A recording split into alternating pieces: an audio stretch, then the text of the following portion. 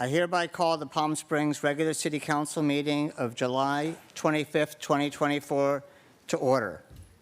For the Pledge of Allegiance, today we welcome Olivia Lee Sanchez, daughter of the city's own Melissa Sanchez, she's a second grader at Catherine Finchie Elementary School. Olivia is excited to enter second grade this fall. She's kept busy during the summer. She's gone camping and swims daily. She is currently attending camp. Olivia enjoys teaching her furry best friend Miso new tricks. Her eyes are still set on being a mayor one day, just like Mayor Garner. Olivia, would you like to lead us in the pledge?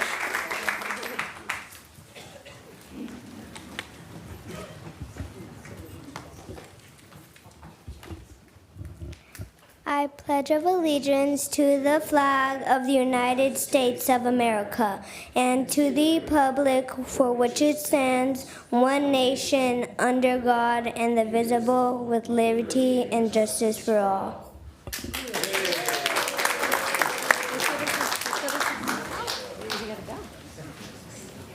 City Clerk, could you please conduct a roll call, please? Let the record reflect that all members are present. Can we confirm Council Member DeHart online? Mayor Pro Tem, are you online?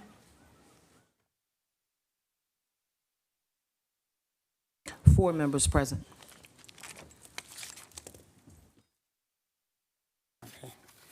Okay.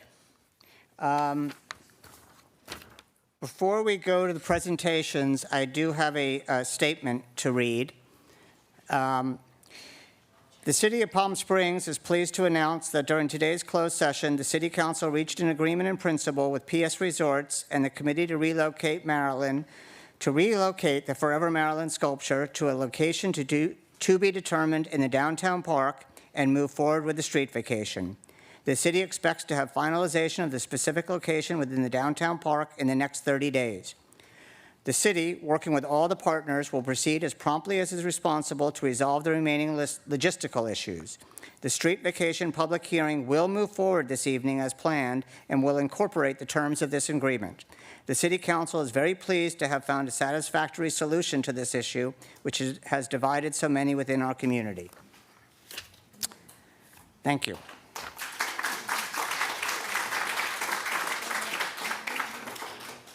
We are now going to proceed with the first presentation, which is College of the Desert Update. And I think we have Laura Hope and Scott Atkins.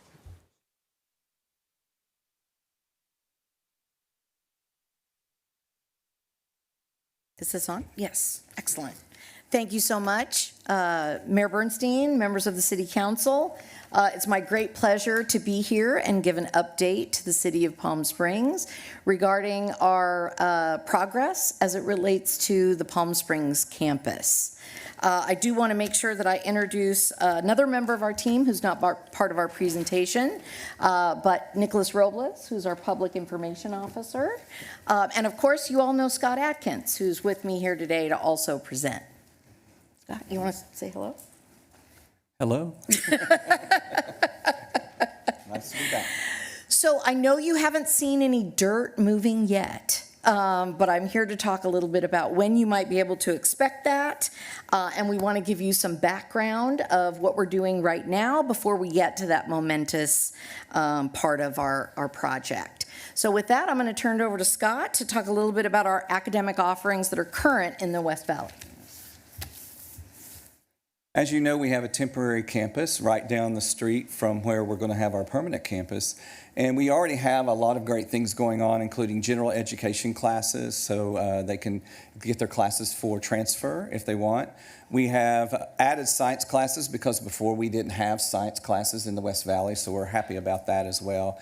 And of course, our digital design production classes and also our film and TV production are already going. And then we have welding classes at Palm Springs High School. Up at DHS, we have ESLN classes and some general education classes. And Mount St. Jacinto High School, as you all know, there's two locations, one in Cat City and one at Winslow. The one in Cat City, we're doing ESLN, and then we're doing some child development in those. In that, we got it's a cooperation of a grant. And so then we have several things going on at Palm Springs High School. Palm Springs High School, we have the most dual enrollment of any other high school in Palm Springs Unified School District. And we're getting there to almost get to all the IGETSI. So if you're not familiar with IGETSI, those are all the classes you need to get into CSU or UC. So we're working toward getting that complete course offered at Palm Springs High School. And as I said, we have early childhood education at several locations. Mount St. Jacinto, we have HVAC air conditioning. We have several things going on at Cathedral High School, including the early childhood education, as I mentioned before. And then we have automotive technology and culinary arts at Rancho Mirage High School.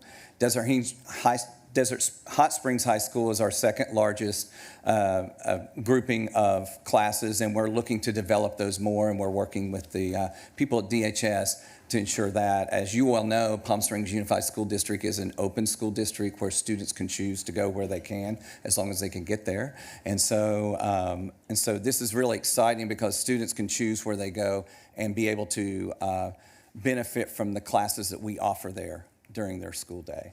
We also have cannabis management, which we're doing a lot with our PACE program, especially up at DHS, but throughout the valley as well. And then these are the healthcare programs that we are currently in development for the Palm Springs campus and also up at DHS. But these are several of those that are listed that we're going through and developing now, so that when we open up the Palm Springs campus, these will be housed in the new Palm Springs campus as well. Thank you, Scott. So while we have a lot of great things going on, we are looking to do more great things. And part of the gateway to getting those things done is a couple of important steps that I know all of you who work in the public sector know very well. The first hurdle that we've overcome is we got CEQA approval. So that means that at the new Palm Springs site, we do not have any kind of toxic materials, no endangered flies, nothing that would impede our progress to build there. So no mitigation is necessary on the site, which will allow us to stay on track and on schedule. We also just got our approval for phase 1 from the Department of State Architect. So we're very excited about that. One of the things we explained the last time we were here, they added 3 additional reviewers to their team in order to support the project review timelines. And so we've already gotten the approval for phase 1, which only took about 2 months, which is really fast for the Department of State Architects. So we're looking to get our phase 2 and phase 3 back from DSA very soon, and that'll allow us to move quickly to the construction phase. You can see that we're planning on phase 2 and phase 3 to be completed on August 16th. And issued to DSA on August 19th to begin the review process immediately. That first phase is really just infrastructure, water, sewer, right, gas, all of the things that we need in order to run the site. And then the additional phases are more of the programmatic type construction. We're also going to be working in phase 3 on street improvements along the campus perimeter. And obviously, we will be working with all of you very closely. And thank you for your constant support of us. The other thing that we approved at the last board meeting was about $3.5 million for steel structures that are going to support what we call the super roof. And so when any time you may have seen a drawing or a rendering, you can see a little bit of it in this particular rendering. You can see those spokes kind of on the right side. Those kind of imitate trees. And we had to special order and fabricate some steel structures in order for them to be ready when we're at construction. So those just by themselves cost $3.5 million. So those funds are now committed. And we're in the process of finalizing, solidifying all of our construction plans. So things are well on their way, and we feel very confident that we'll be able to maintain the timelines that we introduced today. So to simplify that, the walls were set about 2 Fridays ago. So that's what I was told. The walls are set. Don't move any more walls. So as you see here, these are the immovable walls that we were talking about. This is the Culinary Institute floor plan. And it's difficult to point at these, but as you see to your left, you have the culinary demonstration kitchen, which is in that kind of tannish area. Then all the ones in red or that pinkish tone are all of the different kitchens for the different classrooms. You'll see there's 2 classrooms there. As you go in the upper right, that is the culinary dining room, and I'll show you a picture of that in a minute. We've just finished what that's going to look like. And then also in this, in the middle there, you'll see one part right in the middle, to the right of the large pink area. To the left of the pink area. And so right there is a workforce kitchen, which will be able to be utilized by our students who are going through the curriculum, but it'll also be able to be used by industry and community partners. They can come in and play around with all their new workforce stuff and be able to develop their own recipes and stuff. So that will be open to the public in a meaningful way as well. And then to the right of that, in the pink area, is all our hospitality, which has the mock hotel rooms and things for the hospitality program. Then the event, this is the event center floor plan. As you'll see in the pink is the backed in where the kitchen and storage is. This is a full-on kitchen, so students and or caterers can come in and come in and cook a full meal back there in that kitchen. Then we have the 4 rooms that can combine to 1, and then to the left, that kind of oblong shaped is the event center foyer, which you can have pre-event meetings there. And then around that in the white, as you'll see, that it looks like there's like 4 or 5 little squares. That's actually the roof that opens up, and then it opens up after you go outside the roof. There's an event lawn that we can utilize there. And so you'll also notice that we have in this and other places that we have gender neutral restrooms throughout this project, including in this space as well. And then we have the Learning Hub, what used to call the accelerator, we're now calling the Learning Hub. And so you'll see this is the first and second floor. It has, again, on the bottom part of level 1, as you're seeing here, the pink area is our student health clinic. We have the learning lab to the left, including also some computer labs for students. And then we have the film and in the blue, we have the TV and film production classes and classrooms and studios. And then to the north of that, there's looks like 3 boxes there. Those are basically for the architectural program. And then you'll see the egg-shaped blue.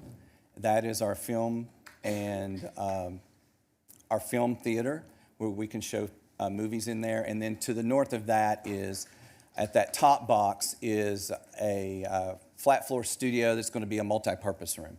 That will be there. And then on the other side, to the right, which we're really excited about, and what took us a little longer, is on the level 2, as you see those several rooms together, they're right above where the Learning Hub is. Those are science labs that we have put in because we are in dire need of science labs. We have a lot of bottlenecking at our college, if you've heard us talk about it all the time, where we don't have enough lab time and space to have all our students take the classes they need. So we've added these in. That's been new to the project in the last 6 months. Then we have simulation labs. We also have very many flexible classrooms that can be combined and pulled out. As you'll see here, this is the culinary dining room, which is also flexible.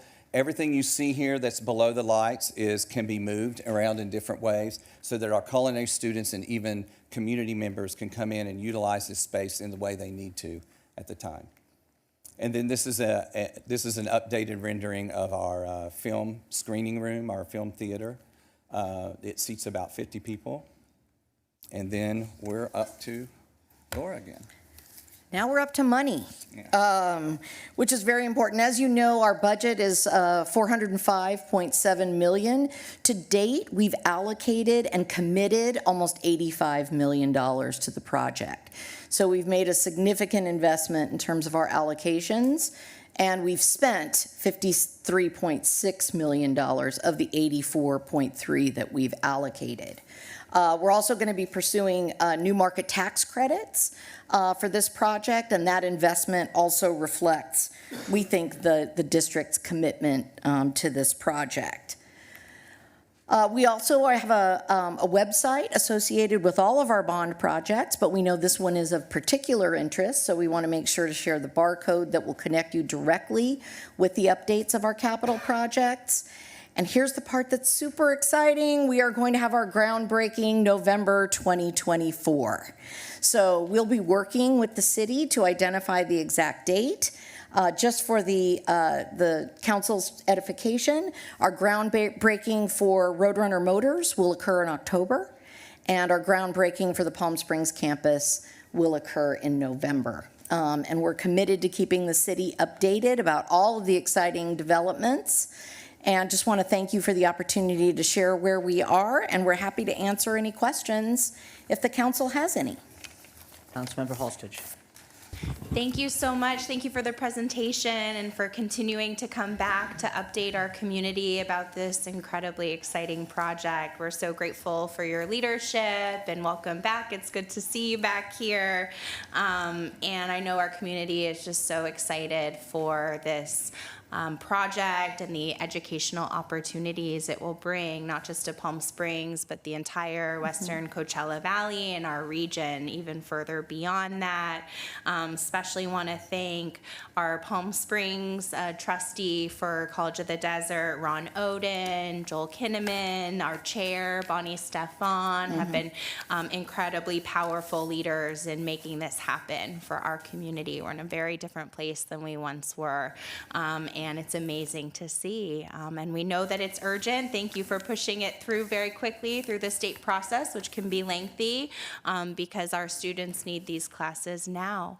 And so thank you for appreciating the urgency and the need, and so look forward to being at the groundbreaking. Thank you. It's going to be a great day. Thank you, Ms. Holstedge. I would also be remiss if I didn't mention that Mr. Oden did want to be here with us today, but he unfortunately had an emergency. But he definitely wanted me to convey to all of you how excited he is also to see this project come to fruition. Thank you. I know Trustee Oden, former Palm Springs Mayor Ron Oden, has been a committed advocate for educational opportunities and has also taught at COD, Yes. I believe. Mayor, can I ask a few questions on the presentation? I have a question about the shared kitchen. We get a lot, we're working with street vendors, food trucks, really trying to grow. Obviously, Palm Springs has 300 plus restaurants. We're known as a culinary destination. And so I'm just wondering if you said it might be available, that kitchen resource, and I'm wondering if it might be available as a shared kitchen for entrepreneurs or startups or people really kind of trying to make their way in the industry here. I should have you speak for me because that's exactly what it's for. Great. We're taking the opportunity for our students to be able to use it in a Yes. meaningful way, but it's supposed to be used. It actually has an outside entrance that comes from, so they don't even have to go in the culinary building. They can actually enter from outside. They have their own bathroom and everything. So we envision people, we already see a need. We've already heard needs from people who want to develop, and they're always trying to rent like a space in a hotel like at 10 at night or 2 in the Right. morning. So we see that as a part of what we would be available at this college. That's incredible, and what an opportunity in Palm Springs where we have so many successful entrepreneurs and restaurateurs and people, working in successful kitchens, and we've seen that model happen even with Heyday Burger, for example, that started as a pop-up and is now a successful restaurant. So thank you for investing in our community in that way. I also had a question about the film space that you brought up. So it looks like it has seating for 50 people. The mayor and I have been working with an arts and culture roundtable to talk about with the film festival, with other smaller film festivals in Palm Springs. We are really an arts and culture destination, and so also wondering about community and public opportunities and opportunities to work with your students to work with the public, with our people in the film industry. Yes, and of course, I'm actually having a meeting with the Film Festival on Tuesday to talk to them about opportunities, but this was designed, that film screening room, the flat floor studio, that multi-purpose room, the culinary dining theater, those spaces were designed to also be converted to show movies and those type of things. We also see it as a part of people in the community, even our students who graduate can come in and utilize those production spaces so they can get started. Again, it's about supporting young entrepreneurs as they're first getting started out. And so that's been a part of our understanding all along, that we were going to have that opportunity and have those opportunities with the community. That's great. I know Palm Springs Unified has worked with Digicom and other pipeline opportunities to become filmmakers or work in the industry. So thank you for that. I have a question about shared facilities with Palm Springs Unified. You didn't have it in your presentation, but I assume you're working very closely with the school district, as you already do, for joint credits, joint degrees, and also just shared facilities. We're so interested in this site because it's right across from the high school. There's a Right. cultural center there. It really could be a hub for learning. We just had a meeting this past week with Palm Springs Unified. We're working very closely with them, and we're also starting to talk about an early college program so that students would start their college education as soon as they also start high school. Thank you. And my last question, Mr. Mayor, thank you. So exciting for all of us. Is just if you've thought through housing for students. And so, I know many of your students live locally. Thank you for identifying that Palm Springs Unified has the highest enrollment. We see the need from our local students. We're also excited for the 4-year degree opportunities you're going to provide for the architecture and other hospitality degrees. And so I know you're only using a site of a portion of your site, and I know I pushed you a little bit last time that if you have a lot of open area, perhaps there might be projects the city could partner with you on or apply for state funds to do dedicated student housing. But we know that the rent is so expensive in Palm Springs, and we just want to make sure we're providing housing opportunities for our students too. Yes, we do have the real estate, additional real estate on that site. At this point, this particular project will take all of our bond dollars, so we will not have any remaining funds. As you probably know, the state is in a deficit, a significant one, and so we have not yet seriously entertained student housing. It doesn't mean it couldn't be part of our future, but at this time, that's not part of our educational master plan or our facilities master plan. Thank you for that. And the city has a housing fund we recently started to get dedicated funding from vacation rentals, taxes. And so we have some funding and we have some opportunity to apply. So perhaps there's projects either on that site or others that we can partner on to provide affordable housing for students. Thank Always you. happy to talk. Thank you. Thank you, Mr. Mayor. Thank you. Any other comments? I just want to mention a couple things. Councilmember Garner and I were at your presentation at Desert Highlands, and one of the teachers came up and said the people to start talking to right now are also the middle school students who will be our current middle school students who will be your first class at the full campus in 2027. So they were very excited. I did, in terms of housing, I know you've talked about some BA and architecture programs. I think this could actually be a community college that people want to come to, unlike many others. So I think that's something. And then I know, Scott, Mr. Atkins, you were at the joint meeting we had with the Tribal Council, who is also very interested. They have this very unique Native American curriculum that is going on, and also with your degree in casino management. So there's really a great partnership between COD, the film festival, the school district, the tribe, all of these different organizations in the city working together. So thank you for all this, and thank you for keep coming back. And I don't know if we'll have time for one more presentation before the groundbreaking, but we'll find out. We'll figure that out. But thank you very much for both being here.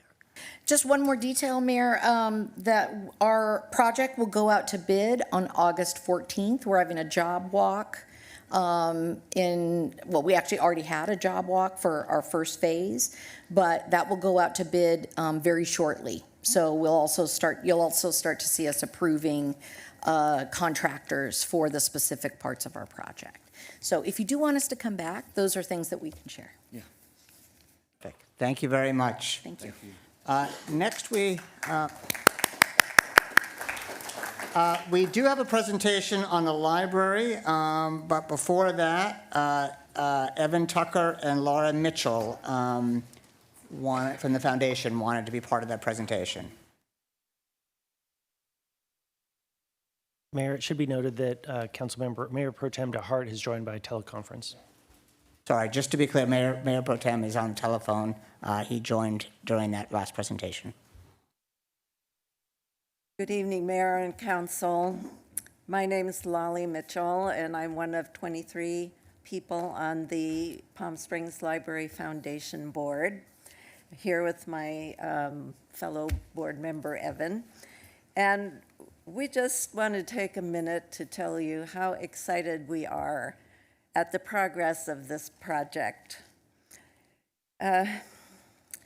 Just the retrofit and renovation is going to give us the opportunity to even expand our resources. Our library is already an amazing resource, and this project is going to take us well into the future. I know that from my own experience, we are in the hands of one of the really fine library architects in Group 4. And we just want to say that this is going to be a project that we can all be proud of in Palm Springs. Evan? Good evening, Mayor and members of the council. My name is Evan Tucker, and just on behalf of the foundation, I wanted to take the opportunity to thank each and every one of you for your continuous support of this critical library renovation and modernization project, which will allow the library to continue meeting the needs of this community. And we also just wanted to let you know that the Palm Springs Library Foundation remains eager to partner with the city in any way that we can to support this project. Thank you so much for your time. All right. And with that, we can segue into our presenters.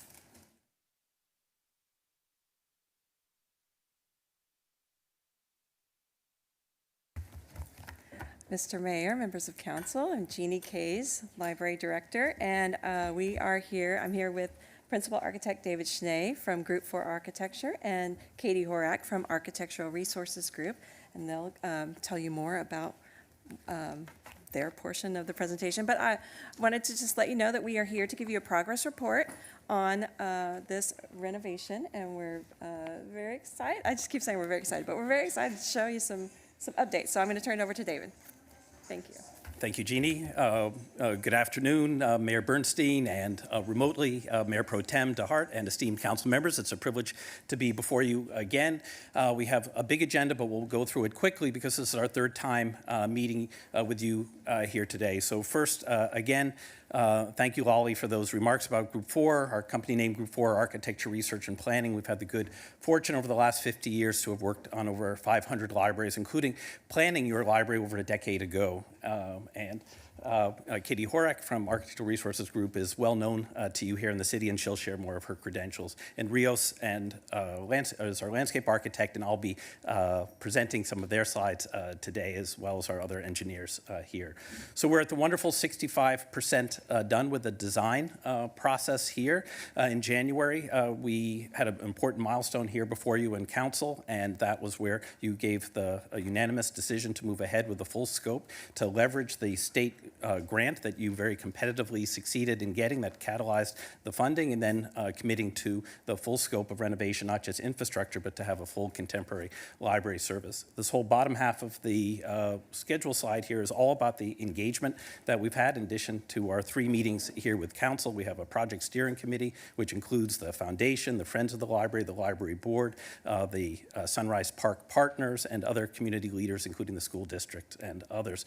And we've had over 800 people from the community give input as well, including in English and Spanish language, families, seniors, visitors. We've had it out on the streets, in the library, in the park, and all of that input has enriched the design, which we'll just give that update for. But of course, this is a wonderful historic resource, and Katie's going to share our strategy with that. Good evening, Mayor Bernstein, members of council. It's good to see you. Thank you to David for the introduction. Again, my name is Katie Horak. I'm a principal at Architectural Resources Group, and we're an architecture and planning firm that specializes in historic preservation. So we're bringing that expertise to the design team for the library. So first of all, I'm just going to talk a little bit about the approvals process for this project. So although the library has been identified as eligible for designation, it is considered a Class 3 site, and it does not have historic status at this time.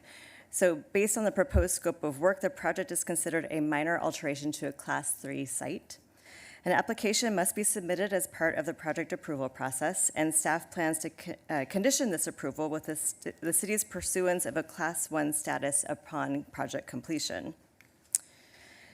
So with this in mind, one of the primary goals of the design team is the retention of historic character while also meeting the library's programmatic goals. So we recognize that in addition to being an important community asset, this is also an important piece of architecture in Palm Springs, designed by William Cody and completed in 1975. And we want to make sure that the project is really sensitive to its historic character so that it can be designated when the project's complete. So our process has concluded a significant amount of research about the building's original design and materials using historic photos and aerials like you see on the screen here, and the original architectural drawings as well. We've also investigated the exterior materials conditions, and in this image you can see 2 elevations of the building with some sort of red, veiny cracks that you can see indicated here. These are our field notes. The exterior of the building, it's these sort of tilted concrete walls, unpainted concrete, and they have a significant amount of water intrusion and cracking. And so our team is working hard to identify the sources of the water intrusion. It's coming from above, sort of creeping in from the top. It's also coming from below with the watering of the landscape. So we're working to identify and mitigate those issues first so that we can address repair of those walls as well, including patching and, patching at the cracks. So now I'll pass it back to David. Thank you, Katie. And so now I am going to share with you some of the slides for the landscape design that were prepared by Rios, and who is well known. They're the designers of your downtown park, which I always like to give them the extra shout out for. Just last year was considered won the honor of being the best park in the world, which is a great high honor suitable for Palm Springs. So, of course, we are a desert climate. The top images show our mapping of how the sun exposure, and red for hot, is today with very limited shade opportunities. The bottom, the introduction of blue, shows that the landscape design is very climatic responsive to create more shade opportunities. Very important, the library site in the northwest corner of Sunrise Park is being designed in concert with and in concept of the whole citywide parks master plan. We've had the opportunity of working with Parks and Rec and their consultant team, who are following in a later sequence and a longer process for it. But they've seen our emerging design and given really excellent feedback, and think things are heading very well in terms of a unified approach, and giving them lots of input for how they can continue their work. One particular area that's still unresolved is how citywide park signage may be developed, and we have historic signage that's there, a variety of signs, and so that's something that will probably come later in the process. We're looking also, just for our own design, Rios is looking how this fits into the overall site citywide parks network, and thinking that the landscape here has the opportunity of being yet another site with rich botanical variety of new plantings. So the site design is inspired with community input on three themes: the Oasis Retreat, Desert Modern, and Desert Drifts, and you'll see each of these represented in the design. In this diagram of thinking about how Palm Springs works from the mountains to the oasis to the valley floor, our building site is the valley floor here. The library itself is an oasis, and you come into the high volume space from the low sheltered forms, and with a pond, a koi pond that's being restored, you have your oasis there as well. It's lovely. Of course, city guidelines and climate change awareness says the idea of having 80% lawn and the use of water there should be updated here sensitively, and we are looking to reduce the irrigated areas by half to 40% of the site, and rather than in one large stretch per city policies, we're doing what we're calling drifts that are inspired by the native desert forms here, and very strategically in the children's area and a new north courtyard having some lawn areas for active use. And so you see this landscape with new trees, making sure input that we're getting from our project steering committee and historic preservation resources, not only from our consultants, but from the community, are making sure that the library was described as a sculpture in the desert, making sure our new plantings were getting shade, but not obscuring the view of the building will be one of our goals and plant types. So our one sort of real stretch of lawn in the children's area, current policies are where you have lawn, it should be for active recreation uses, so we're doing that in the children's area, and you can see these views of the inside to outside of our very important aspects of William Cody's original design. We have, as an emerging alternate, perhaps supported if our budget and bids are well, or if council chooses to fund this, or the foundation might be this north courtyard as well, which becomes a wonderful new resource and expansion on the north shady side of the building. And one preliminary view to get the sense of having a very gauzy-like screen and using the actual existing historic light posts as an inspiration for the fence posts. The library from the master plan a decade ago talked about trying to increase the amount of parking by 100 plus spaces to meet the needs of both the library and with all the other park users in this part of the park. We are trying to not reach that goal because of the negative impacts the park would have, but have just a judicious amount of parking. That's shown in bright yellow in the bottom right is the small amount of additional parking. And we went back and forth with our historic perspectives to make sure parking on the south side of the building wouldn't be changing the view and perception of the building as you go up Sunrise. So we've reduced the amount of parking that we had shown last time to council to have those good sight lines, and we have a new driveway onto Sunrise for better circulation and safety. Here the image on the left shows where the blue line shows what the sight line with no cars in it was originally, and now the red still having it the good sight views of the building. And similarly, we looked at, we had a reduced courtyard to the south, and we're preserving its original proportions here. And so just to jump in from outside to in to the building, we're still at the outside here, but still looking at preserving the building forms that come out of the desert and repairing them. The cracks that Katie spoke about will be part of the overall scope here. She's done some wonderful work with her team to look at the original colors on the left, and for the salmon that was very popular in the 90s, going back to the darker browns of the 70s. So you'll see a slight change, more sympathetic to the original colors. So this plan diagram shows the very sort of simple diagram, we architects call it a partee, that the 9 square central light blue area that has the adult, that's the oasis part, the little circle in the middle is the koi pond, and then it's surrounded by 4 more organically shaped wings. The historical characters, we want to really preserve the original character and feel of coming through the opening spaces between the wings into the oasis, but each of the different wings has less significance to it and is open for evolution here. And so we have this nice duality of the preservation and the evolution and design.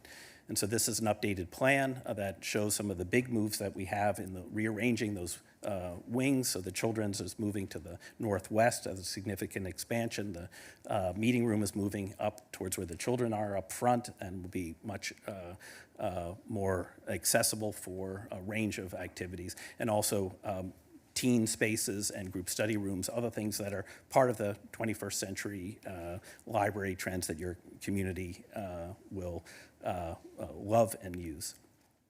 We got wonderful community input on the design themes for the areas that are not just strictly historic preservation, and the cool and fluid color palette was suggested.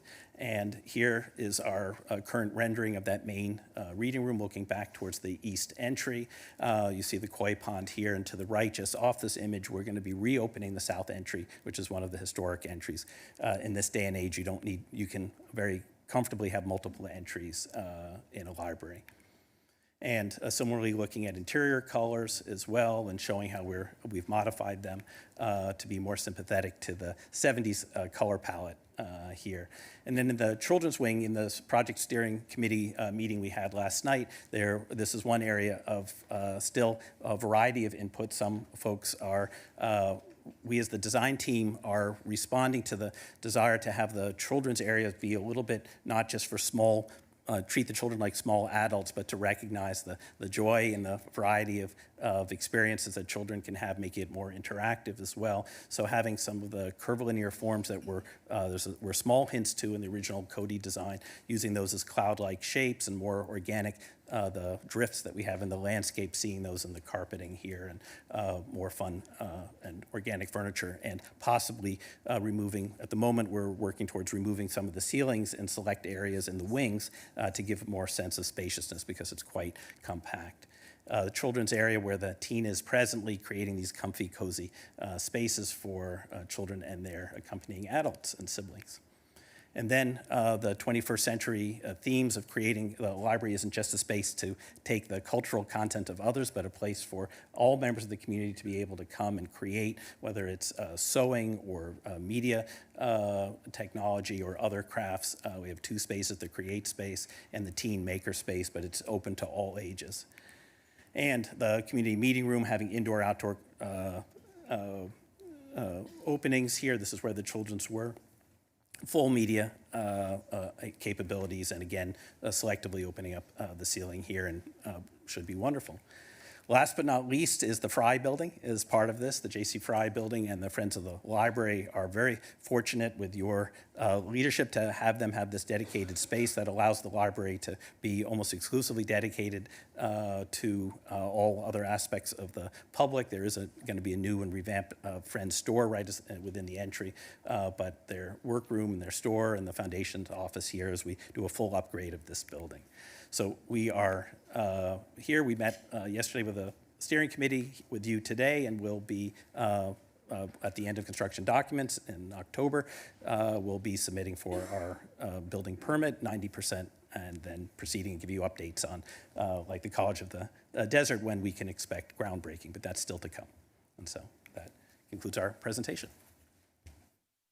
Any comments or questions from council? No?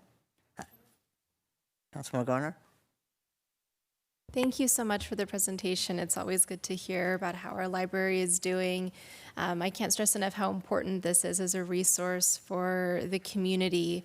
You know, the library serves so many people, and I'm there on a weekly basis, and I see so many different people there. There's children, there's a lot of unhoused folks who go in that library serves as a really important resource for them too. Teens, there's tutors with students of all ages. I mean, it's really incredible. And then just the number of people that go there for community, for book clubs. You have diapers that you pass out to families. You have so many resources in just one small space. So it's really exciting to see this expand. And I just want to touch on the fact that there's a lot of people who visit us in Palm Springs as well and love to be able to see what life is like here. and they love to tour our facilities, our parks, our library. So I think that this is a great opportunity as well to make people feel welcome in our city, even when they're far away from home. So thank you for all that you're doing. I don't really have any questions. I'm just really excited about this project, and it always makes me a bit emotional because I don't know what my life would be like if I didn't have access to the library. It's truly life-saving for so many of us. So thank you for the work you do. Councilmember Middleton. And thank you. This is very beautiful, very inspiring, and so thank you. Our congratulations. One comment and then one question. I think the landscape designs look very intriguing, very positive. One of the things that I believe is absolutely critical to the success of this project is the integration with the other amenities in Sunrise Park, most particularly the Boys and Girls Club and the Senior Center. So as we move forward, I'm going to be very anxious to see how that interaction is playing out and to hear from the leadership of those organizations regarding the cooperation and the consultation that's taken place with them. I would just like to let you know that they are all on our steering committee and have participated in this process and given their feedback. And last night it was funny that we had members from the school district and from Mizell. They were all, we were cross-pollinating, talking, we're already booking this community room to do partnerships with them. So we are very excited. I think our partners are, we call them partners, you know. They're very excited. And again, as David stated, we have been working with the consultants who are doing the Parks Master Plan for the entire city, because we do want to be sympathetic to that and make it just a complete integration where you don't really say, well, this is the library and this is the park. It just should just all flow together. So a question regarding the meeting space, and I'll preface it, we have so much space and event space within Palm Springs. I want to make sure that we're not duplicating within the library building event space that's available in other places. So as amongst our portfolio of hundreds of libraries, library is about people now, in addition to being about books, and people to do a whole variety of activities. And one of the things that's so wonderful about your library is that the staff is always listening to the community and planning so many different programs, and having a space to do that is essential, and bringing them out of the sort of the dark space sort of in the back to right up front is really one of the, I think, one of the more dramatic changes that we'll see. And as Jeannie was saying, that the library isn't doing it alone. Like, the library is not only just the third place for the community, but it's also the third place for your community-based organizations. And that's a great, I don't think it's redundant too. It just adds and complements it. Right, and I would say we do between 250 to 300 programs a year ourselves. So the rooms get utilized so much. But again, we do have our community partners coming in. We've got DAP Health coming in for resources next month, a couple of times a week, just throwing a little plug. But yeah, we do work with the partners too. We become the resource for the community too, but we do have so many programs of our own, and the space is heavily used. Sure. Councilmember Holstridge. Thank you, Mr. Mayor. Thank you for all of your work on this. This council has really championed the library and building the library of the future, and we're so grateful for the Board of Trustees and friends who've worked on this too to make this happen. It's exciting to see it continue to move forward. Just have a few comments, I think, instead of questions. Thank you for doing the parking reduction. I think that looks a lot better. I agree and appreciate opening it up to Sunrise, to circulate. I think that makes a lot of sense. I agree with council member comments about integration with Sunrise Park and especially integration with the playground. Sometimes as a parent or of a small kid at a playground, it can feel like you're on the other side of the world trying to get to the library just from that playground, just the way that it's cited and the landscape. So I appreciate you looking at that. You gave us a really good heat map, but I wasn't quite sure, all the work to really address the reduction of the heat on the building and the surrounding area. And I'm really interested to learn about the drifts and what's in between and the trees and the shade to look at how to really cool that and make sure we're not increasing the heat effect, but really reducing it. Concerned about those cracks that have, developed over time and trying to prevent those as we move forward so we're not doing this again, although we will in 40 years. And then just as a parent of a 3.5-year-old, I looked at the kids section and you said a lot of rest and it looked very nice and a lot of the kids go there to play, and so I know you got that feedback. We go all over every library in the Coachella Valley a few times a week. And the libraries that are really effective are those that have a lot of play opportunities, even like active play. So hoping, I know that's more on our end of programming it and putting in play opportunities, but just the design overall. It'd be so nice if I could lay in that little, sit in that little cubby when I have a 3-year-old to run around. And then, I'm just the teen center, trying to balance how much space is needed and those spaces of the future and make sure we have enough dedicated space for them too. And I know you're working with the Boys and Girls Club and other folks who serve our teens and our children. So thank you so much for this. I'm so excited for it to come forward. Thank you, Mr. Mayor. Thank you. I don't know if Mayor Pro Tem has comments. I can't actually see, so. Well, if you do, let us know. Anyway, I wanted to just thank you for this. I appreciate the comments on the third place, and I believe that people need that. And for some people, it's downtown. For some people, it could be a pickleball court and a swim club, and for a lot of people. Mayor Pro Tem, are you there? Yeah. So I've got a question. Okay. Back to the park plan, and I've asked before regarding the plant plan.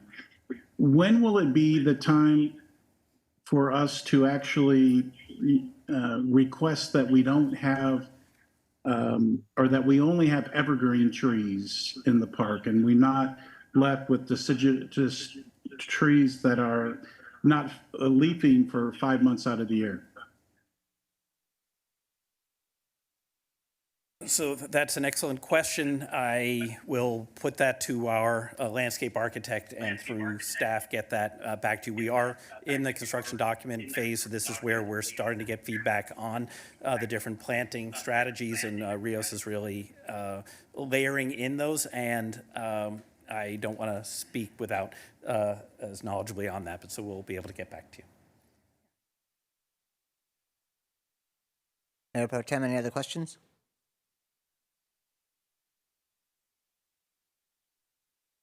Okay, I'm going to continue then. So I agree with this idea of a third place, and that's what does build the community. I know we actually have not just people come to see what life is like here, but to Councilmember Garner, people actually go to libraries while they're visiting, and we have a lot of people at vacation rentals and some part-time people who like to use that space, and it's not just for kids; it's for adults. I've seen many educational things. I've seen book readings, presentations on how to safe hiking and on modernism. So there's a lot of things that involve the rest of the community.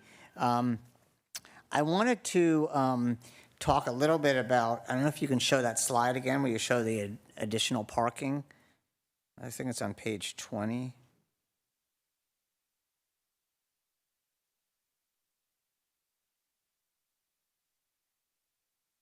So there. So you're adding more, the more spaces to the north of the sort of that meeting spaces and putting the other parking on the south side? Is that the additional one in the dark yellow? So on the right side of that image, the bright yellow at the bottom is the new parking. Okay, but, so the question is, doesn't that sort of separate the library from the rest of the park? Like, that's really where the Sunrise Park is, and that North Park part is kind of not really part of Sunrise Park. And no, let's see if I can, oh, there we go. So this area here already is more of just open landscape, not for active use. The active use area is to the south of the library already, with the existing parking shown here is obstacle or is something you have to walk through or around. So we will be having new pathways across the parking. One of the things that came up from residents in the community meeting was a desire to try to connect all of the parking lots in Sunrise Park and introduce new roadways in the park. And that was something we strongly worked to not do, and to create more road networks and have more vehicular pathways and the safety challenges that would produce there. So that there's really a very nice, we're zoomed in here, but the really nice network of pathways. And there's talk that for large events where someone wants to use other parking lots in the park, you might be able to use golf carts or other type of transit on rentals for that need, rather than so we think we're still trying to, we think this is the best place for it without tipping the scales in the park in terms of its experience. I'm a little, I mean, my concern, just to keep this in mind, is, you know, and we had a Parks Task Force, and we talked about this Sunrise Park, I mean, this central park in town with the library and the Mizell and the swim center and the pavilion and Sunrise Park and the stadium, and to ensure that it does seem like it's fully integrated, even with the landscaping as well, so that I know it can be separate and distinct, but we want it to seem like this one big central park in town, where, and not have each, and that's what I know the individual stakeholders, I know you're meeting already, but a lot of them are talking about how do they actually work together to become more integrated, because in the park, it does seem like each of the facilities are used quite extensively, the library, swim center, and the one that really should tie it all together is the park, and that's still separated from a lot of the different facilities, and the idea would be to sort of integrate it more. So I would just keep that in mind as you go through the Absolutely. landscaping and the parking and what that accessibility is. So, but otherwise, it's very exciting, so thank you. Yeah, Councilmember Holstage. Oh, go ahead, you're first. Just on the paths, on page 11 of your presentation, are those the pathways that you're referencing? I should say, too, that this slideshow is loaded on, or going to be loaded on Engage Palm Springs, so Right. Residents can go look at it It and was zoom in. page 11. You had the site design update on page 11. 16. Right. Is that those brown paths? That's what you're talking about? Yeah, that's the existing path network that we're connecting into. And so the limits of the library's present scope is really just this area under the spotlight. And so the paths, we're connecting to all of the existing paths. Okay, because I'm not familiar with these existing pathways. It's just all grass right now. There are sidewalks. So there's the side, but these aren't sidewalks in the middle, are they? They are, right? They Pretty are? sure they're. Yes. There's I There's see. a water fountain and a bench, and I think my sense is off because it seems so small It's so here, small, yes. but it's quite large. Yes. So, okay, I understand better now. Thank you. Thank you. Yes, it's the scale, because when you're on the ground there, even in the playground area, those are so far away. You can't see on the screen. There, but I had the same comment as the mayor, so I do think that, I shared it so cut off, it's already so difficult to get from the middle of the park to the library.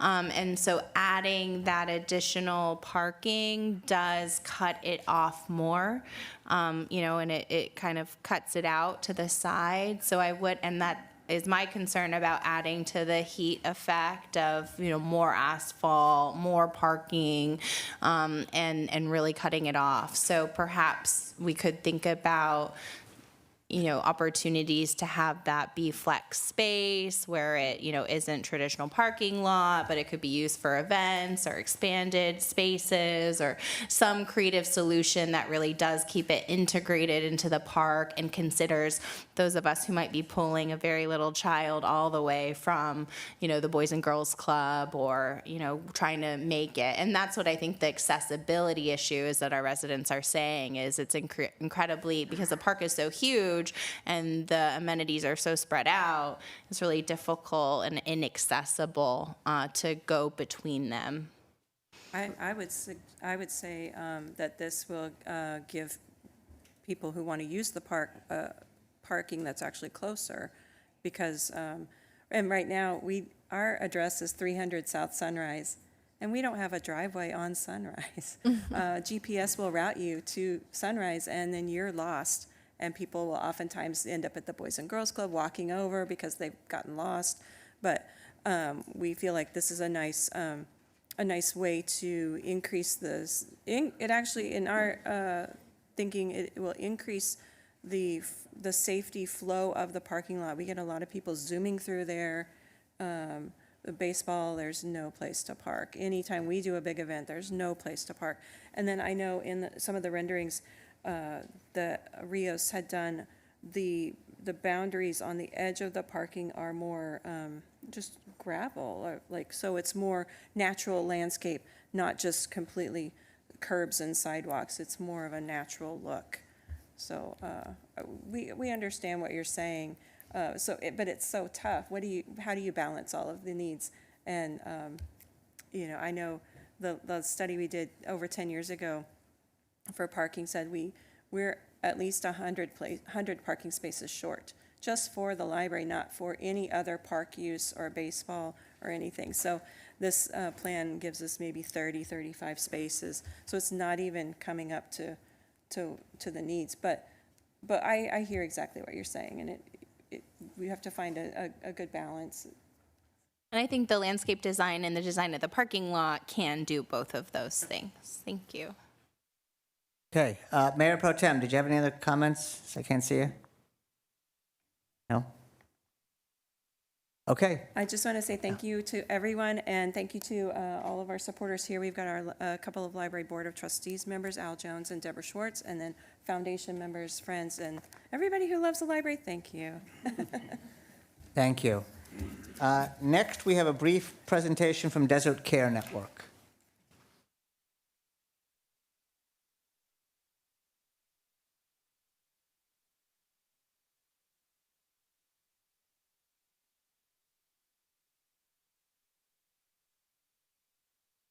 Good evening. Thank you, Mayor and Council members. My name is Mike DeToro. I'm the Chief Administrative Officer for Desert Regional Medical Center. Our CEO, Michelle Finney, has provided you all a letter that includes an update on the discussions regarding the Desert Healthcare District's lease purchase agreement with the hospital.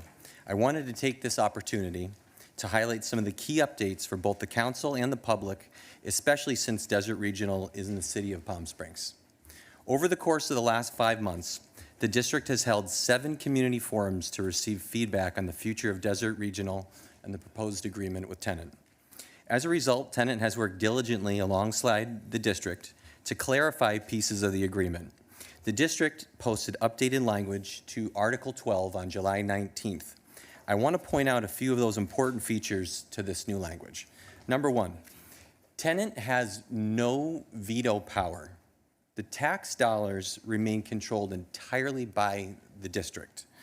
Tenet, specifically requested the district remove language that was being misconstrued as giving Tenet authority over its decision-making. Number 2, since the district does not provide any funding to its own hospital, The provision states that the district would not provide financial support to any other competing acute care hospitals. This is a common part of contracts such as this one, and it has been part of the current lease for the past 27 years. And it's common sense. If the district is not going to invest money into the hospital that it owns, why would it do that into a hospital that it does not own? Number 3, Tenet is making a nearly $1 billion commitment to the Coachella Valley. $1 billion. This includes $650 million in lease payments to the district to be used for philanthropic activities similar to the ones the district has done for the past 27 years. And again, Tenet does not have any veto power over the decision on how to use those funds. It also includes covering an estimated $220 million in seismic retrofitting costs at Desert Regional Medical Center. And this would all be at no cost to the taxpayers. It also includes $60 million to expand the ER and admitting areas at JFK Memorial Hospital in Indio. No other hospital in this region has made a commitment of this size. And the fourth point, Desert Care Network hospitals are the largest providers to the underserved and Medi-Cal populations in our community. 3/4 of the annual hospital care received by Medi-Cal patients in the Coachella Valley are provided by our hospitals, not the nonprofit hospital in the valley. Residents of Palm Springs should feel proud that their hospital offers the only Level 1 trauma center in the district, a comprehensive stroke center, a hospital-based residency program that is training the next generation of physicians, and a comprehensive healthcare safety net spanning 3 hospitals and more than 25 sites of care. We recognize the obligations we have to ensure protection of Desert Regional Medical Center, a public asset that is owned by the district. We aim to continue this important care and investment in our community and hope we can count on your support for the agreement with the district and the hopeful ballot initiative in November. As new language is provided by the district, we remain available and would welcome the opportunity to meet and answer any questions you have. There's more to come on this, and we just want to thank you for listening. Thank you. Any comments or questions? Okay. Thank you very much. The next item on the is acceptance of the agenda. The City Council will discuss the order of the agenda, may amend the order, add urgency items, note abstentions or no votes on consent calendar items, or request consent calendar items be removed for a separate discussion. I'd like to entertain a motion for acceptance of the agenda unless there are items staff or a council member would like removed from the consent calendar for separate discussion or vote. I will say I am going to ask that we remove 1M to a later date, as there's some legal and other questions, but if we don't remove it, I would still like it removed from the consent calendar. Are there any other items? And I have some comments. Councilmember Gardner. Thank you. I don't want to pull anything. I just want to, for the record, reflect that I will vote no on 1E.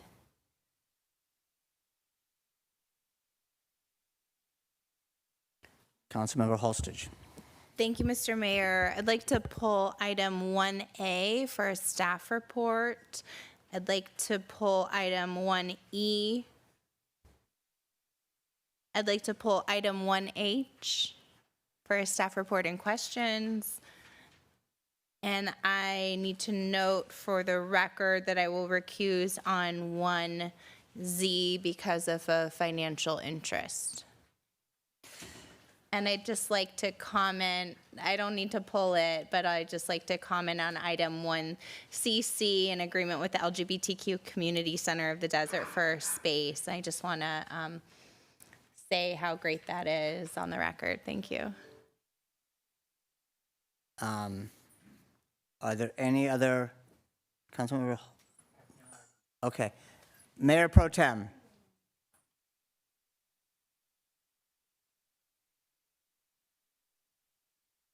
No? I know it's a delay, it's a bad connection, so, okay. Mr. Mayor, if I could, just as a clarification, is it your request to move 1M to further discussion this evening or or to remove it from the agenda this evening? I know there's a comment on it, but I would prefer to move it to another meeting and have further discussion, have staff do some further work on it, and also have a chance for 1PS to respond, but I would like to move it to another meeting. If there is council support for that, or if not, we would withdraw it. Is there council support to move it to another meeting? I think it's going to require discussion this evening. Okay, then we remove it from consent.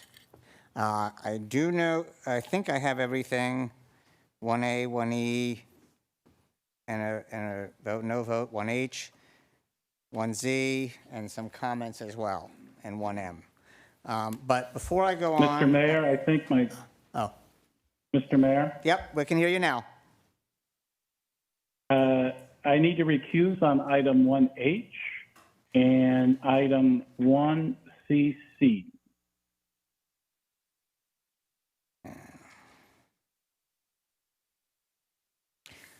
Okay, and I know before we go to the report, I know the city attorney, I think you want a statement and also report on closed session. You want to do this after we do the roll call vote? Yes, if I could make a brief statement with regard to item 1M that is being pulled. There have been some recent allegations over the last few days about some improprieties and allegations about the allegation of Government Code Section 84308, the sometimes called pay-to-play statute to the co-owned managed housing ordinance. I wanted to provide a statement that's based on a letter that I sent yesterday to the individuals who are making those allegations. I felt it important to respond to their July 24, 2024 letter in which they suggest that the participation of Mayor Pro Tem DeHart and council members Holstage and Middleton in this matter, quote, might be a violation of Government Code Section 84308. As I stated during the July 9th City Council meeting at which this matter was first considered, Section 84308 does not apply to an ordinance such as the one proposed. Moreover, with regard to Mayor Pro Tem DeHart, he has not received a campaign contribution from the individual for well over 12 months, thereby rendering Section 84308 inapplicable for that reason. Historically, campaign contributions do not create a disqualifying conflict of interest for local elected officials. That changed in 2023 when the legislature amended Section 84308 to apply to locally elected officials.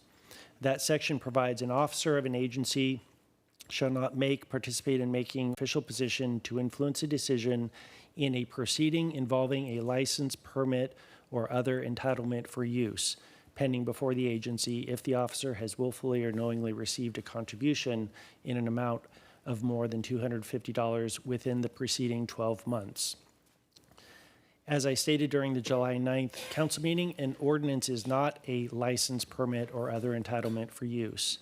Instead, the proposed ordinance is a larger general policy determination, and the ordinance, if adopted, will apply throughout the city's jurisdictional territory. The interests impacted by the proposed ordinance will be many and diverse, and the ordinance was not applied for, nor has an entitlement for use been applied for by Picasso. The ordinance is not unique to Picasso, but applies to any company that operates these types of uses. And with regard to that matter, at least 12 companies have been identified by staff that operate these types of uses within California. Therefore, Section 84308 does not apply, and I provided a citation to a very recent FPPC advice letter that concludes likewise. In addition, with regard to Mayor Pro Tem DeHart, any campaign contributions that he received from the individual are well over 12 months period referenced in 84308, and therefore, for this additional reason, that section does not apply to Mayor Pro Tem DeHart. Whatever those members of the public policy differences may be with the proposed ordinance, the City Council and the city staff take our obligations to comply with the law seriously. As such, I felt it necessary to immediately set the record straight with regard to this allegation of impropriety, as well as make this statement tonight. Thank you, Mayor.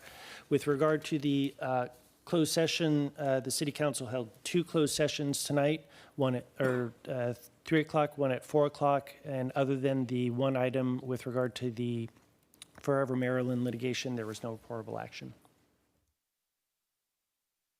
Question, Councilmember Holstich? Thank you. I just have a question as a follow-up for the city attorney. So it's my understanding that every single council member has received a contribution from the person at issue. And so would your advice then apply to each council member? I assume it would depend on when it was received, but your advice is that the law does not apply to the Picasso item at all. And then even if it were 12 months ahead, then it would additionally not apply. Correct. Because of the type of proceeding this is, as an ordinance, as a policy matter, it is not subject to that law. And additional reason for Mayor Pro Tem DeHart and anybody else who received a campaign contribution longer than 12 months ago, that's an additional reason why this section does not apply. Thank you. So we've received a number of public comments specifying 3 council members who voted yes originally on this item, but in fact, that advice applies to all council members, correct? Correct. Thank you. Okay, we do need to have a vote on the acceptance of the agenda. So,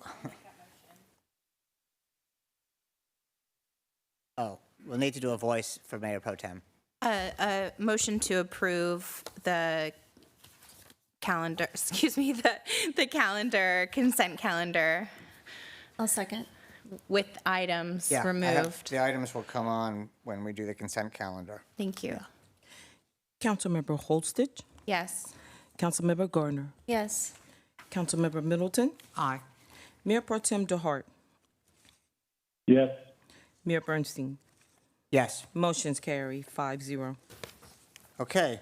The next item is public testimony. This time has been set aside for members of the public to address the City Council on non-public hearing agenda items only. Members of the public who wish to provide public testimony are requested to file a speaker card with the city clerk. To provide public testimony virtually, technically, please contact the city clerk's office. 2 minutes will be assigned to each speaker. You're asked to please begin your time by telling us what agenda item or items you are speaking about. Please note that the testimony for public hearings will be taken at the time of the public hearing, and general public comment for subjects not on the agenda will be taken later in the evening. If there is written comment that you wish to distribute to the city council members, please hand it to the city clerk. Our first speaker is Peter Maruzzi, followed by Tim Watts.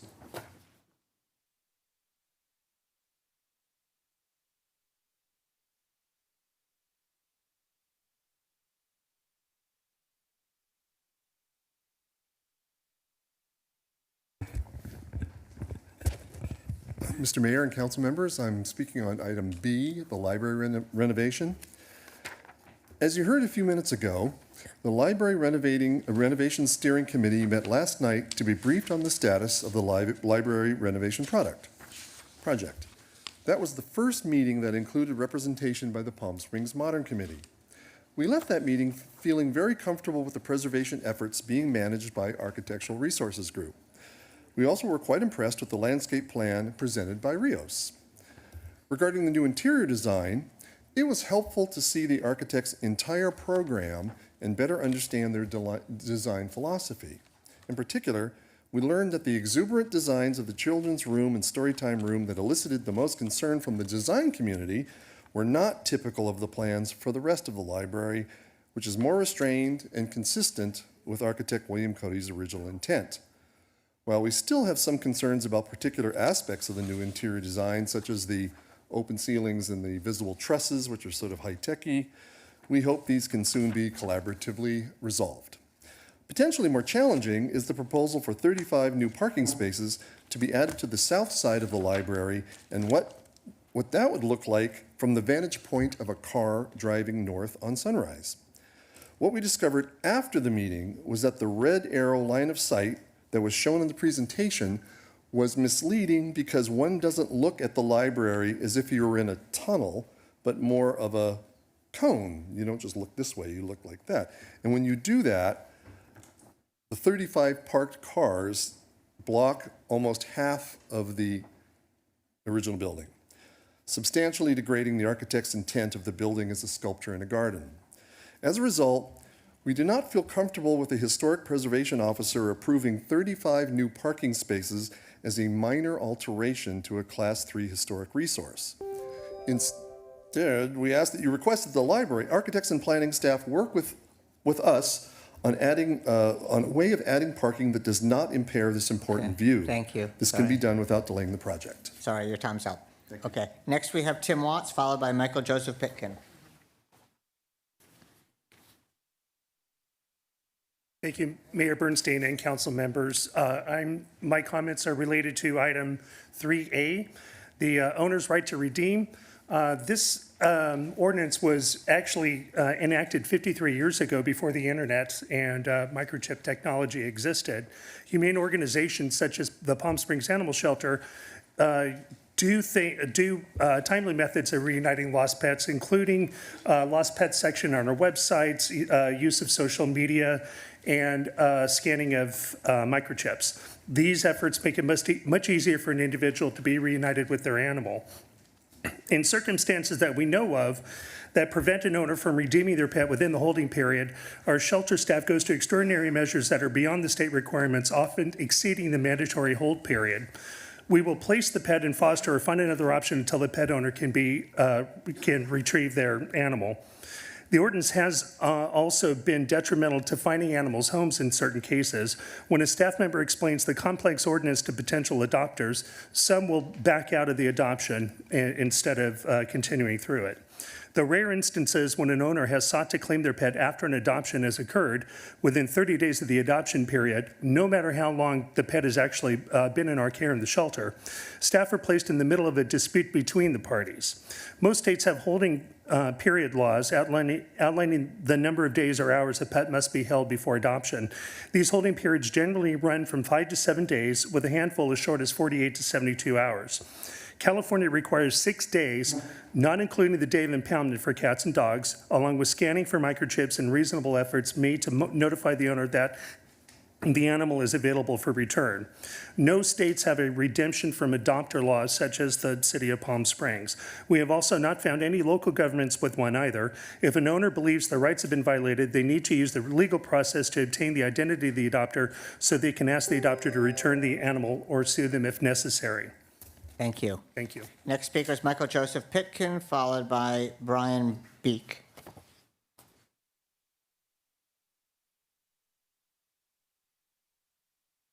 Michael Joseph Pitkin, P-O-E. Law enforcement have a responsibility to serve and protect all, not just those who finance them with power. California State Transitional Housing Misconduct Act, ability to file restraining orders without a court hearing and without being notified. This can be politically, racially, sex, religiously subject to bias, prejudice, and interpretation, especially if one does not like the other. Here in Palm Springs, I like shopping at 7-Eleven. They did not want me. I recently came back to Palm Springs from a failed attempt to relocate to Santa Monica. I experienced a new online hacking of my 7-Eleven account. Due to my history with this company, I finally filed an online human trafficking Palm Springs police report. It was rejected. I went to Palm Springs Police Department, and they made me wait over 5 hours and then asked me to come back the next day. Most police departments dispatch their officers out in the following order: life-threatening, serious, lesser crime, municipal code violations, and parking violations.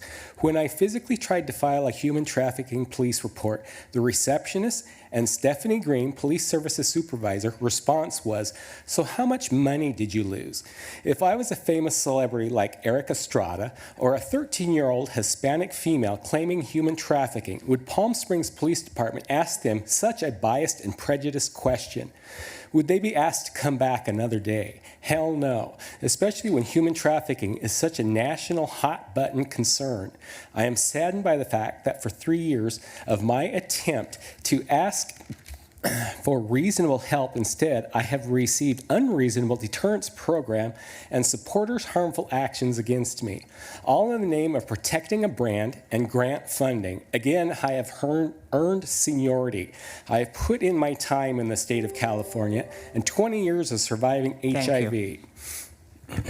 Next speaker is Brian Beek, followed by Chloe Lowell. Thank you. I'm Brian Beek, representing the Vista Las Palmas Neighbors Foundation. On behalf of our 400 neighborhood homes, we unanimously oppose expanding shared home ownership. In March 2023, when the council voted 5-0 against, the city attorney warned that this model would reduce housing stock, feed the affordability crisis, and create negative secondary effects similar to short-term vacation rentals. We agree. Unfortunately, on July 9th, council members Middleton, Holstage, and DeHart reversed position and voted 3-2 to approve. In the interim, these members accepted contributions from Picasso for $3,250, $2,000, and $1,500 respectively. While the city attorney, as stated, believes these contributions are technically legal, our attorney disagrees, opening possible litigation. Certainly, they violate the spirit of ethical, independent representation. It's easy to see how this legislation helps Picasso, harder to understand how a 600% increase in temporary party houses improves quality of life in Palm Springs or reduces the affordability crisis. This evening, we propose 3 options. First, these large campaign donations create at least the appearance of impropriety and should be disqualifying, regardless of legal hair splitting. Council members who have accepted donations from Picasso should recuse. Second, let each neighborhood vote on this upzoning for their own neighborhood or create a new zoning designation to encompass higher density uses. Third, pull this for further discussion when residents return. Let's learn from the existing homes before expanding by 600% in the dead of summer on short notice. There are many details to be considered, including limits on the number of guests, the loss of TOT had these been vacation rentals, and potential litigation should owners lose their permit. Again, we reiterate that we oppose increasing the number of homes available under this model. Please represent your constituents, stay true to your prior vote, and improve quality of life for the people. The people are the city. Thank you. Thank you. Next speaker is Chloe Lowell, followed by Gary Levinson.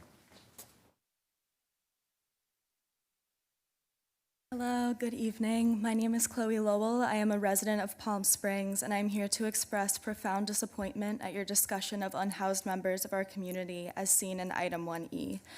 Many of you have publicly condemned a Supreme Court that strips people of their dignity and bodily autonomy. Just last month, Mayor Bernstein commented on the grant's past decision, telling a reporter that, and I quote, "They're not really dealing with the problem or the cause, they're just dealing with the manifestation." And I think it is inhumane to tell someone who has no place to go that they can't sleep. Yet your council's ordinance ignores the reality that there are, in fact, not enough shelter beds for every unhoused person in Palm Springs. Your ordinance includes broad exceptions that criminalize survival in certain locations and situations, regardless of shelter availability. And your ordinance lends immense power and discretion to police, a force that many people fear and distrust, regardless of the police's intent. Effectively, this council is implementing the will of the most conservative Supreme Court our nation has seen in 90 years, and people in dire need of our support only see a city government that wants them out of sight. I was also heartbroken to see this council propagate the myth that unhoused people are service resistant. You failed to consider the numerous reasons an individual might deny government shelter, like concern over pets, lack of privacy, leaving familiar surroundings, facing an abuser in close quarters. To label humans as recalcitrant and dangerous only furthers the message that they do not matter and ought to disappear. Thank you, Councilmember Gardner, for being the sole vote to firmly stand for the dignity and humanity of every member of our community. Thank you. Next speaker is Gary Levinson, followed by David Feltman.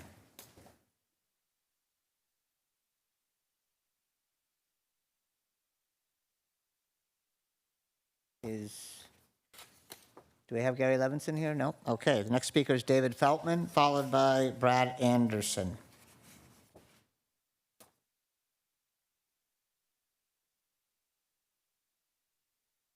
Good evening, Mayor, Mayor Pro Tem in the internet world out there, members of the City Council, city staff. I'm David Feltman. I'm here to ask you to support the building of the new pickleball facility that is being brought to you for your consideration later. There's 2 important reasons fundamentally to support this. One is a business reason. We are dependent on tourism in this community, and we have fallen behind drastically, and I sent you all a spreadsheet showing you what's in the rest of the valley. The rest of the valley in the last 3 years accelerated their creation of pickleball courts. Down Valley is full of accessible courts for tourists. But furthermore, we are competitors with Arizona and Utah. Go to Surprise, Arizona. Maricopa County, and in Utah, in St. George, you will see very well put together facilities for tourists and residents alike. So it's a business decision. We have dense downtown hotels and we have vacation rentals. With the exception of one hotel which now has 6 courts, the rest of the hotels have no courts to offer. And the vacation rentals obviously don't either, plus all the rest of our residents. And the second reason is about diversity, equity, and inclusion. We talk about that. We see the disparagement of that on the national stage. We have an opportunity here. I hope you saw the video that we sent you. Those courts are a living, breathing example of DEI in the best sense of what DEI is supposed to be, having diverse opportunity, economic, low cost of entry that was talked about. I hope you will be able to lend your support to this project. Thank you. Thank you. The next speaker is Brad Anderson.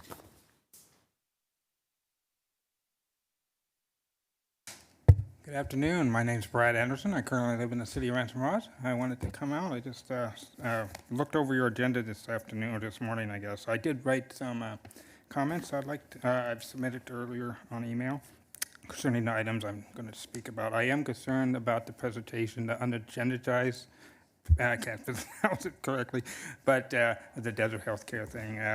I urge anybody involved or is considering and being involved in that to actually look at the language of the contract and then decide, because there's a lot of misnomers out there. I wanted to speak on item 1O, 1P, and 3A today. 1O is concerning the purchase of 14 drones for the city or police department. I am concerned about how they may be used. I would recommend that they only be used for search and rescue operations, and reluctantly using those to fly over private property, because that's going to be an issue with those type of devices, and maybe just have technicians that actually fly those all the time versus law enforcement, because you're taking law enforcement out of the field to use those. I was going to call them toys, but on 1P, that's concerning 40 new additional automated license plate readers. I'm not a fan of those, and I think the city will be once they really install those. They have been misused. Sacramento County just had a grand jury investigation where their police forces were actually sharing that data they collected with out-of-state entities. So it is happening, and it will happen here if it continues, and especially when you have people come into the valley for affirming gender care and other aspects that maybe people don't want to know they're here. So, and 3A, I'm against the 30-day, rescinding the 30-day, getting the dogs back in the 30 days. Dog lovers would want their dogs back, and that's all I have. Thank you. Thank you. I think we have a couple online. Kate Castle.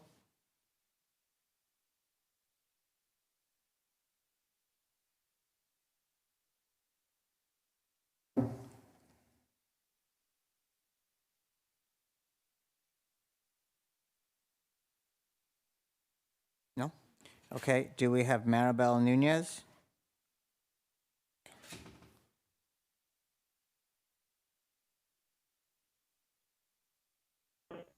Hello? Hello, can you hear me? Yes, we can hear you, sorry. Hi, hello. Maribel Nunez with organizer with Housing Justice Work with IE Votes. Thank you, everyone. This is for item 1E, and we really commend Councilmember Grace Gardner for being the lone vote in opposing this. Looking at the Palm Springs mission statement, it reads, Palm Springs is an inclusive, world-class city dedicated to providing excellent and responsive public services to enhance the quality of life of current and future generations. And so then we still got a long way to go to provide these public services for people that are being housed. You guys had a beautiful presentation about the College of the Desert campus. And if you were to look at the Cal Matters and LA Times article, there's 5 to 20% in California of students that are unhoused from public universities. So we really have to address, and you all probably know too that there's not enough shelter beds for the people that are out in encampments, especially like when you have people that are in encampments. Who wants to be in the hot sun? There's reasons why people are out there. There's not enough affordable housing. In our current, there was a California Budget Policy Center study that showed 1% has been going to affordable housing. So we're just not providing enough affordable housing. We're not providing enough resources for mental health. So I would ask to vote no, 1E, and let's go to the redrawing board on this issue. And also, I know ACLU made a statement as well in opposed to what the governor came out this afternoon. So, and also police, we need to have culturally competent providers. So if I'm having a heart attack, then I want a doctor or a surgeon, right, to take care of me, not the police. We need to have culturally competent providers addressing the issues of homelessness, not necessarily the police. In Riverside City, they push for street nurses, social workers. So let's put more investments on that to help people with wraparound services. Thank you so much for your time. Thank you. Apparently Kate Castle is waiting to be called.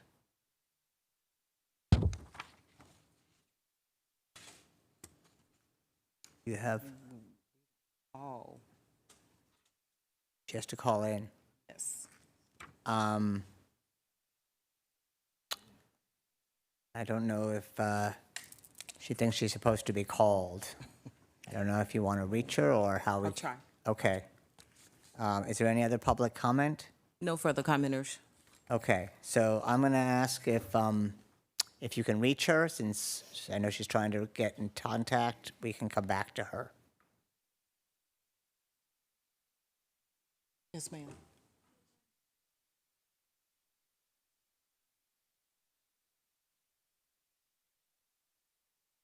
Mrs. Lauren Bright has indicated that she want to speak on an agenda item, but you have a card for a non-agenda item. Lauren Bright for public comment.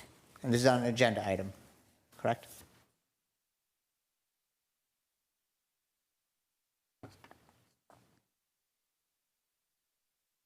Thank you so much for letting me speak. Good evening, members of the Palm Springs City Council. My name is Lauren Bright, and I'm a resident of Coachella Valley for the last 10 years. I'm here to make a comment on the ordinance passed last week to move forward to sweep encampments and find unhoused people sleeping in public places. I have personally worked within the unhoused communities here since 2016, and I've been unhoused myself here. In 2017, I was stalked and forced to leave my place of residence for my safety, rendering me homeless. Law enforcement did nothing to protect me at the time. I was unhoused in 2017, and even though I had a steady job, which was full-time, finding affordable housing was an immense struggle as I lived in my tent and in my car, and I showered at a gym, and I had the privilege of occasionally staying on people's couches that were my friends. I had a lot more than most people face with this challenge. The growing affordable housing gap and shrinking public safety nets have led to widespread homelessness. Many families and individuals are one paycheck away from homelessness in this area, and what are you going to do about families? If I weren't fortunate enough to purchase my current housing at the time that I did, I wouldn't be able to afford it now. The criminalization of unhoused people has proven ineffective and counterproductive as it complicates the efforts to exit homelessness by adding criminal records, fines, jail time, which hinder access to employment, housing, and public benefits. And this is a cyclical problem. The ordinance takes a stance of visually resolving the problem instead of addressing the root of the problem. You aren't making the problem disappear, you're making people disappear. And you're punishing the poor for being poor. And if your slogan is true, like it says, the people are the city, how you treat the most vulnerable is telling. And as public servants and community members, we need to do better. Thank you. Thank you. Is there any other public comment on agenda items? I wanted to comment on That's public hearings are later. This is for public hearing will be later and non-agenda. It's only on agenda items now. Kate Castle. Kate Castle?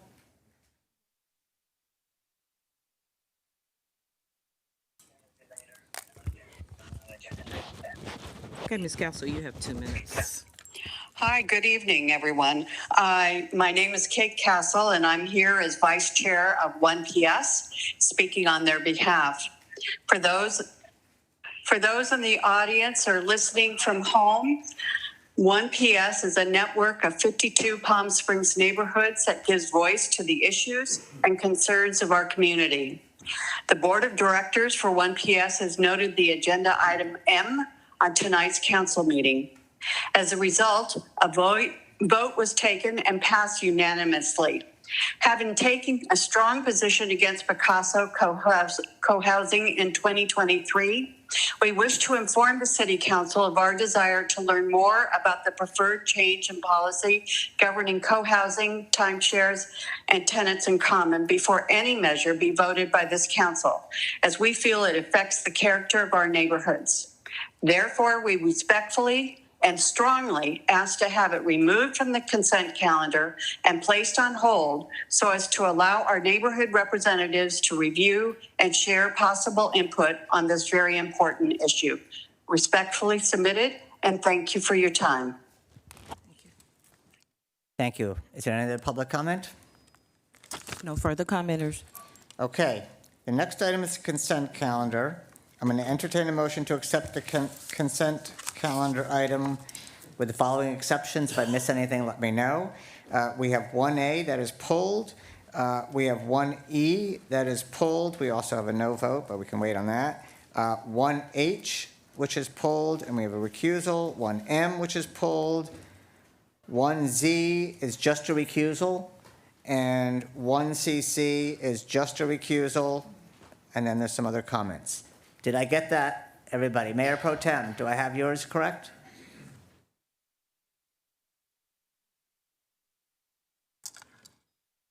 I'm going to say yes, but if I have it wrong, we can amend it.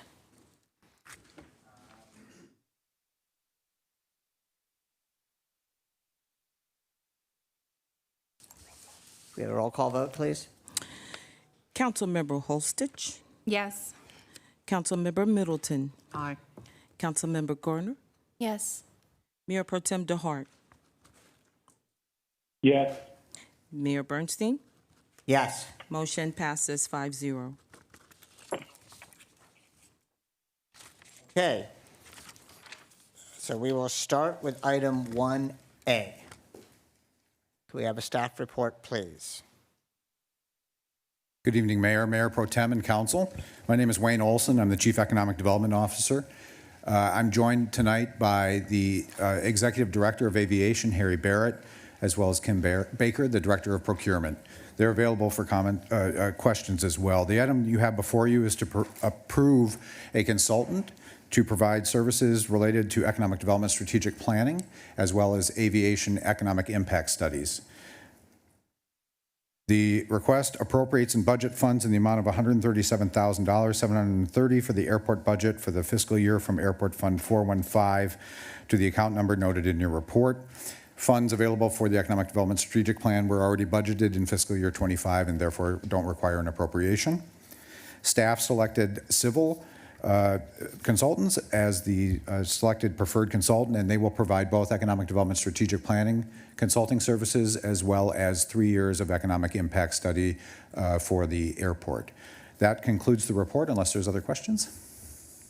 Councilmember Holstich. Thank you so much for the report. I pulled this item just to acknowledge this work by staff and thank you. We're so excited. The mayor and I formed the Economic Development Business Retention Task Force, and it's really exciting to see our economic development staff, including you, our director, really leading and building out an economic strategic plan. And we're also excited about the airport and the expansion on all the work we have to do, and these investments in our economy will pay off tenfold. So thank you for your leadership and bringing that forward, and so proud to make a motion to approve tonight. Okay, and I'm very proud to second it. We have a roll call vote. You have a comment? Oh, any other comments? Sorry. Councilmember Holstich. Yes. Mayor Pro Tem Bernstein. Mayor Bernstein, I'm sorry. Yes. Councilmember Garner. Yes. Councilmember Middleton. Mayor Pro Tem DeHart. Yes. Motion passes 5-0. Thank you, Council. Okay, next we have item 1E, and you wanted a staff report? Okay. Yes, Honorable Mayor and members of the City Council, the July 9th City Council meeting, the council considered and introduced an ordinance regulating sleeping and camping on certain portions of public property. The ordinance also codifies the process for abating encampments on public property. At the time of first reading, the City Council also incorporated the following modifications to the ordinance. First, it removed the following sentence from the definition of waste. Waste also includes abandoned or unidentified personal property that is left unattended on public sidewalks and rights-of-way or other public property. Second, the ordinance was modified to require notice to also be provided in Spanish.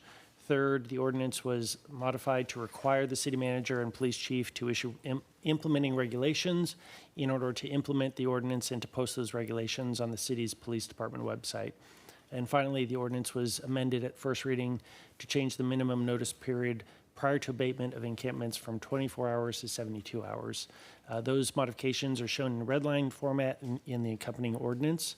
At the July 9th council meeting, the council also directed city staff to explore the following issues. First, ensuring an adequate process for city police officers to determine whether and how many shelter beds are available at any given time. And second, working with Martha's Village about possibly expanding the number of shelter beds that are reserved for individuals brought in by the police department personnel.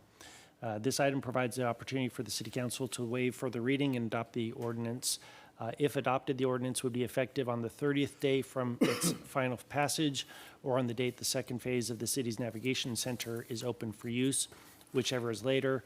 And I would also note that there is one typographical error in one of the recitals of the ordinance. It says, whereas the city currently provides 50 and will soon provide 80 shelter beds, it should say, and will soon provide an additional 80 shelter beds. With that, I'm available to answer any questions.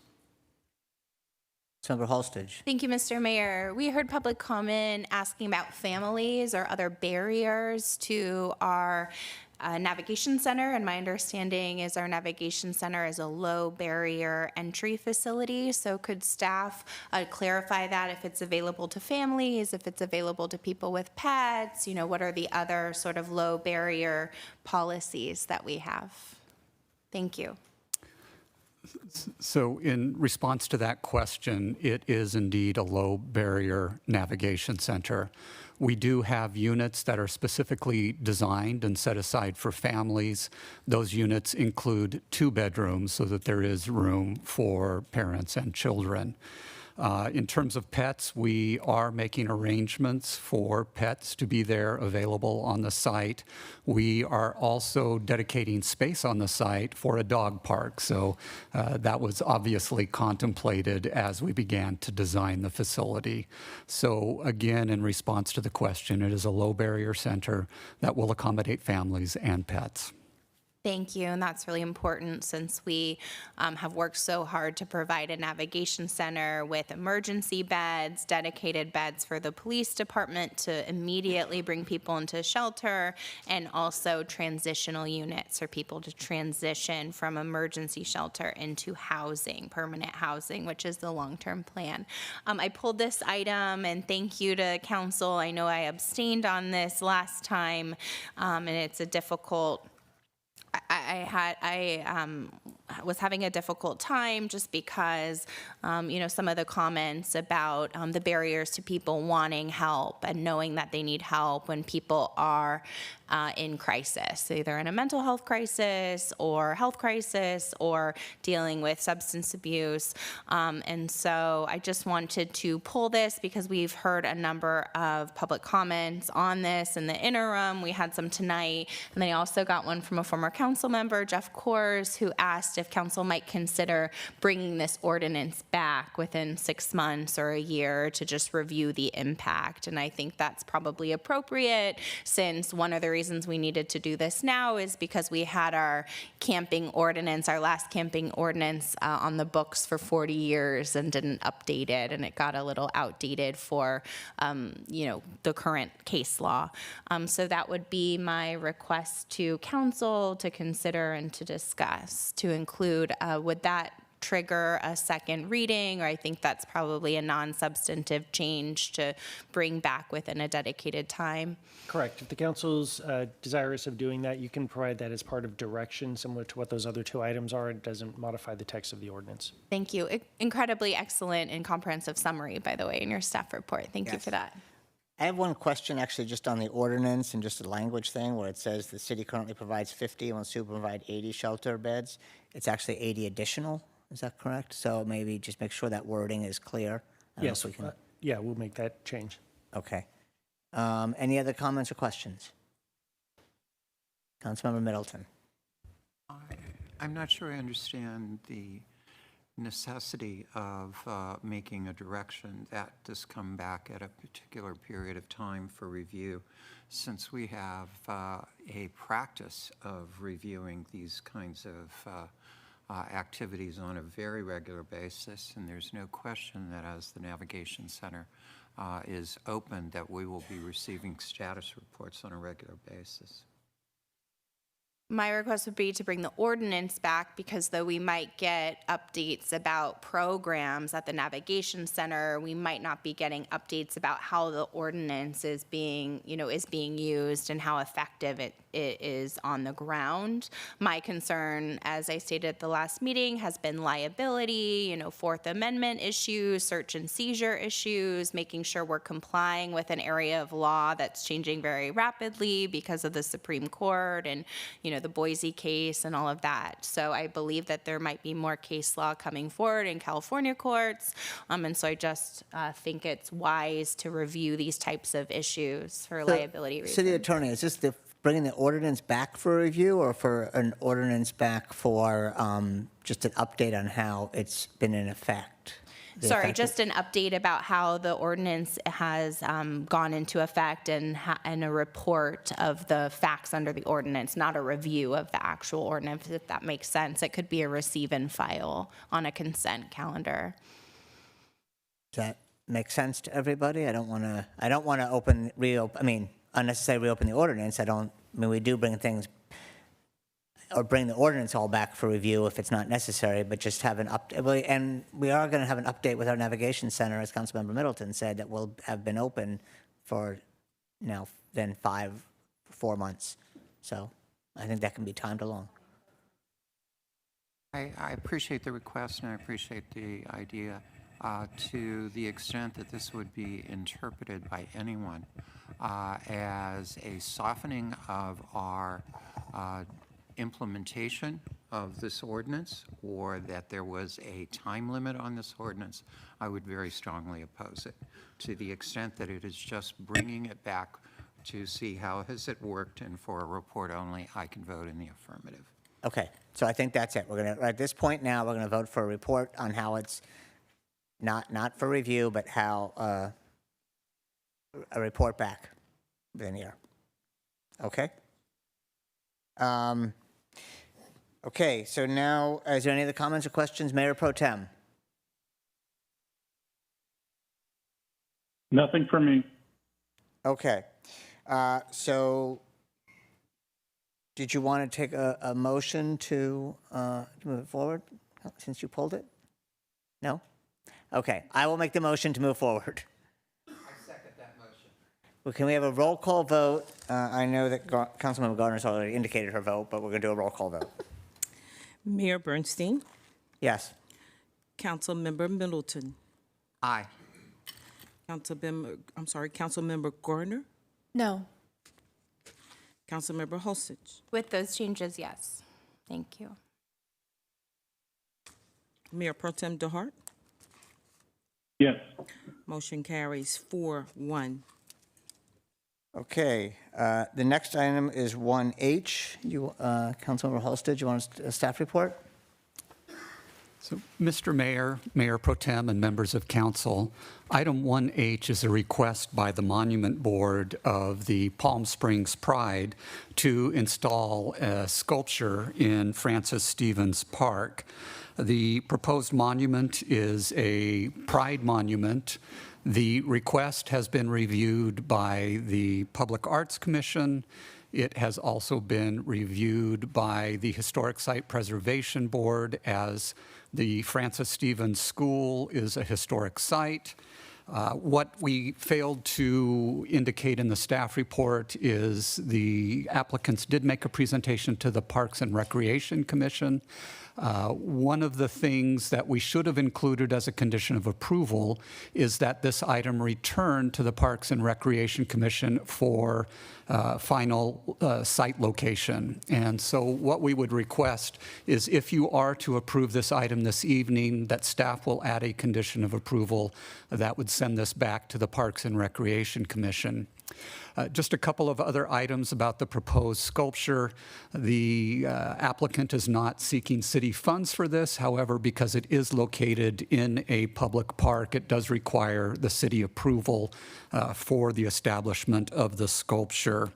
That concludes my presentation, and I'm happy to respond to any questions you might have on this request. Councilmember Holstich. Thank you, Mr. Mayor. So to staff for the public comment that we received on this item from the chair of the Palm Springs Parks and Rec Commission, that is no longer applicable because this was brought to the commission, or the request is that they come back, and that's the condition of approval you're recommending. The request is that they come back, and that's the condition of approval that I'm recommending. Thank you. So I'll make a motion to approve with. I have some Okay. comment before we go through. Just Sure. Usually, oh, yeah, I was going to make a motion, and we can have. okay. You can make a motion. Okay, go on.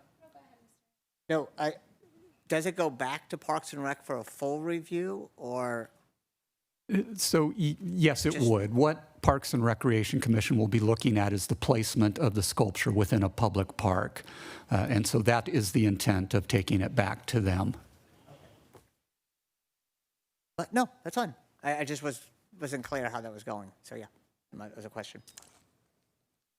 So I'll make that motion to approve with the added condition of approval to return to the Parks and Rec Commission for review of placement in a public park. I do have one more question. We say it's a permanent placement.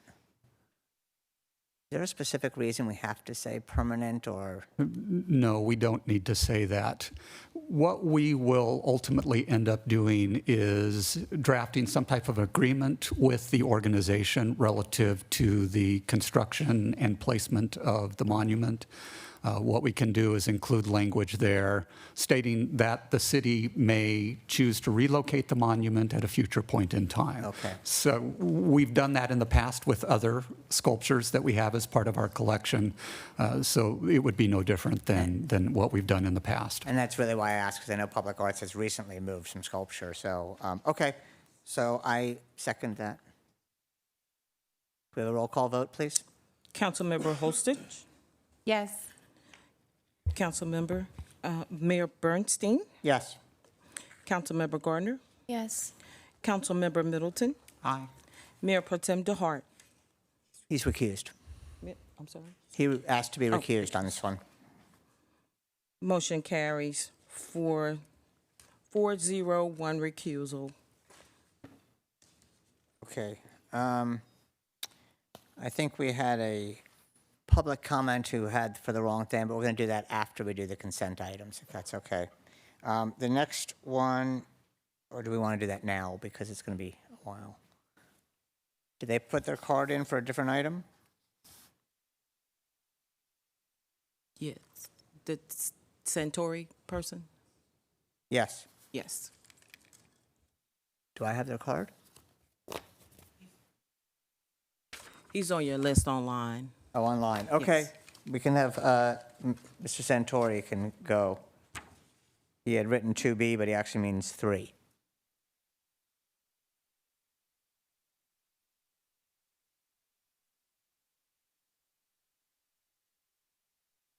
So, Mr. Santora, you have 2 minutes.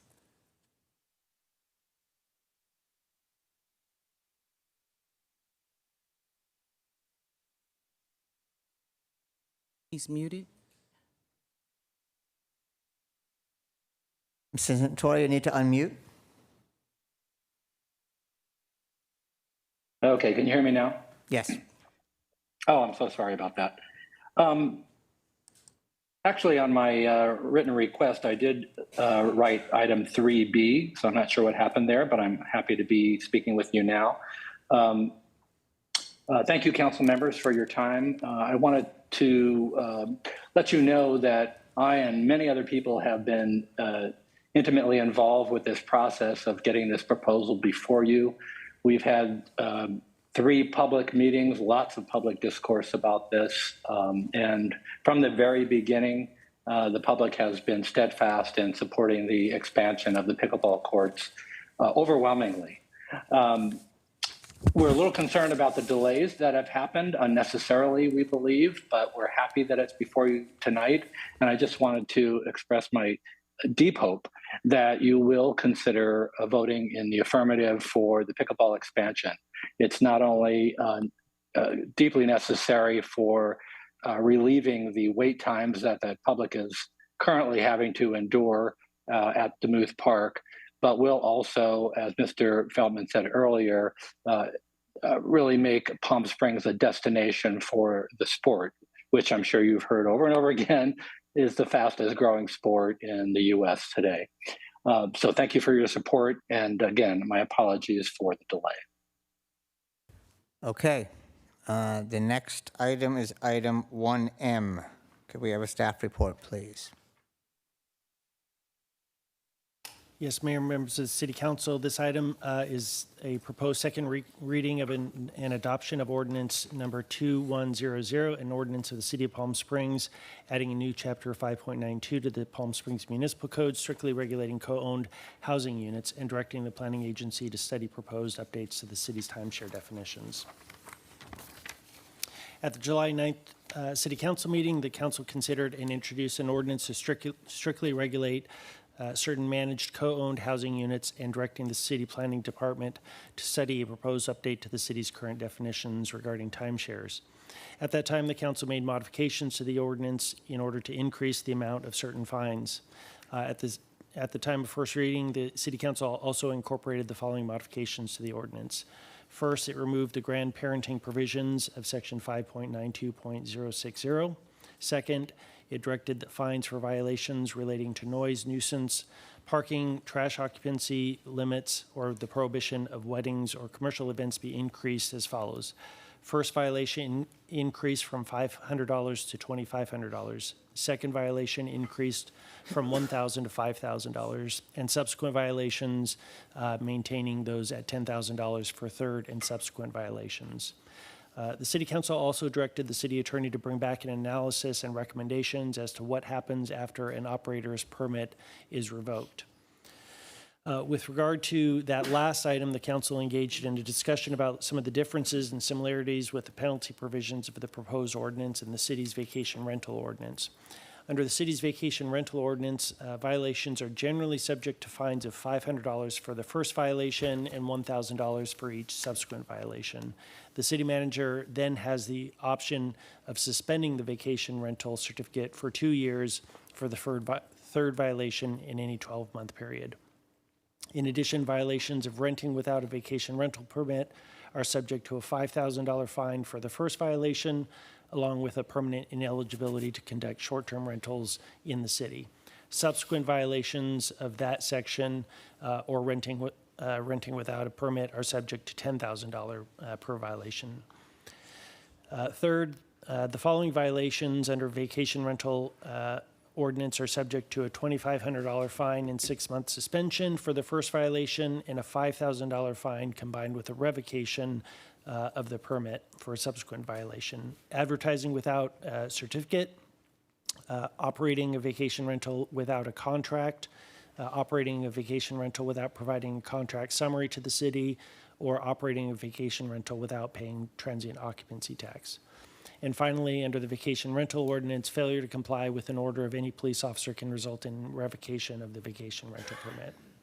Under the proposed co-owned managed housing ordinance, there would be a graduated fine for various violations. In addition, the ordinance provides the city with the authority to revoke a co-owned managed housing permit upon the issuance of a third administrative penalty.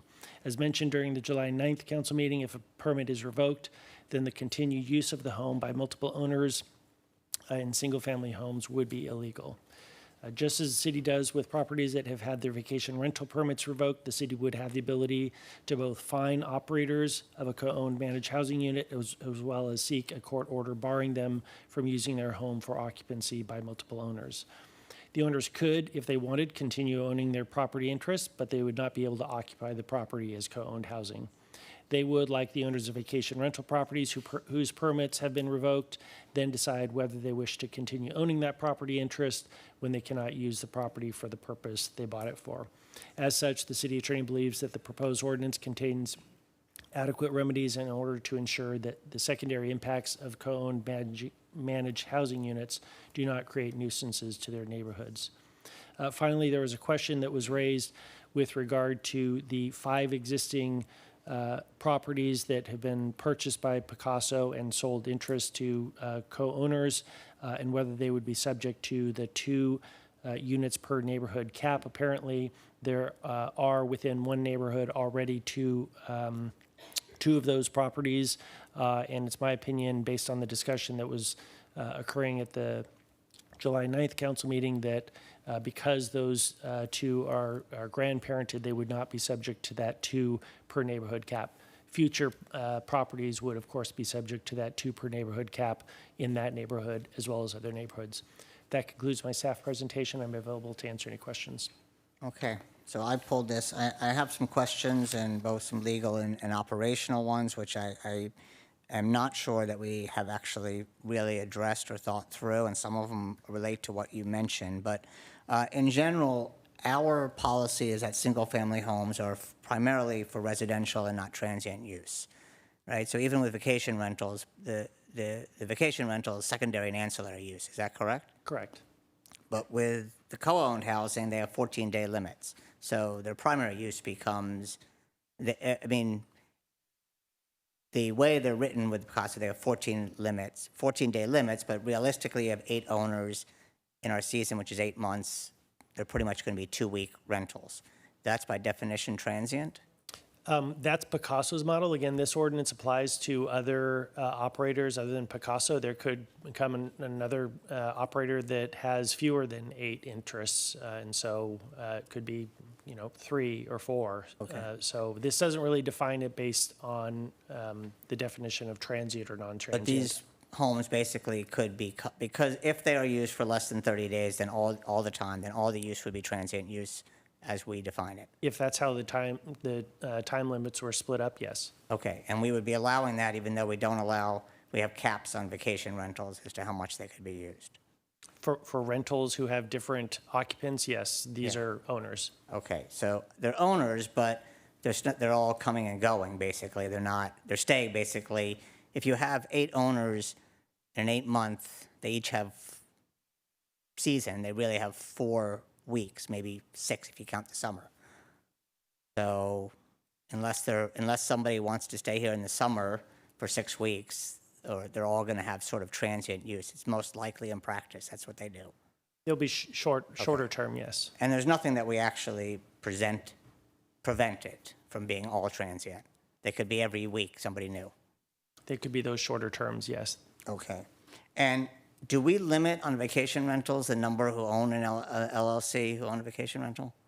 Yes, I believe it is 4 or 6. I don't have that off the top of my head. I don't know if Ms. Goodhart is. Oh, there's our expert in the audience. Sorry to make you get up there.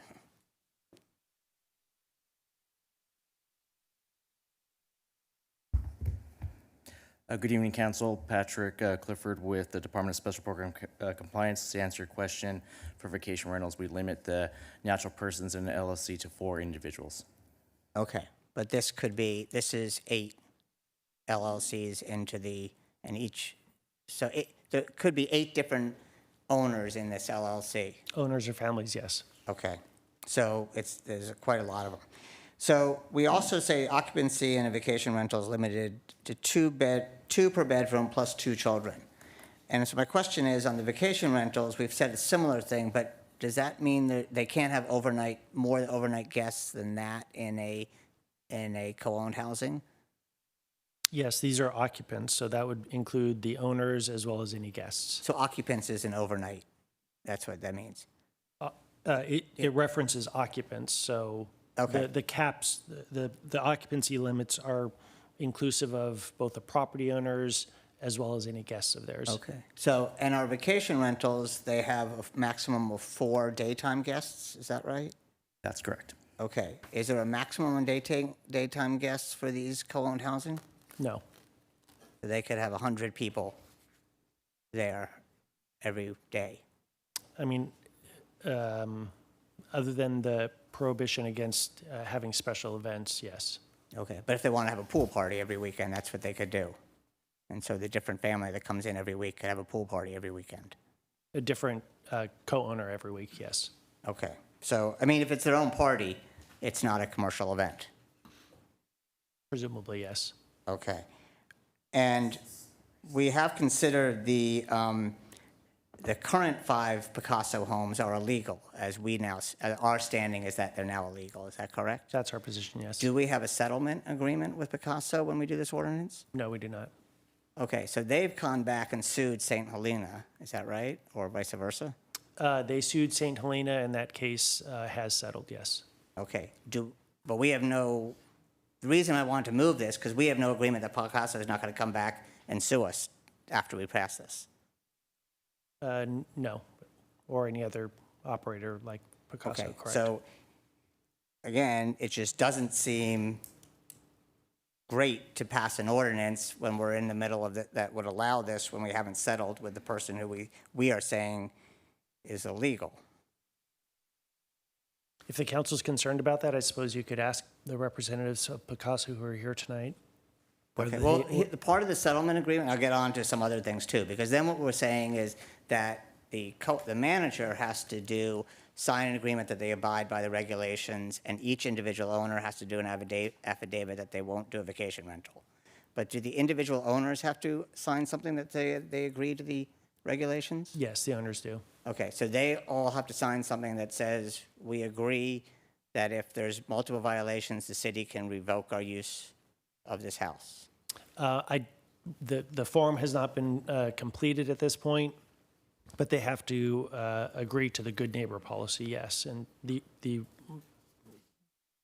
ordinance, they don't have to sign on to that, just like nobody has to sign on to our ordinances for them to be applicable to them. Right, but we're threatening to take away their use of the home. I mean, if anyone in the LLC violates multiple times, the city manager can decide they don't have use of their home. So it does seem like before we allow more, that we should make sure that everybody is agreeing to that so they don't all sue us when we revoke their use of their home. And similarly, it seems like we have to go to the 40 people in the 5 homes now, I'm assuming there's 40, and I'll have them do the same thing. Because any one of them could say, we didn't agree to this, we sue you, the city. That's a fair point. We can certainly consider that as we're putting together the forms and applications for these permits. Okay, because I would not, feel comfortable the city doing this ordinance knowing that these Picasso themselves can sue us as well as the 40 owners can sue us because they don't agree with it. So that was part of the reason. We also on page 14, bans wedding and commercial events. To be fair, wedding, it seems like a broad thing because you could have a 6-person wedding that you don't really want to ban. I'm not sure we want to, but you could allow for a 200-person non-commercial event.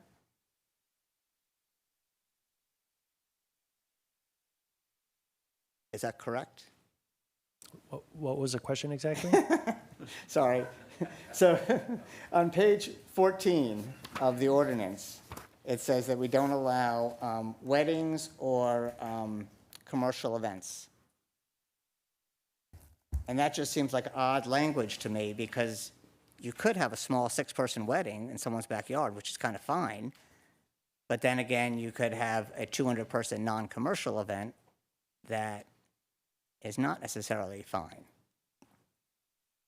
Or is it? It is fine and it is allowed.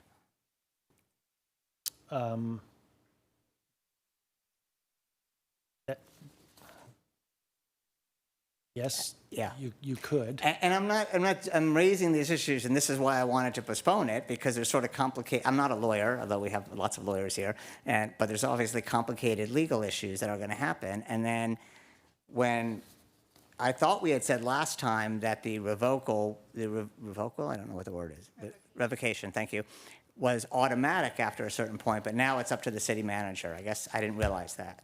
I asked that as part of the first reading, and the council specifically directed me to keep it discretionary. Okay. That, I understand removing a permanent vacation rental where they still own the home and it's a secondary use. We now have our city manager taking away the entire use of all of these people's home. That seems like a very dangerous, I shouldn't say dangerous. That does not seem like a very good position for our city manager to be in. If it seems like there should be a set thing, this is what is going to happen so that we don't invite more lawsuits. That's just a comment. I'm just mentioning that. And I thought it was automatic. And so,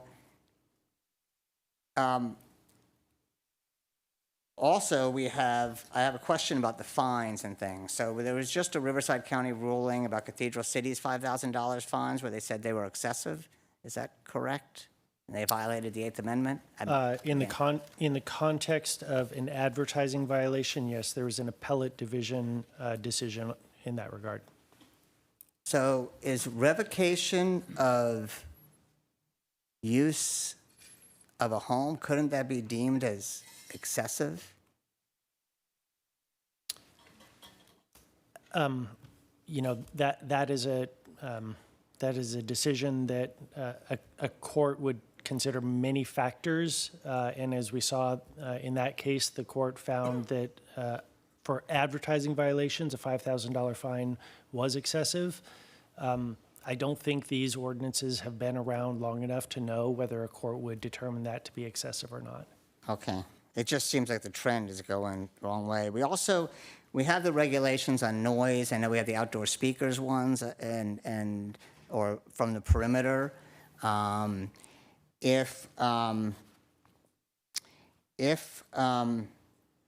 we have in a home now, a Picasso home now that has outdoor speakers and a TV, I think, and it's already violating the sound, would have to go and remove that or take it away if its sound reaches the perimeter. Is that correct? Actually, regardless of whether sound reaches the perimeter under the proposed ordinance, no amplified sound is allowed outdoors, similar to our vacation rental ordinance. Okay, so we would have to get all of the existing homes to agree to that also. The existing Picasso homes, or no? No, this ordinance is like any other ordinance. We don't require people to agree to our ordinances. They are law. Okay. So in that case, then we do want to have that indemnification from Picasso that they don't just go out and sue us now or something. The home in Tacos River Estates has outdoor, as I understand it, has outdoor television speakers. So what happens if they just say no or they don't want to do it? We would investigate, and we would start citing them after issuing probably warnings. Okay. That seems like pretty messy without having this settlement agreement with Picasso beforehand. Because it seems like that is pretty dangerous to have happen now. When we know that these people are going to be, we're changing how they're using the use of their home. So I'm just mentioning that. I have another question. So these homes come out of our TOT, is that correct? Out of our vacation rental allotment? They what? Co-owned managed homes come out of our vacation rental allotment. The 20%. 20% limit per neighborhood? Right. Right? So these now come out of that 20%. They count towards it, yes. Okay. So, but we don't get TOT on the co-owned housing. Correct. And I'm going to ask the city manager, do we know, since these are all sort of $2.6 million homes, what that would mean, what that could mean in TOT tax? We have not calculated that, Mr. Mayor. Okay, so that was part of the other thing that I thought we should sort of look at if we don't want to do it. We also talk about updating our timeshare ordinance after this. Wouldn't it make sense to, I'm not confused as to why we didn't update the timeshare ordinance before we go ahead with this ordinance. I mean, our ordinance is very similar to the original ordinance that was in St. Helena's, so I think it's defensible. Could it be made better? Yes, it could be made better, and so that was part of the calculus for that recommendation. Okay, and just for that, since St. Helena, when they did their settlement, they did what I actually thought we were going to do. They kept the 4 homes that they had already, but agreed to no more. Is that correct? Yeah, I don't remember if it was 4. I thought it was a lower number, but Okay, but they didn't essentially, add yes. any more afterwards. That was what I That's saw my in their press understanding, release. yes. So, but we have said keep the 5, but you can add another 25. Yes. Okay. We've also said that that goes for 3 years and then we'll review it. Doesn't it make sense to have that? My phone is talking to me. It watches. Doesn't it make sense to keep it going and then say we'll review it than to have it automatically end before we review it? Look at that section. And I'm saying this only because the vacation rental ordinance, we were going to review after a year, and this was before I said council, it took 4 years. So I'd rather say that in 3 years, we're going to review it, but the cap of 30 homes remains. I'll see if I can find where that is. I think it was in the definitions.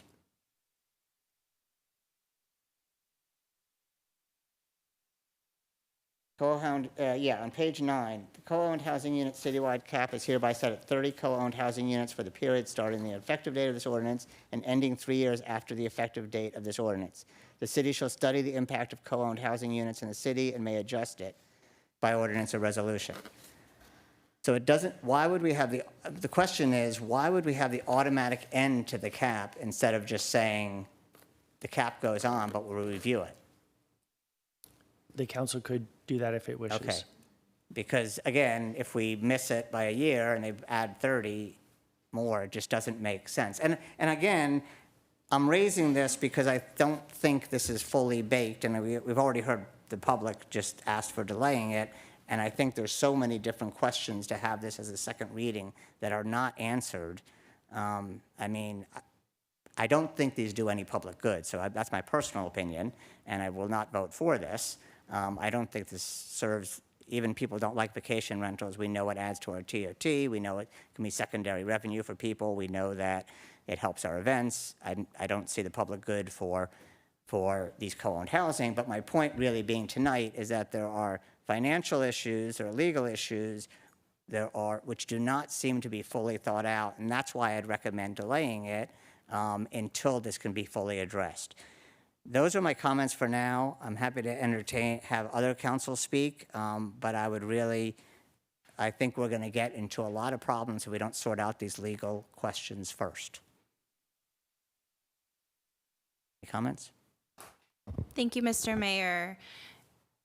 Can I ask Picasso, so first I'll ask staff. So this is, and I heard public comment today about how the council voted when we first found out about Picasso in Palm Springs and this model versus how we have voted after 2+ years of negotiating with Picasso. So can staff clarify and detail for the public, because I appreciate that some of the public is learning about this now, even though there've been extensive conversations in litigation, right? So could you detail what can be publicly shared about what that process looked like and how this is coming forward now? Sure. Well, when this model of ownership first appeared 3 or so years ago, I think a lot of cities were struggling with kind of how this ownership model fit within their ordinances. And I think Picasso made it very clear that they did not want to be treated as a timeshare or be subject to regulations that many cities impose on their vacation rentals. And so we issued a cease and desist letter. We had discussions with them. The city council identified some of the concerns that the council had with the model, regardless of whether we call it a timeshare or vacation rental. And those were primarily the secondary impacts that could accrue from these uses. And so through a series of conversations over the last few years, Picasso has proposed various regulations that they would be agreeable to, and within the last year or so have essentially agreed to be treated very much like vacation rentals. And so over the course of the last 2 or 3 years, we've seen quite a dramatic shift in the approach that Picasso has taken in terms of first being very resistant to being treated like vacation rentals to today where they recognize that they and their owners want to be good neighbors, and so they are willing to be subject to those regulatory ordinances. Thank you. And that was in the context of potential exposure to litigation or actual threatened litigation, and those were settlement conversations. Is that right? Yeah, we've been talking about that in the context of the city potentially bringing enforcement action against them. Is it your understanding that Picasso will sue under this ordinance, or is this a negotiated resolution of the terms? I've gotten no indication that Picasso or any of the co-owners are interested in suing or challenging these. Again, the representatives are here if you'd like to have them state so on the record, as well as perhaps maybe their conversations with the co-owners of the 5 units that they have. They may have some information about that. Thank you. It's your understanding that Picasso agrees with the terms contained in this ordinance? Yes. Thank you. And then also in terms of, Mr. Mayor, respectfully, I don't agree with your assessment of the legal risks here. Our laws apply broadly. We're passing law, so that doesn't require agreements from every individual who then the law applies to. Cities, I'll ask the city attorney, my understanding is cities have broad police power to pass laws, and there's very limited takings where we would actually have liability for regulating property like this. Is that your opinion as well? Correct. These types of regulations are fairly common within cities' police powers. Do you believe that this ordinance tonight creates legal liability for the city? No. Thank you. May I ask Picasso, if you're so willing, Mr. Mayor, if you'll come up and join us, please? And this is, by the way, we like to pursue policy first and have a protracted public policy conversation with the public. This has been in litigation, and so that is unfortunate because then we don't get to, the lawyers have the conversation instead of the public. So can you detail in your, work, if you're agree with the terms of this ordinance, if Picasso is planning to sue us under this ordinance? Good evening, council members. John Choi with Picasso for the record. I just wanted to respond to your question, council member. I want to make a couple of things clear. One, we are not in litigation with the city of Palm Springs. We do support this ordinance. Picasso intends to comply with all the elements of the ordinance that is ultimately adopted here in the city of Palm Springs. And I would close by saying that Picasso also requires its owners to comply with local laws that are adopted in the jurisdictions where these homes occur. And so that's an important key part of our operating agreement and the terms and conditions that we lay out for our owners.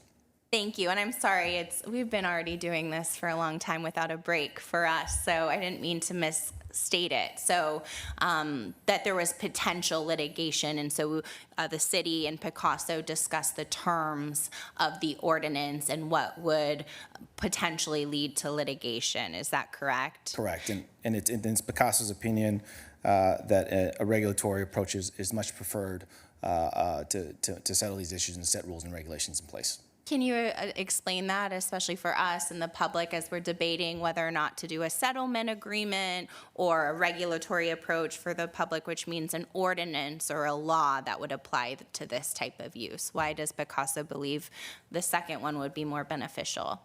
Well, I think for number one, we have the ability, as this community has had, to have public input in this process. It's an open and transparent process. We think that's important to build buy-in.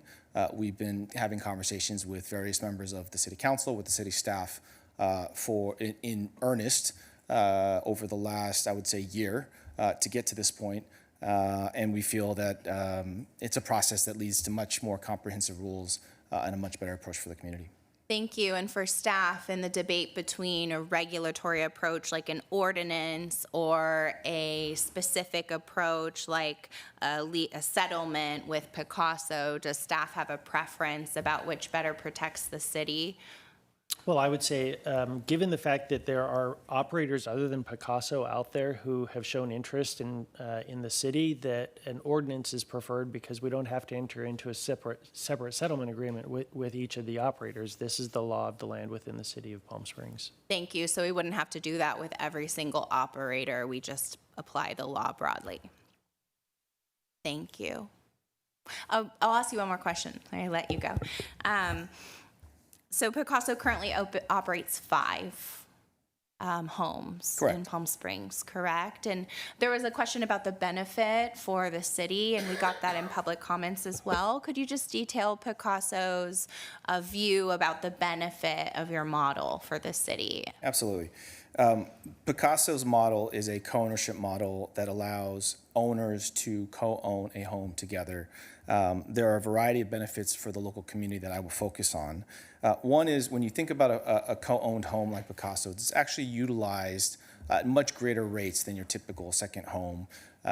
Research has shown that Picasso homes are typically occupied about 90% of the year, which means that those owners are present in the homes are occupied, making the neighborhood safer, and more importantly, they are actually spending dollars in the local community at much greater rates than the owners of a typical vacation home. It's widely known that typical vacation homes are mostly vacant. They're occupied much less than a co-owned Picasso home, roughly about 10-11% of the year. And so what you're talking about is a tremendously multiplied economic impact in the form of spending that's in local restaurants, it's in your grocery stores, your coffee shops, et cetera. And so what we're talking about is about 10x multiplied in terms of the local and state taxes that are generated from a Picasso co-owned home.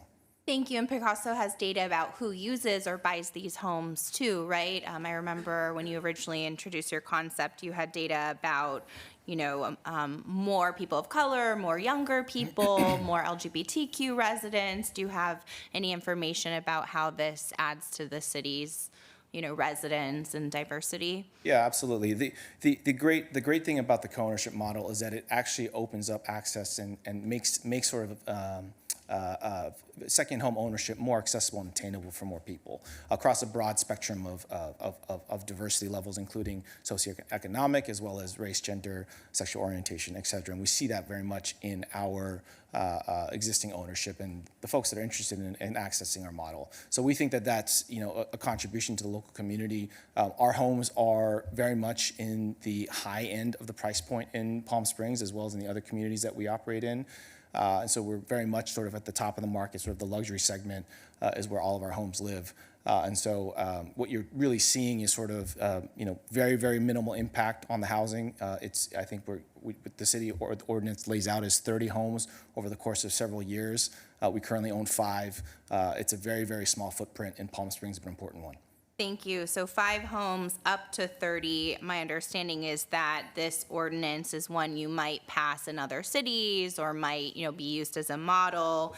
And so is that why you're requesting 30 homes under the ordinance, or why that?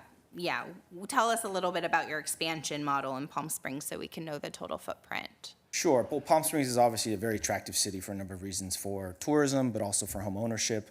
We think it's a great fit for our co-ownership model. Palm Springs has a variety of different housing uses, some that are for year-round residents, many that are for transient uses, and a tremendous amount of second homes. Co-ownership, I think, is a really interesting contribution and has a really nice fit in a city like Palm Springs. So we absolutely see Palm Springs as a valuable community for our model. We are, we move very selectively when we purchase a home. We identify a community. We look at the neighborhood. We look at the types of homes that are in that directly on that block and adjacent to the homes. And a big part of the reason why our owners choose the Picasso model and might choose to say live in a home in Palm Springs is because of the quality of the neighborhood. Our folks bring an owner's mentality to their communities. These are big investments that folks are making into properties. They're not sort of, I would say that they're not sort of coming to these communities thinking that they are going to simply visit and never come back again. These are folks that return time and time again, plan to establish roots in these communities. And so I think that there's a slight difference in the way that, and sort of the character and the usage of the homes as compared to maybe your typical second vacation home. Thank you. So up to 30 homes, and then you're agreeing to, and this ordinance has, and you agree to the ordinance having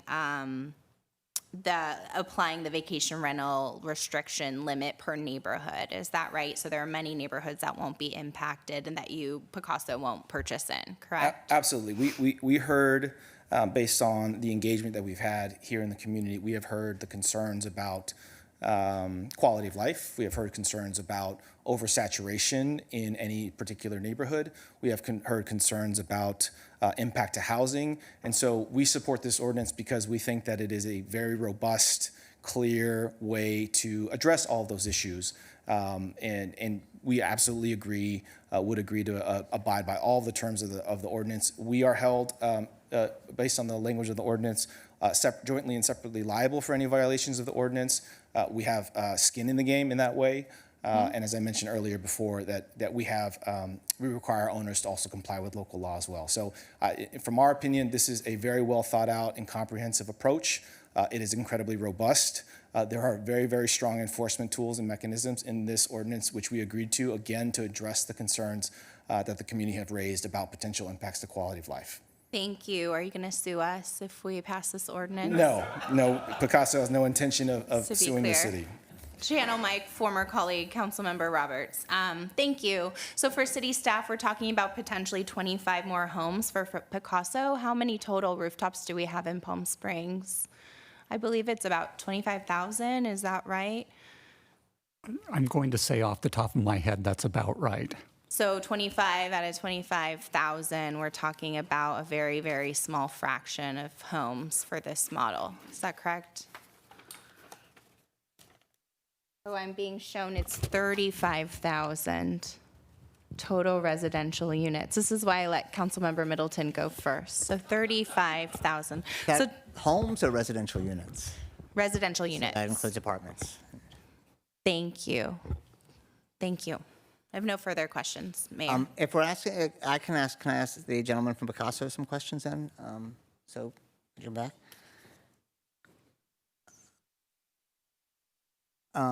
So just, you said you had no intention of suing the city. Will you agree not to sue the city? I can tell you affirmatively, Councilmember Mayor Bernstein, that if the ordinance is adopted, that we will not sue the city of Palm Springs. Okay. And how about the co-owners? Can you speak for them? I don't think I can speak for every individual owner of ours, but again, based on the agreements that the conditions that they agree to abide by owning a Picasso home, they agree to abide by local regulations. And I certainly can't speak for every single owner out there, but I can, again, recommit that Picasso has no intention of suing the city. So is it now, like for that home, I think that has the outdoor TV and outdoor speakers, will that be incumbent upon the city to go and regulate it, or will you go tell them they have to remove that? Picasso has every intention of informing each of our owners, if this ordinance is adopted, of informing each and every one of our owners about the adoption and all the rules and regulations that are in place, and partnering with the city in terms of what enforcement mechanisms the city will outline. We intend to comply and support that effort. Okay. And just because I asked the question to the city attorney, I realized that it wasn't supposed to ask them. Do you have time limits on how long people can stay? Is it 14 days? It depends on it depends on the number of shares. So we have up to 8 shares that are eligible for sale into a single home. There are instances where individuals purchase more than 1 share. That additional purchase of share allocates additional time throughout the year. So it really just depends on the number of shares that are owned by that individual. Okay, but if it's 8 shares, then it's 14 days, pretty much. Yes. So the way that our system works, it allows folks to book up to a certain range of nights, and so yes, I believe that 14 nights, if it's a 1/8 share, is the maximum sort of single allotment in terms of consecutive days. Okay. So, and when they sign this agreement, do you think that all 8 owners understand that they could lose the right to use the home if one owner gets more than 3 violations? Are you talking about specifically in this instance of Palm Springs? Yeah, Or? yeah, because we can revoke all of their use to use the house if one of the partners violates the ordinance 3 times or more. The city manager can decide to do that. I can't answer that question, Mr. Mayor, because this ordinance has not been adopted. I haven't had every conversation with each of our owners prior to this hearing. Okay, so that might be good to let people know that they could lose their use of their home if one of they don't know who the other people are necessarily? That's correct. Okay, Yep. so, that seems, in our vacation rental ordinance, we limited to 4 daytime guests. Do you think your tenants, your co-owners would be willing to do the same? I'm sorry, I missed the first part of that statement. Our vacation rentals limited to 4 daytime guests in addition to the occupants. Do you think that they would be willing to do the same? I think that our owners will be expected to comply with whatever is adopted by the city. Okay, so then we can make sure that means that who's ever staying there can't have more than 4 daytime guests. Okay, I think those were my questions. I do want to just point out, if we're getting into numbers, what's the average? These are $2.5 million homes in Palm Springs. So would you say they're all probably 4 to 6 bedrooms, at least? I can't say for sure. I don't know the number of bedrooms in each of the homes off the top of my head, Mr. Mayor. Okay. All right. Just to point out, you have 5-bedroom house, 10 people, 30 homes, it's 300 people. So I realize we're talking about numbers and how that means in the scheme of things. I realize these are not affordable housing, but when we're sitting here talking about we're going to have 130 rooms for at our navigation center, 300 is a lot just in terms of numbers of rooms. I realize they're not affordable housing, but I just want to make that point in terms of the whole. Those are my questions. I still think if they're all willing to agree that they could lose the right to their home, it would be an odd situation to me. And I realize that this is how the ordinance will play, but I think it's a legal nightmare, and I'm not even a lawyer. So, Councilmember Middleton. Thank you. A question for you before I get into all of my other comments and questions. The issue that the mayor raises is a very serious one. And we are enacting an ordinance that defines someone that other owners potentially can lose the use of the home because of the actions of one of their co-owners. And so without that provision, this ordinance is in serious concern.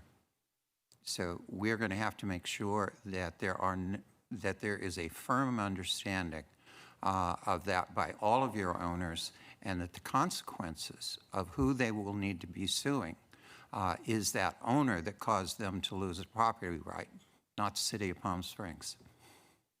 So, Councilmember, absolutely, that is crystal clear to Picasso, and as I mentioned before, it is our every intention to comprehensively educate our owners about what this ordinance lays out, including the city's ability to suspend or revoke the permit and the consequences that would limit and prohibit use at that point. So, absolutely, Councilmember, you can have our commitment. Okay, thank you. My next question is for the city attorney. And I hate to go back to it, but I think you did a very outstanding job of trying to define the issues around recusal in an area of law that's relatively new. The assertion that I heard from the representative from Vista Los Palmas is that the 3 individuals who voted in the affirmative at the last meeting needed to recuse themselves. But if I heard correctly, that meant that the individuals who voted in the negative did not need to recuse themselves. Are there any precedents or any times in which the manner in which one votes makes a determination as to whether or not they need to recuse themselves? No, and I would say, assuming the other 2 council members have received campaign contributions at any time, then taking the comments from these individuals to their logical extreme means that no council members could vote, regardless of whether they vote yes or no. So recusal is something that's independent of what your view on an issue is. It is determined by the fact that there is a legal conflict of interest not by what your opinion is. Is that correct? Correct. Okay, thank you. I want to talk about a few different things here, but one of the things I want to do is compliment Ms. Castle and 1PS for the restraint and the manner in which they expressed their opinions this evening. That is different than what we have heard from many, many individuals that have attempted to impugn the integrity of individuals because they have a disagreement with them on policy questions. One of the things I admire about being on this city council is the extent to which all 5 of us have demonstrated over and over again our ability to responsibly agree and disagree, to discuss, to debate, and to do so consistently with the best interests of everyone in the city in mind, based on our perception of what those best interests are. And it is very, very clear that while the mayor has some strong questions about how we should proceed, they are responsible questions asked in a responsible fashion that are emblematic of the kind of way that we address issues in the city. And it is important that in a city like Palm Springs, where we can get very impassioned on issues at times, that we consistently demonstrate that no matter how passionate we are, we respect the integrity of the others that we are disagreeing with until it is ultimately demonstrated that that integrity cannot be respected. Disagreements happen. Each and every one of us have been elected to office needing to go out and to have donors and friends that will support our campaigns.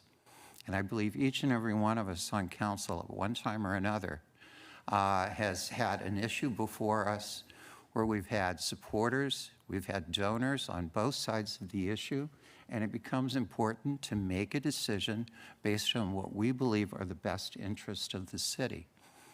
And one of the things that's absolutely remarkable about this city is the number of times where we have disagreed very responsibly with our friends and donors and said, we can't be with you on this one, that they stay with us because they respect the body of work that we have. Disagreements occur. Disrespect has no place in this body. What we've been asked to do over the last few years is take a look at a new model of home ownership. And one of the things that has occurred in numerous cities when something new and difficult has come in is they resort to the easiest way out. Simply ban it and prohibit it, and I don't have to deal with the difficulty of implementing it. It would be a whole lot easier to do that here. That's not been the Palm Springs way. We have been willing to take on tough issues. Our vacation rental model has taken many, many years and many iterations in order to get it right, but we have made some tremendous improvements in our vacation rental model, and that has been good for our city. Our cannabis ordinance is one that has taken modifications and changes, but we believe that creating that ability for individuals to exercise a right to obtain that product was something that was helpful for our city. So we've taken on the tough task of determining whether or not we should ban this program or should we regulate it. But there is no one who is talking about a huge expansion of this program.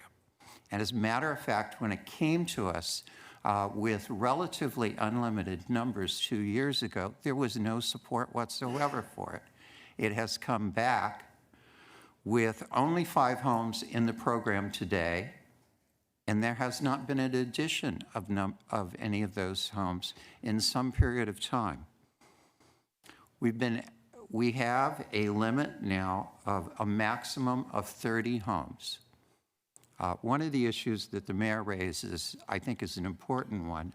And if that cap of 30 expires in 3 years, I will move and support that that cap remains in place until such time as the city council changes the cap and either reduces it or increases it, but it must be a city council action. It can't just be a cap that would expire.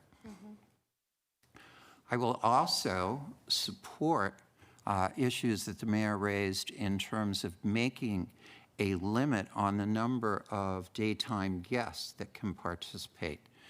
Nothing in this was anticipated that we would allow for hundreds of individuals to show up on properties, be it a corporately sponsored event or a nonprofit event that someone was hosting. These are opportunities for individuals to enjoy a vacation. They are not a time for taking and having large events. That's been something that we wanted from the beginning as we talked about this.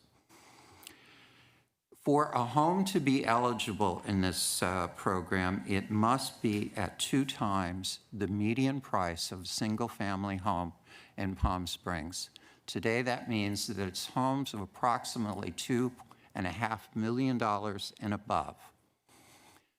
So if you live in a neighborhood where you do not have a home that is at $2.5 million or more surrounding you, you're not going to be subject to wondering whether or not there's going to be co-ownership, because the value of the homes in your neighborhood don't rise to that level. Now, there are neighborhoods that do, and there are many of those neighborhoods. In no neighborhood can there be more than 2 homes. In no neighborhood can there be a home within 500 feet of another co-ownership home. Those are important considerations to make sure that we do not make some of the mistakes that we made with vacation rentals when we started well over a decade and a half ago with regulating vacation rentals. It is critical for my support that all of these homes count towards the vacation rental cap of no more than 20% of homes in a neighborhood. That cap was put in place a little over 2 years ago by the last city council, and it has worked. It is something that has made a difference in terms of the density of vacation rentals and has provided a recognition for many individuals, that homeowners, that they do not need to worry about additional residents and density of vacation rentals coming into their community. So, if you live in the following neighborhoods that are currently above 20%, there will not be a co-ownership home in your neighborhood until the number of vacation rentals drops below 20%. That's Desert Park Estates, El Mirador, El Rancho Vista Estates, Gene Autry, Lawrence Crosley, the Movie Colony East,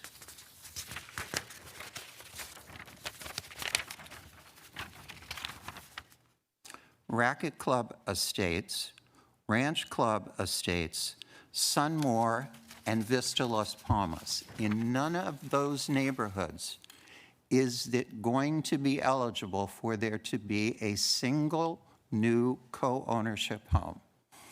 There are 5 existing co-ownership homes. One is in... Presidency to be one of the most senior and respected leaders in the history of the Democratic Party. And I think... All right, thank you. I can't. One of those existing homes is in Vista Las Palmas. It gets to remain. All of these 5 get to remain. The second in Tuckwitz River Estates, which is not yet at the 20% cap and could have 1 additional home, but not within 500 feet of the existing home. There's 1 home in the Mesa, and again, that neighborhood has not exceeded the 20% cap, although both Tuckwitz River Estates and the Mesa are above 15% right now.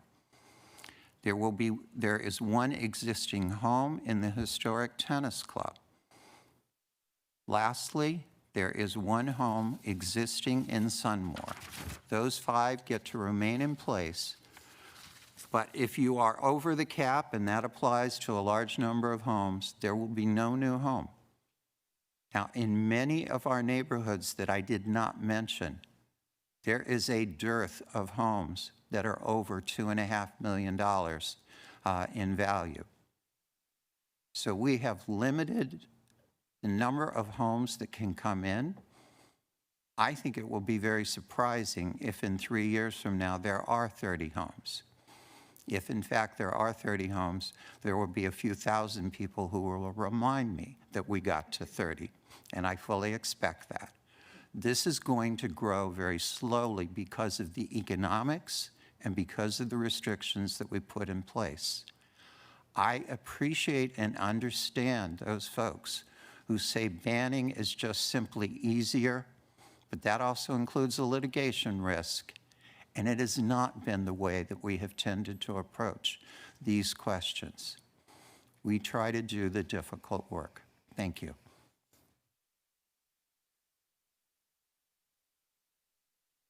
Any other questions or comments? Mayor Pro Tem? Yes, thank you. I think we've heard a lot of very good comments and input from all of my colleagues, and I appreciate everything that has been brought forward. I think as more robust the discussion can be, the better policy can be enacted and within the city, that's for sure. Before I start, I have a question for the city attorney.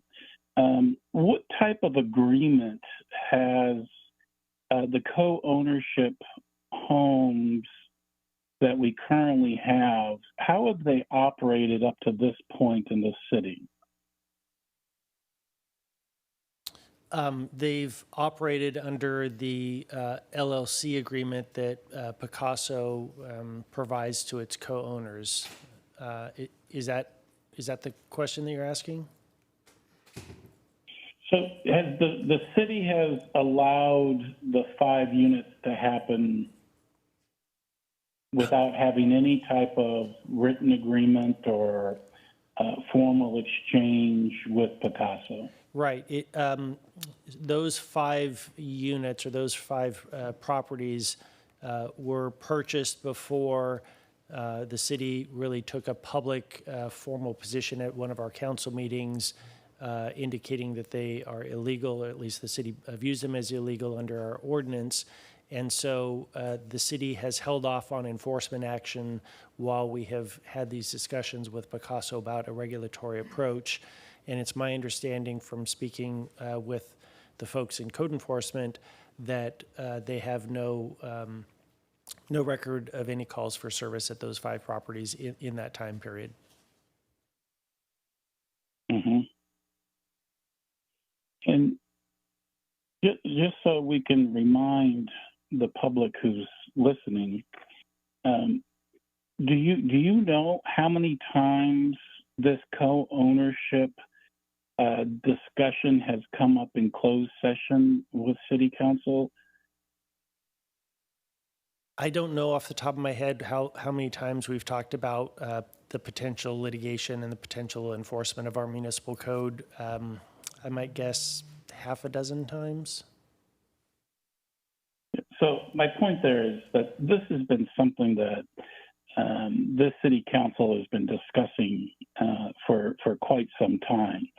and discussions to do the right thing. And I appreciate the mayor's concern on many of these issues that are being brought forward now.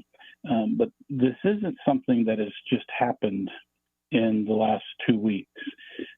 This has been a very long process in trying to do the right thing, and it's to create regulations and to put regulations in place versus not having any regulations. So I think there's a feeling that I got through some emails from Vista Las Palmas residents, and there was a common thread. There was a common thread running through those emails, and yes, it was seemed like a shared outline that most people just repeated. But the point that this type of a co-ownership program, could be the end of our single-family environment and culture in our neighborhoods, and sometimes it could be viewed as a taking without rezoning. What I didn't see in the communications that had come in, and what is not being promoted, is several years ago, the state of California directed cities to allow single-family lots to be developed and to add additional residential living units. This directive from the state says that a current single-family lot can be developed, which means today homeowners can split a single-family lot into 2 lots if they wanted to, and they met the guidelines. They could also add a second home to that second lot, or split the lot in 2 and create 2 duplexes or 4 housing units on a property that currently is limited to 1 single-family house. So the idea that our single-family environment and culture in our neighborhoods is going to change is very accurate. It's very true. That is highly possible, and it's not going to be because of 30 co-housing units. It's because the state has directed cities to allow these multiple housing units on our lots.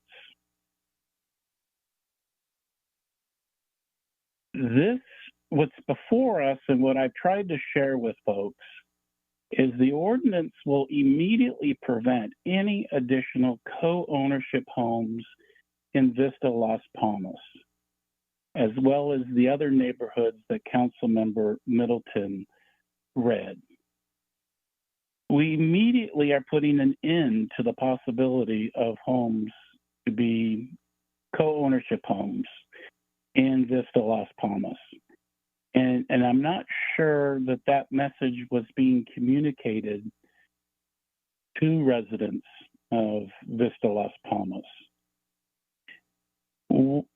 What it does is we're removing 30 homes from the citywide possibility of becoming a vacation rental, and it creates the opportunity to allow greater home ownership for lower cost homes, whether they be condos or entry-level homes at lower prices, that the potential 240 potential individuals that could be involved in a co-ownership could end up buying in Palm Springs and using them as second homes, and only occupying those 240 homes or condos for a partial time of the year. We're allowing for those 240 homes to stay on market. So others who are trying to gain their entry into the housing market and who are doing their best to save for that deposit, maybe they can have that opportunity to buy the $375,000 condo versus somebody who has the ability to buy into a co-ownership agreement. So I think, I do see it as an opportunity that we're allowing many more second homes to stay on the market and to be available to many, many people to buy in.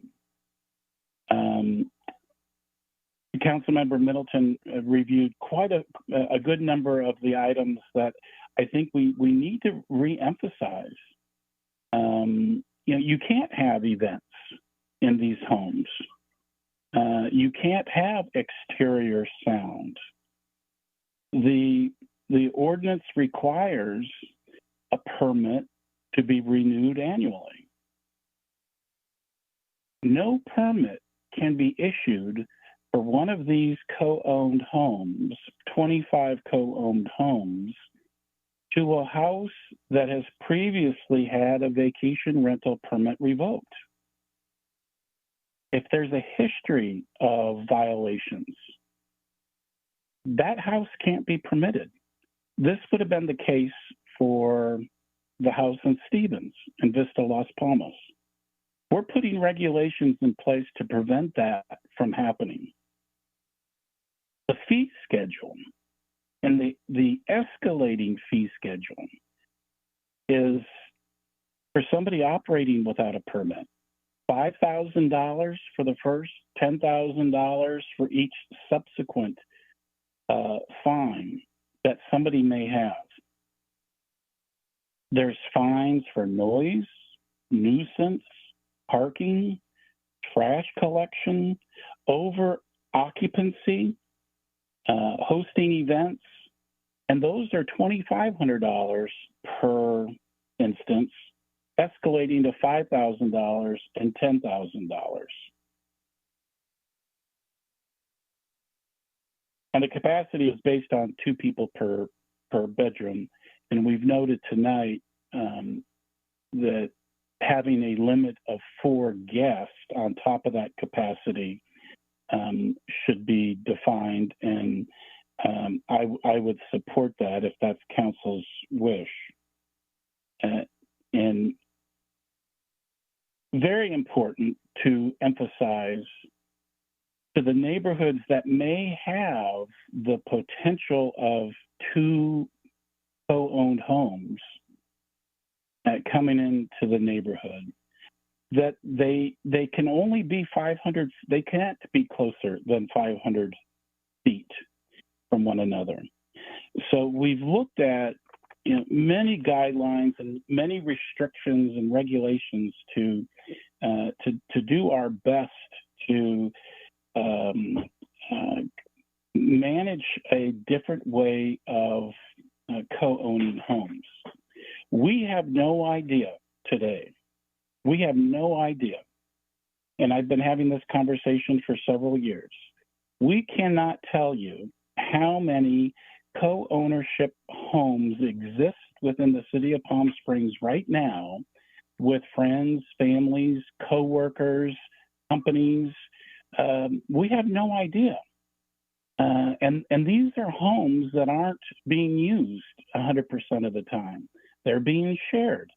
And there's nothing to say that the co-ownership model that we're discussing today is not going to continue to be friends, family, co-workers, companies. So what we are doing is we're putting regulations in place to control what we have been made aware from residents, including those folks in Vista Las Palmas, are issues that are concerning to them. And we hear it loud and clear. And I appreciate, again, the comments and thought that has been brought forward. And I appreciate Mayor Middleton, our council member Middleton, and others the city attorney, trying to bring clarity to the disingenuous attempt to point at 3 council members as and questioning our integrity. And I wonder, why are only 3 people being questioned when all 5 people received contributions? So it just that line of questioning just seems disingenuous to me. And a lot of time and effort has been put into this process for months and months and months. And I feel good that we've got a good ordinance in place with regulations at a point when we don't have any regulations. And I'll close with, I do agree, I agree with the mayor, the mayor's and Councilmember Middleton talking about the wording that we might be using right now on removing the 3-year, or having a 3-year timeline on the 3-year cap with an automatic removal. I agree that we, if we need to massage that wording so it's clear that no cap is going to be removed without council action on updating an ordinance if council decides to do that at whatever point in time. Thank you, Mayor. Okay, thank you. Councilmember Middleton. Yes, Mr. Mayor, unless there are other colleagues that would like to speak, I'd like to make a motion. Just check with Councilmember Garner because I didn't see if she did. This has been unnecessarily long. Everybody knows I disagree with this, and that's all I need to say. And I would just like to take a moment to thank Councilmember Middleton to remind us how, no matter how passionately and vehemently we disagree, we can do so respectfully. Thank you, Mr. Mayor. My motion is to approve 1M with the following amendments. 1, the cap of 30, no more than 30 homes for all firms remains in place until it is removed by an action of the City Council. City Council will review it in not less than 3 years. 2, that the maximum number of daytime guests for these properties be consistent with the maximum number of guests for a similarly situated vacation rental.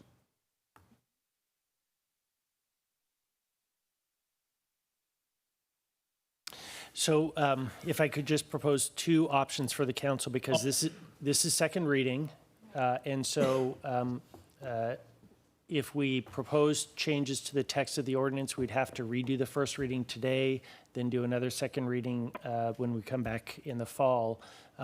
That's one option. The other option is conduct the second reading and adopt the ordinance as proposed and give us direction to bring back just those 2 amendments in the fall, so that when we come back in the fall, we're just talking about those 2 amendments and we're not talking about the whole concept of co-owned housing units again. Mr. Mayor, are there any of the legal issues that you feel are still unresolved in your mind that if we are going to bring this back, that you would want to have addressed by staff when it comes back? I guess the only other one would be a confirmation that the Picasso, which is the operating one, is not going to sue, as they said publicly. I'm good with that. All right. So then we would move it, but we would call for those 3 issues to come back to us in the fall. So adopt it as proposed, and then bring back those items. Okay. I'm still opposed to it.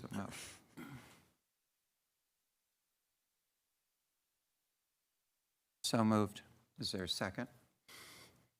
Can you repeat the 3 items just for the record?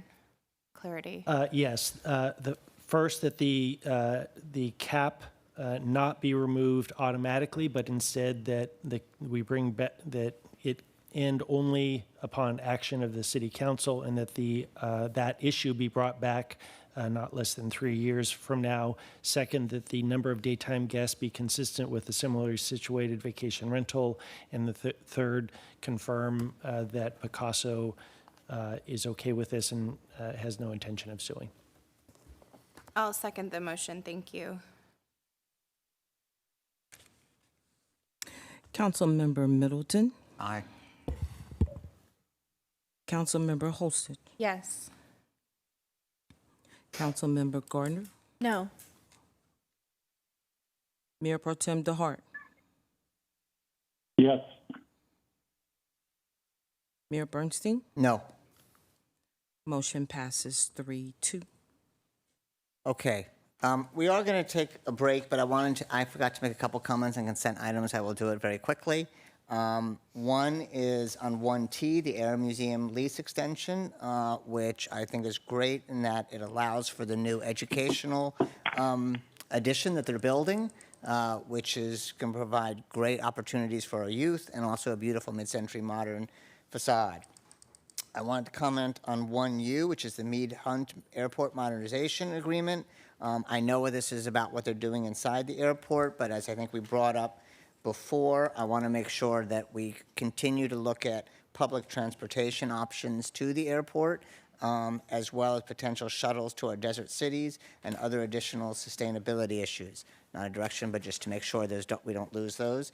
The last thing I wanted to comment, 1Y, which is, I know sustainability got this grant for shade and heat mitigation, which is probably one of the most important projects our city and the whole valley can work on over time. And so I want to ask that we just do whatever we can to continue looking at broadly and shade and heat mitigation, whether it's walkability, our parks, the commercial areas, connectivity, like our convention center to the downtown, and if there's other grants that can help facilitate this, because this increase in temperature, as we are seeing, could be extremely detrimental to our region in terms of our economy, in terms of our livelihood, and just in terms of our quality of life. But there are ways that we can do heat and shade and heat mitigation if we continue on this path. So those were my comments. We are going to take a 10-minute break and come back here at 8:57.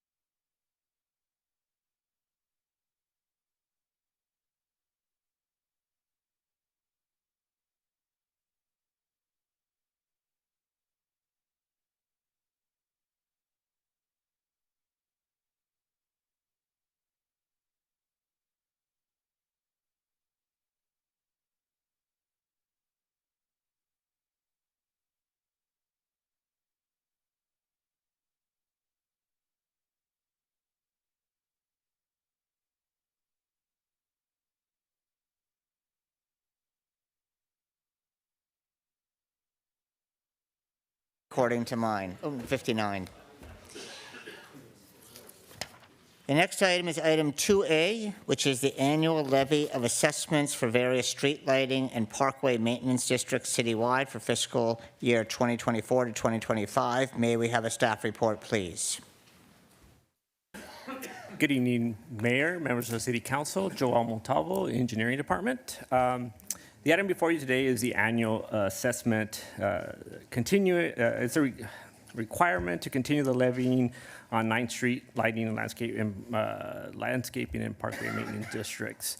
On June 27th, the council adopted a resolution to preliminary approve the engineer's report that established the levies and also to declare today's public hearing. In accordance with the Street and Highways Code of the State of California, it is necessary for the City Council to conduct a public hearing, take public testimony, and in the absence of a majority protest to the special assessments, the City Council can approve the levy and collections of special assessments for the various special districts.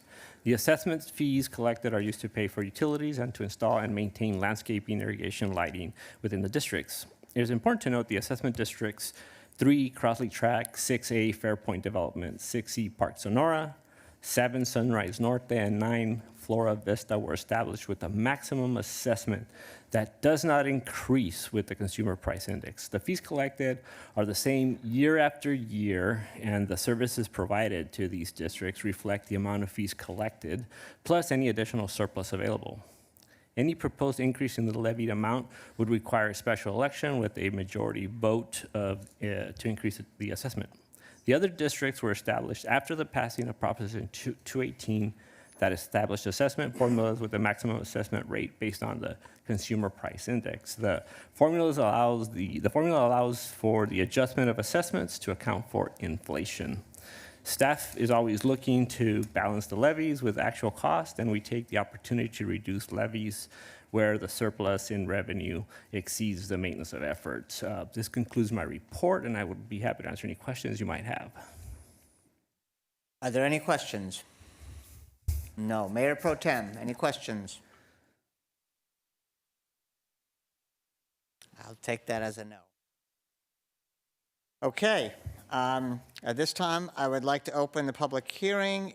Public is invited to speak on this public hearing for up to 2 minutes. Do we have any public comment?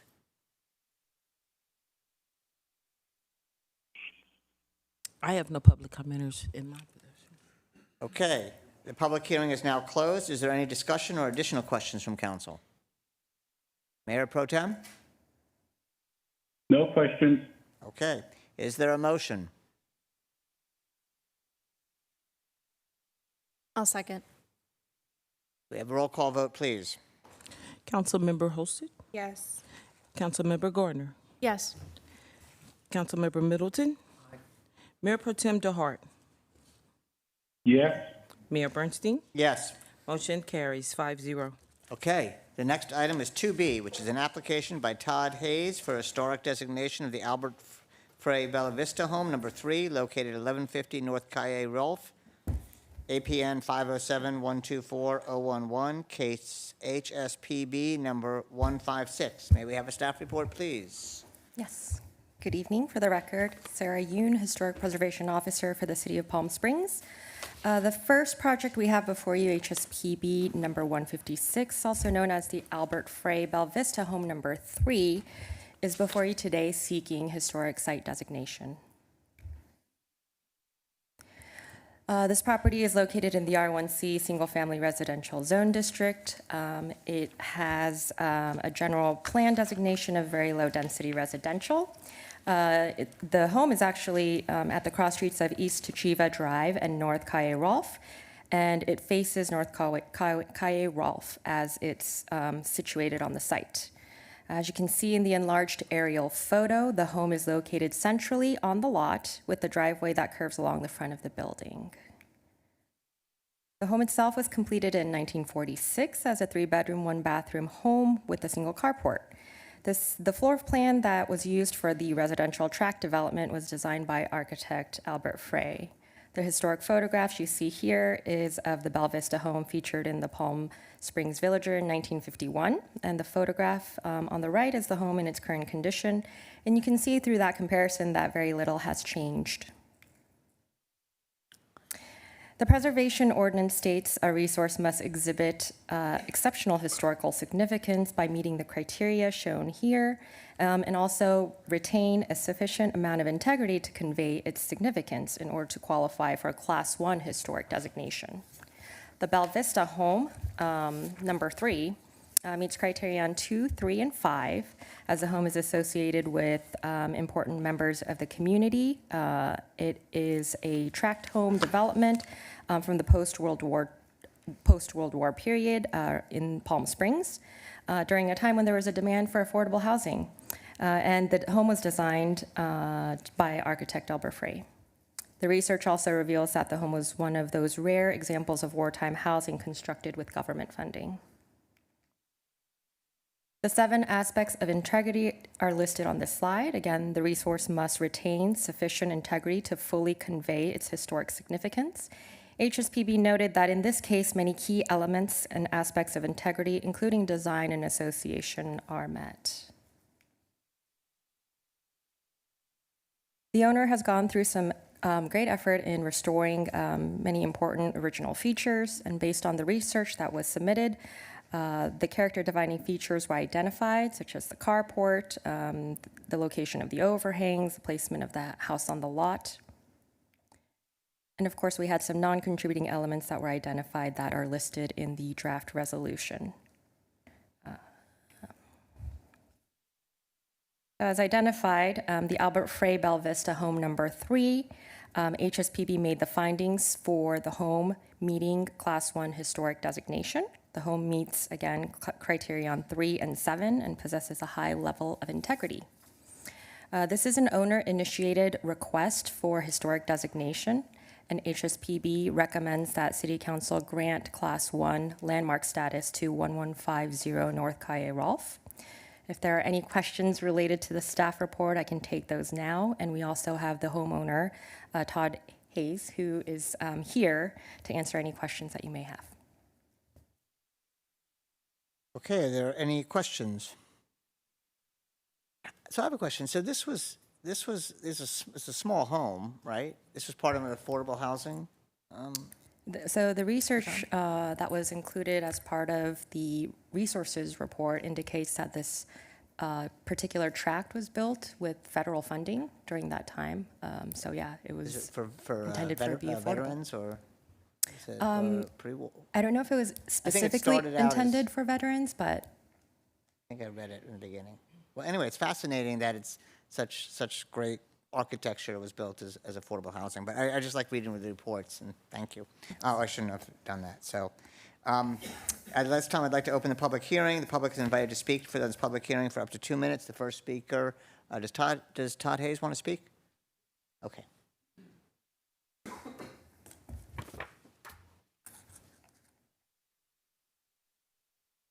Thank you, Mayor and Council, for your time. And I would like to quickly also thank staff for their hard work. And I would like to thank the HSPB for their unanimous support of this designation also.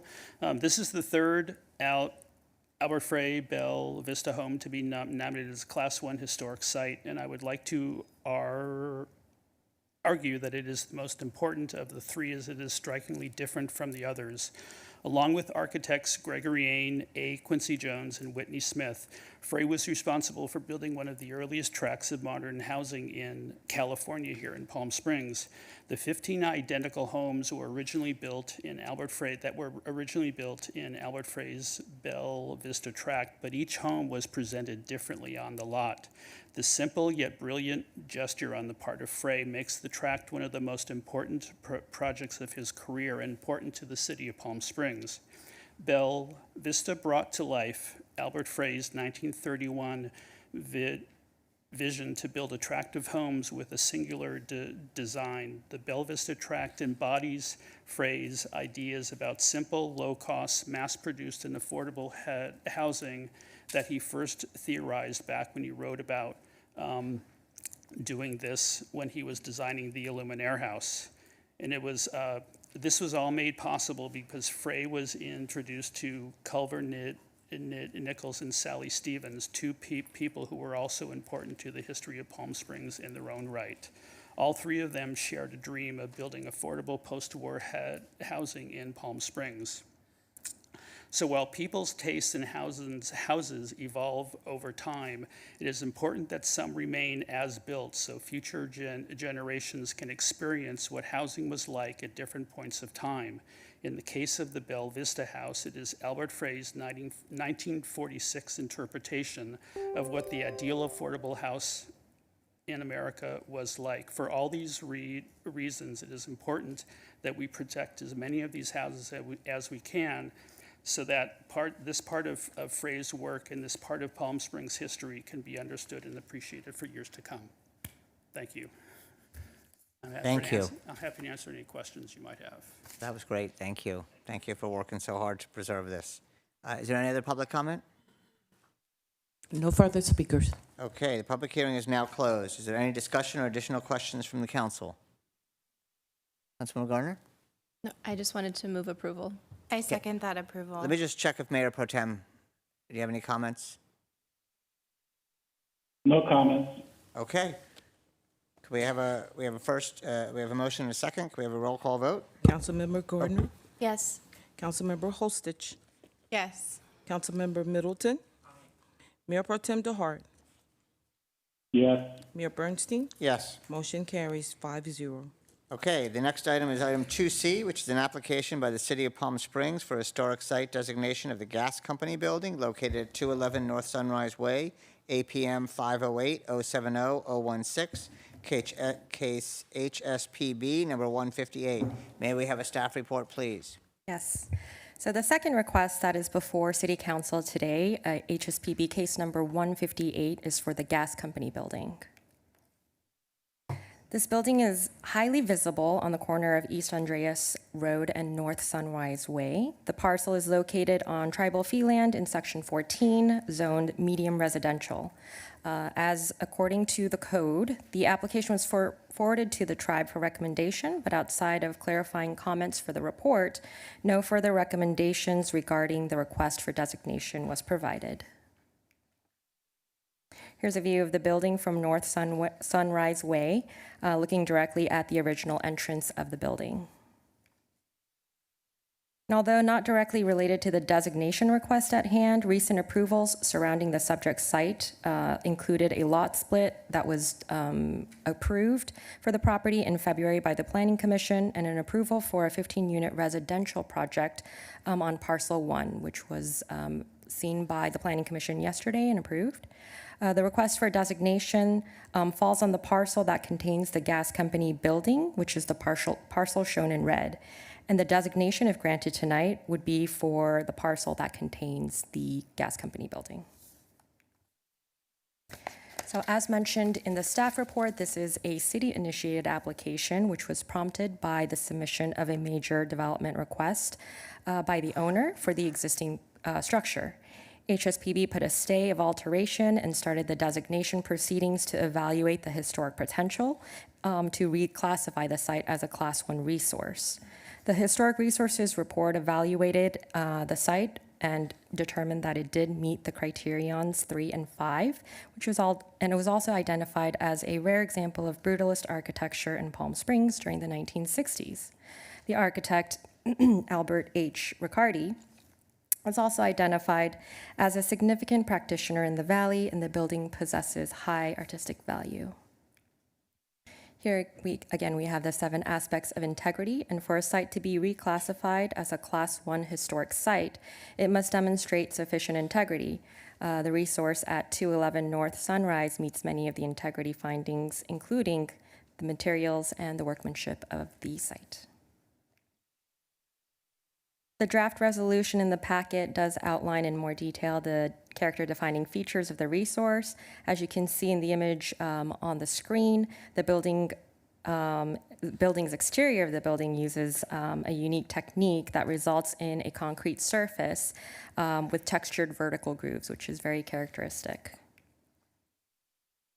Cantilevering elements over various openings and integrated planters and terraces are also observed from the street. And the site does retain other character-defining features that are listed in the draft ordinance. So based on the Historic Resources Report, HSPB did make the findings that the property in question met the necessary criteria as well as the integrity findings for the reclassification of this site from a Class 3 to a Class 1 designated landmark. With that, HSPB does recommend the City Council designate the gas company building a Class 1 historic landmark site to be listed on the local register for Palm Springs. That I can take questions about the staff report. The owner is also present to take any questions regarding this application. Are there any questions for staff? No. Mayor Pro Tem? No questions for staff, just the homeowner. Okay, let's go to Councilmember Halstridge first. Thank you. So you said that the underlying zone is zoned medium density. Can you remind me the definition of medium density in the code? So it's medium residential. Yeah. Sorry. It's late. Medium residential for Section 14. It outlines the allowed uses in that area. Commercial use is not one that is allowed for medium residential. There's public and civic use, and there are various forms of residential that would be allowed. What's the density allowed for medium residential? Sorry to give you a pop quiz. That's all right. I can pull that up real quick.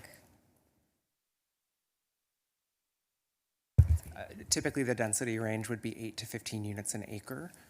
When looked at with the adjacent development of the 15-unit apartments that were approved by the Planning Commission tonight, we felt like the overall density in the area was met. And since this is a pre-existing building, we felt comfortable with it meeting that requirement as well as being a permitted use under the zoning that is provided under the Section 14 specific plan. And what's that? Medium residential. So it doesn't technically allow commercial or other use, That's right. but you're grandparenting it in, sort of. Correct. That's our new term. Sorry, to be clear, they're looking to convert the building to a residential use. So this Yes, building itself sorry. is converted to a residential use? That is the intention, as I understand it, correct? Well, and the owner is looking at different options within the medium residential use. Right now, this is an application for designation, so following whatever is determined here, he will look at allowable uses on that site. Did originally the owner submit plans for a similar project, like on the lot split on the other side, like with 15 units? So the owner initially submitted an application for a single-family residential on this site, and that was the application that was stayed by the Historic Preservation Site Board that initiated the designation application. So a single-family use on the lot split on one half of the lot split? On the second parcel, so Right. yes. Go back to the map. Thank you. None of that's in the staff report that I found. It was just So the in area this shown report in here. red, Yes. And I don't know how to point to that, is the lot that we are discussing that has the existing building on it. That is the lot that we are discussing. And as Sarah was saying, when it came into HSPB, it was for a single-family residential use. The stay was issued to go through the designation process, and that is what we're here discussing. The balance of the site, which is kind of that upside-down L shape around it, is the 15-unit apartments that were discussed and approved by the Planning Commission last night. So they received a development permit in order to facilitate 15 rental apartments on that site, that portion of the site. Okay. Thank you. Councilmember Middleton. Okay, just a very quick comment to everyone who's involved in this project and the residential project that's going around. My congratulations, and I am very appreciative of seeing us save a building like this in addition to Just a comment, this creating- is a public hearing, so this is only for creating questions right housing. now. Oh, I'm not supposed to do that now? Well, Although you can continue, you can finish your sentence. I don't want to break the rules. all right, let's not break the rules. All right. So I have one question for staff. The owner is supporting this, is that correct? The owner is here to, if you would like to address that question to him specifically, but he is aware of the historical significance of the building and is aware of the historic designation process and its necessity. Okay, then at this time, we're going to open the public hearing, and the public is invited on this public hearing for up to 2 minutes.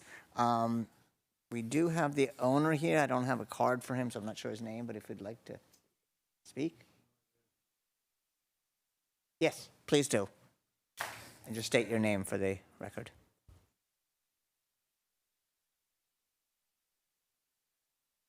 Hello, Mr. Mayor and City Council. My name is Shalom Mizrahi. I'm the owner of 211 North Sunrise Way, and I'm here to answer any questions you may have. I don't have any, do you have any questions, Councilmember Holstich? This is the time for you to provide public comment, so please provide comment if you like, and then we can ask you questions later on and bring you on. But I don't have any now, Mr. Mayor. Do you have any other comments? No, just I'm very excited about the project, so I'm here to just be present and see how it goes. Okay, terrific. All right, the public hearing is now closed. Is there any other discussion or additional questions from the council? Councilmember Middleton, I cut you off. Did you want to continue? Well, I should know the rules by now, shouldn't I? Sir, thank you for what you're doing, and my thanks to the Planning Commission and to our Planning Department. This is the kind of housing in different and unique situations that we love to see. Thank you. Yeah. So, thank you. Any other questions? Okay, well, thank you very much. Just a question Mayor Pro Tem. to the owner. Yeah. I'm not clear that the owner is supportive of the historical designation. Is that true? I am very much supportive of the designation as Class 1. Oh, beautiful. Thank you. Yes. Okay, thank you. Thank you very much. The public hearing is now closed. Oh, sorry. Is there a motion? Yes. So moved. All right. I'm going to go with Councilmember Garner moved, Mayor Pro Tem seconded. Roll call vote, please. Councilmember Gardner, Yes.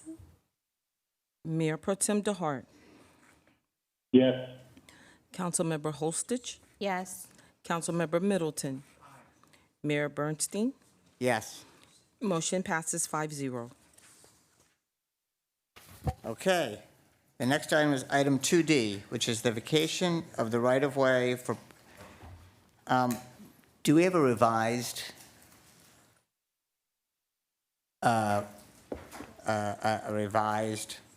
staff, what the agenda item is? Yeah, I think it could be fairly described as vacation of right-of-way for public vehicular access over a portion of Museum Way between Bellardo Road and Museum Drive, as well as an addendum number 3 to the Museum Market Plaza Specific Plan, AKA the Downtown Specific Plan Final Environmental Impact Report. Okay, may we have a staff report, please? Yes, Honorable Mayor, members of the City Council, members of the public, the item before you is a proposed vacation of vehicular access over a portion of Museum Way. In June of 2021, a statue named Forever Maryland was installed within the roadway that is subject of this application, approximately 100 feet west of Bellardo Road. Shortly thereafter, a lawsuit was filed challenging the placement of that statue within the portion of the roadway. At its December 4th, 2023 City Council meeting, the council adopted ordinance number 2092, adopting amendments to the specific plan, removing Museum Way between Bellardo Road and Museum Drive from the specific plan's street grid. In addition, earlier that year in October of 2023, the city received an application from PS Resorts, which is the owner of the Forever Maryland statue, and that application requested to vacate the public right-of-way on Museum Way between Bellardo Road and Museum Drive. That application is before the City Council tonight. According to the city's 2007 general plan, there are no streets within the subject location. Instead, the circulation plan of the general plan does not identify this street, and that's because the street was added as part of the 2016 specific plan for that downtown area. Under the government code, the city's planning commission is required to review and consider any proposed street vacations with regard to conformity with the city's general plan. And on June 26th, the city's planning commission did do that. It reviewed and recommended approval of the proposed right-of-way and the vacation of the vehicular access, and determined that the vacation is in conformance with the city's 2007 general plan and would not conflict with the general plan. As part of the street vacation, the city staff contacted local public utilities and identified which portion of the road was proposed to be vacated. Those utilities included Veolia, Frontier Communications, Spectrum, Desert Water Agency, and Southern California Gas. Desert Water Agency requested that the existing facilities that they have within the affected portion of the street be abandoned and relocated as part of any proposed street vacation. The other utilities were in agreement with the street vacation and simply requested that public utility easements be reserved for those utilities to keep their facilities in place.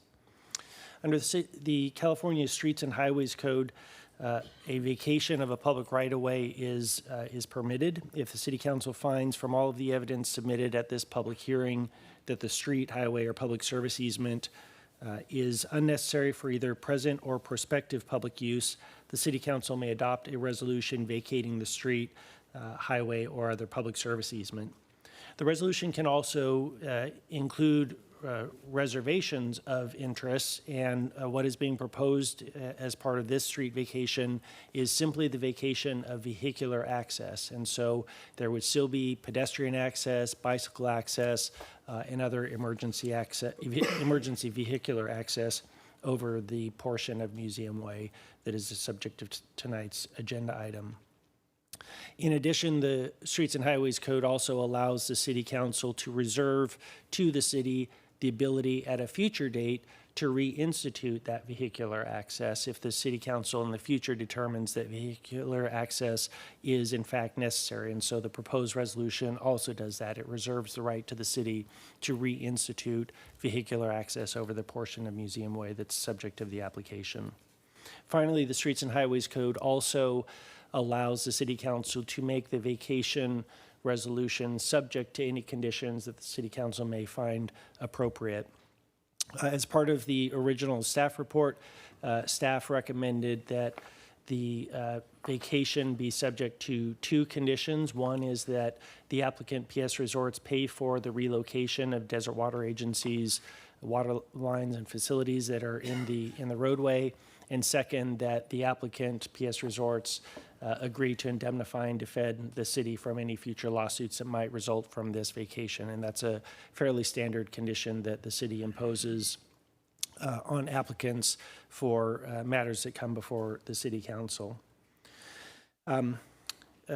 Recently, the city received communication from the applicant objecting to those two conditions. And in addition, we received word that PS Resorts would be willing to actually relocate the statue that they own to some other location, presumably the park that is next door to the Museum Way. And so staff is recommending that the city council proceed with the public hearing, accept all verbal and written testimony, adopt the resolution that is proposed that would vacate vehicular access, but instead of the proposed condition that is in the staff report, instead revise that to provide that the vacation would be effective only upon the resolution of the litigation, as well as within 30 days, as well as an agreement to relocate the statue to another location in the adjacent park at a location to be determined by the city, as well as the CREMA plaintiff and PS Resorts.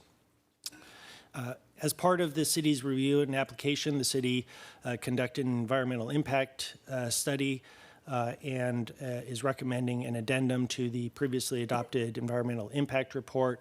And with that, staff remains available to answer any questions. Do we have any questions for staff? I have a couple questions. Do we have any kind of information on the traffic that was on that street before it was closed?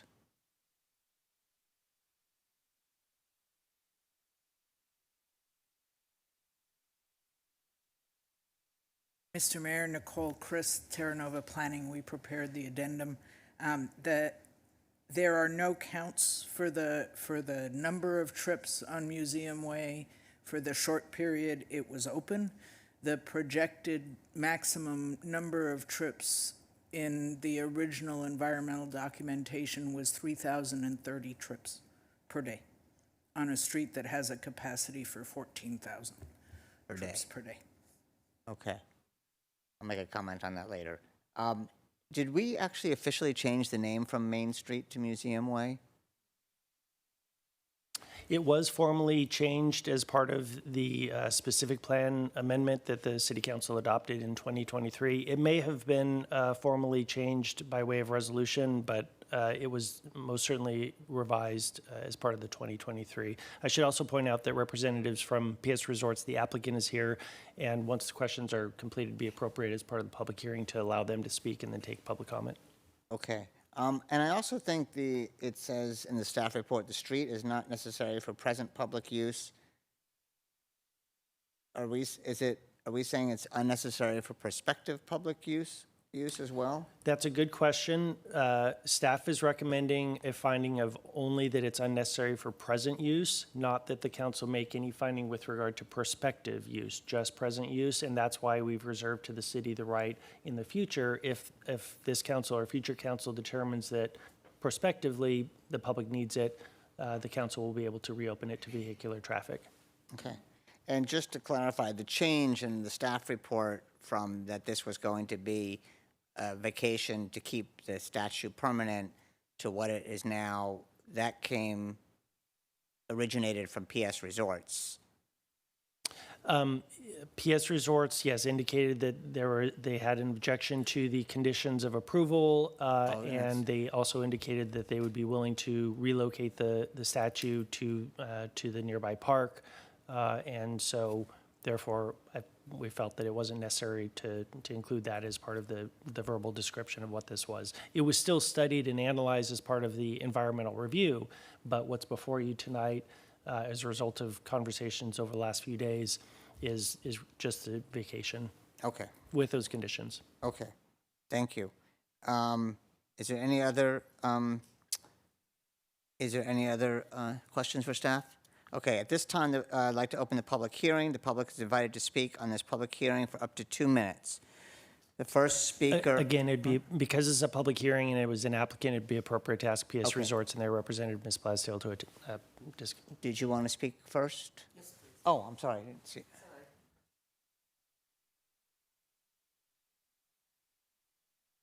Good evening, Mayor, Councilmen, and women, as well as staff and City Attorney Ballinger. My name is Diane Blaisdell of Blaisdell Guinan Lawyers, and I represent Palm Springs Resorts. As you are aware, Palm Springs' sole goal in the city of Palm Springs is to promote tourism and to promote the city of Palm Springs.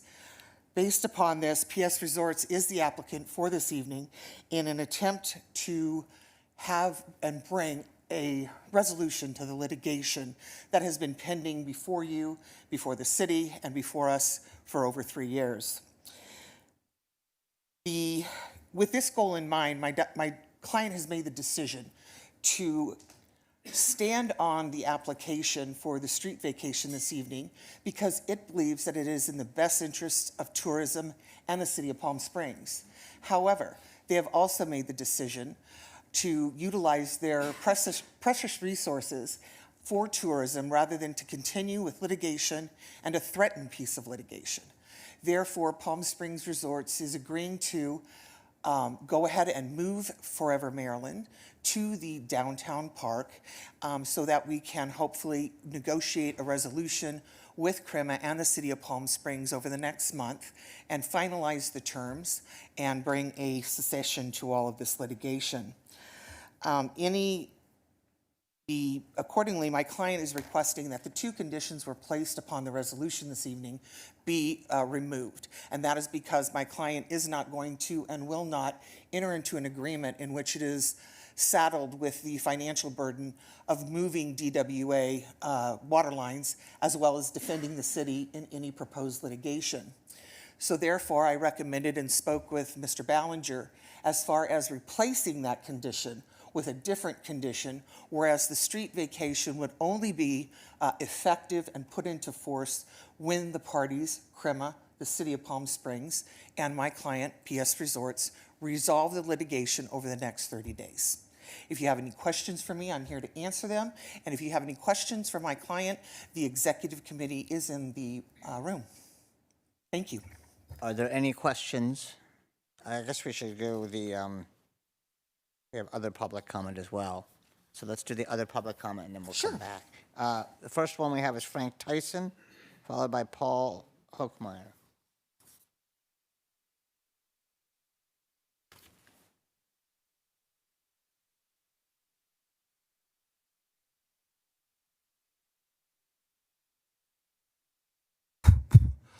Is that right? Yeah.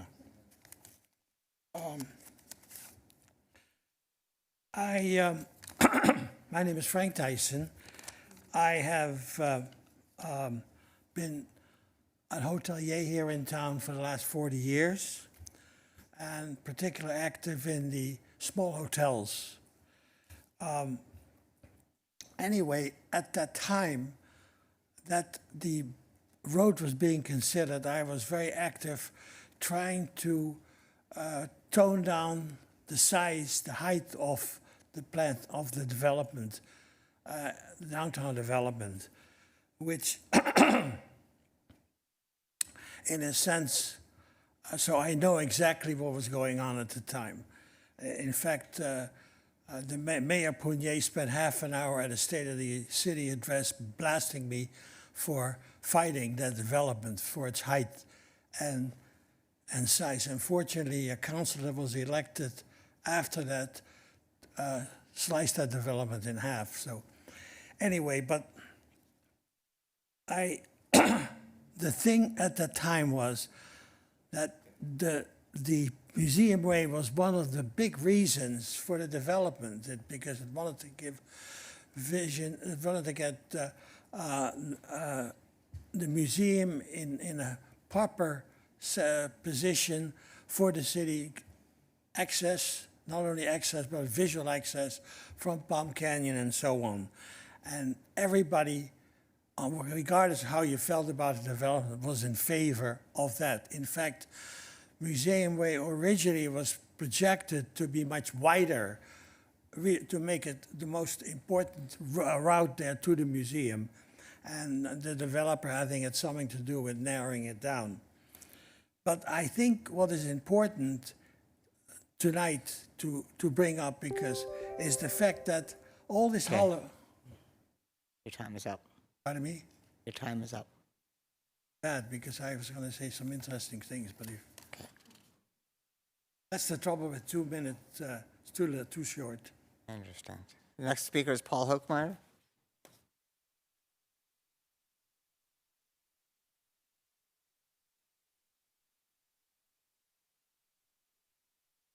Good evening, Honorable Mayor, honorable council members. My name is Dr. Paul Hochmeyer. I'm a trustee of the Palm Springs Art Museum, and I'd like to read a statement on behalf of the Art Museum. On behalf of the Art Museum, we are grateful to the City of Palm Springs for your ongoing support of the museum. We value the museum's role in public life in Palm Springs, and we appreciate the decision to relocate Forever Maryland. Regarding vacating the street for vehicular traffic, we will support whatever the council decides, so long as the view corridor remains unobstructed to the museum.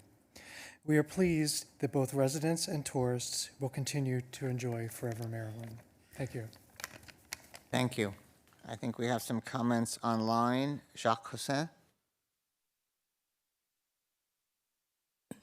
They're not available. And Scott Carrera is not? He's not available either. Okay, is there any other public comment? No further commenters. Okay, the public hearing is now closed. Is there any other discussion or additional questions from council to staff or the applicants? No? Mayor Pro Tem? Not for me. Okay. I'm going to just ask some comments. I am going to say I never thought this should have been a vehicular street to begin with, when I remember when it was open, 3,000 cars. I don't think I ever saw more than a few dozen go in there because it doesn't really go anywhere. So I always thought it should be this, and I think the idea that it's left as vacated and be able to use for other types of events and other types of things, I think is what it always should have been. So I'm glad that is happening. I don't know if there's any other comments. I mean, this came to us at the request of PS Resorts, this change, so this was not for council, so I think this makes sense for everybody. I know there's people who love where that statue is right now, and that's where we were prepared to go, but this is where we are. So hopefully this is a resolution to things and to move forward, and PS Resorts can do the great work they can with the funds that they have to help keep bringing events and tourism to our city. Councilmember Middleton. Well, as usual, I agree with everything that you've said, Mr. Mayor, and want to thank all of the parties that were involved in getting us finally to a resolution. It's not been easy to get to this point. The Forever Maryland statue will continue to be a very important part of our community and of the tourism attraction, but we will open up Museum Way completely. I am glad that it will remain a pedestrian walkway. I think it enhances the park, but I also congratulate staff on making certain that we have the ability at a future date to reconsider this decision, because at some point in time we will develop the property that is to the south of the park on the other side of Museum Way in front of the museum. I'm looking forward to it being something that's very exciting for our community, and at that point in time, the roadway is going to be one that we will definitely need to consider what works best going forward in the future. But for those of us who think the word compromise is one of the best words in the English language, congratulations, today is a good day. Okay, is there any other comments? No? Okay, do we have a motion? Mayor, if I could just read into the record the specific language of that condition in Section 9. The two conditions would be removed and replaced with the following. First, PS Resorts has indicated a willingness to move the statue to the downtown park. And second, the condition would condition the effectiveness of the street vacation on the city, CREMA, and PS Resorts resolving the litigation within 30 days of today's date. This would necessarily include the timing and location of the statue's move, as well as the attorney's fees issue. And as an aside, the attorney for PS Resorts, as well as CREMA, and I are planning to be speaking in the next few days to get these next 30 days moving quickly. Okay. Is there a motion? Seconded. Roll call vote, please. Councilmember Middleton, Aye. Councilmember Holstich, Yes. Councilmember Gardner, Yes. Mayor Pro Tem DeHart, Yes. Mayor Bernstein. Yes. Motion passes 5-0. Okay. Thank you, everybody, and thank you for the work, and thank you, Ms. Blaisdell, for being here, and the whole executive committee for being here so late. Thank you. Okay, the next item on the agenda is item 3A, which is the introduction of an ordinance of the City of Palm Springs, California, deleting section 10.20060, owner's right to redeem animal from purchaser, and section 10.20.070, owner's liability to city when redeeming animal from purchaser, and amending section 10.20.030 regarding disposition of unclaimed animals. May we have a staff report, please? Yes, Honorable Mayor, members of the City Council. As you mentioned, this is a request by the Friends of the Animal Shelter for the City Council to consider changes to our Palm Springs Municipal Code regarding the pet owner's right to redeem an animal after the animal has been impounded, kept for the requisite time period, and then lawfully adopted out to a new pet owner. In addition, the draft ordinance also increases the time within which a pet owner may claim an impounded animal from 5 to 7 days. Staff has been working with the Friends of the Palm Springs Animal Shelter to implement changes to the Palm Springs Municipal Code that the Friends believe will help reduce animals in the shelter.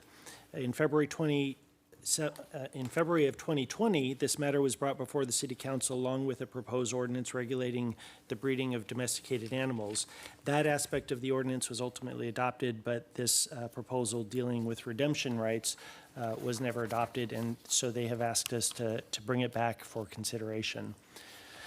The proposed ordinance change does two things. One, it removes the right of pet owners to reclaim an animal after it has been lawfully adopted out, and then it also extends the time within which a pet owner whose animal has been impounded to claim that animal from 5 to 7 days. And this second suggestion was something that was made at the time of the proposed ordinance introduction in 2020.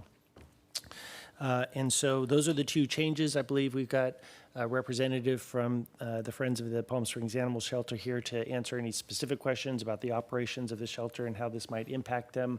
But ultimately, the goal is to reduce the number of animals in the shelter and to get them out and adopted. Okay, are there any questions from council?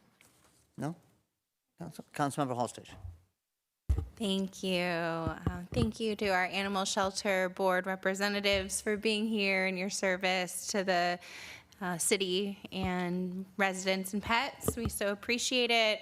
I was lucky enough to serve as a board member for the city, as the representative for the city council on your board. I know we had worked on this together.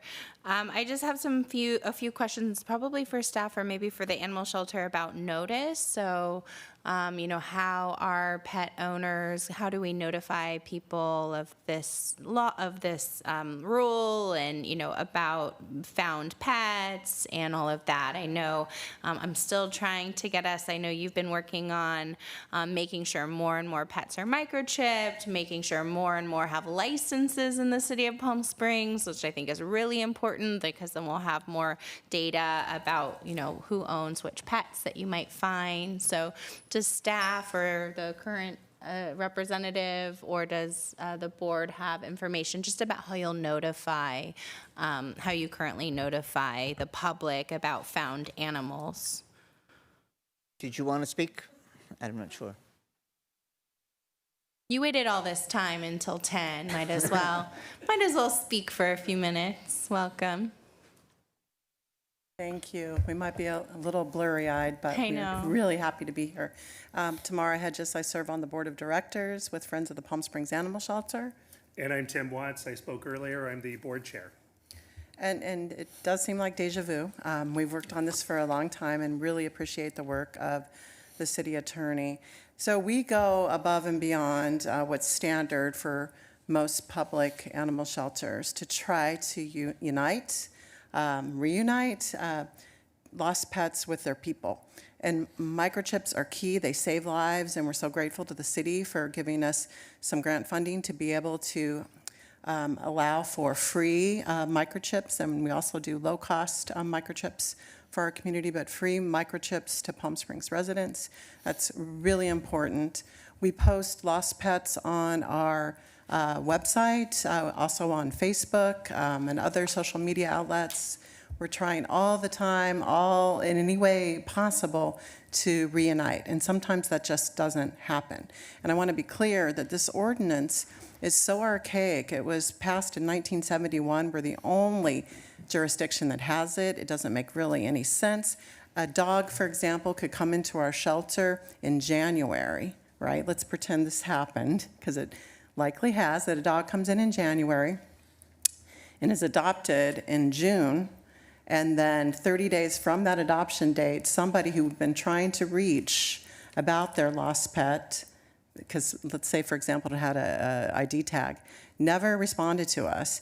But lo and behold, someone adopts this pet, loves this pet, is taking wonderful care of this pet, and then 29 days into the adoption of the pet, this person shows up that we've been trying to reach, and they've ignored us, and says, I want our pet back. So, or what happens is our staff, who is very hardworking, many of you know them, they're very dedicated. They would be here now, but they have to get up at the crack of dawn to take care of all these animals. So they're put in the middle of this. It should not be that way. We should not be, it's civil. It should be between that owner and the new owner. And we should not be involved in that. Anything to add? I can just clarify. So the person can still go to the new owner and try and dispute it. They just, the animal shelter doesn't have to get in the middle of it. It takes us out of that and animal control out of that. We should not be in the business of negotiating between a previous owner and a current owner. Very much agree. Thank you. And the only thing I wanted to add, and I think council all got this information, our average length of stay in 2023 was a little short of 34 days. So there's ample time. It's not like we intake an animal and then turn around and adopt it out. There's, aside from the mandatory holding period, they tend to stay in the shelter for over that amount of time. So there's ample time for us to try to find owners, ample time for owners to try to find us and find their animal. Actually, I did ask that for Dan Rossi, the executive director, and cats, he said, is double that. Yes, and he would be here, but he has. Okay, so this sounds, I'm glad. I am the current council liaison with the board. I'm glad to see this happen. So, and thank you for pushing so hard to make it happen. I think this will be great. So, okay, I'm going to make a motion to move forward. Thank you. Oh, wait, Mayor Pro Tem, I'm sorry, I can't. Did you have any questions? No, but I second the motion. Okay. Roll call vote, please. Thank you. Mayor Bernstein, Yes.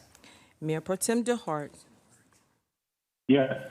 Councilmember Gardner, Yes. Councilmember Holstich, Yes. Councilmember Middleton. Aye. Motion passes 5-0. Okay, did you want to read the? Yeah, I need to read the title. Ordinance of the City of Palm Springs, California, deleting Section 10.20.060, owner's right to redeem animal from purchaser, and Section 10.20.070, owner's liability to city when redeeming animal from purchaser, and amending Section 10.20.030 regarding disposition of unclaimed animals. Thank you. The next item on the agenda is item 3B, which is for a pickleball court complex project. May we have a staff report, please? Thank you, Mr. Mayor, members of council. Teresa Gallivan, Assistant City Manager, and we are pleased to share with you an update on the DeMuth Park Pickleball Project. This evening, we'd like to share with you the work we've been doing and the proposed concept for this project and the possible funding to make it happen. To begin with, I'd like to introduce Michael Finland, our Parks and Recreation Commissioner, and he is also the head of the Pickleball Ad Hoc Committee. And he'll give a brief overview of the work that the team has been doing this last year on this project, followed by our consultants, Michael Madsen with Kim Lee Horn and his colleague, who will present the project for you. Good evening, Mayor, Mayor Pro Tem, City Council members, and City staff. My name is Michael Finland, and I'm a Commissioner for the Parks and Recreation Commission for the City of Palm Springs, as well as the head of the Pickleball Ad Hoc Committee. Over the past year, we have diligently worked on assessing the needs of our community and engaging with residents and stakeholders in order to design a project that reflects the needs of the growing community recreational sport of pickleball in Palm Springs. We've held 3 community outreach meetings, November 8th, 2023, December 12th, 2023, and February 27th, 2024. Through that process, the community has helped us develop a proposal that includes 23 courts, plus a larger ADA and tournament court, appropriate court lighting for evening play, community gathering areas, shade structures, and new shade trees in an effort to ensure this project is both feasible and reflective of the community's desires. You'll see more of this in Kimberly Horn's presentation shortly. The community's response has been overwhelmingly positive, highlighting the importance of this expansion project for our residents. With that thought in mind, I would like to introduce Michael Madsen of Kimberly Horn, and he will walk you through this concept.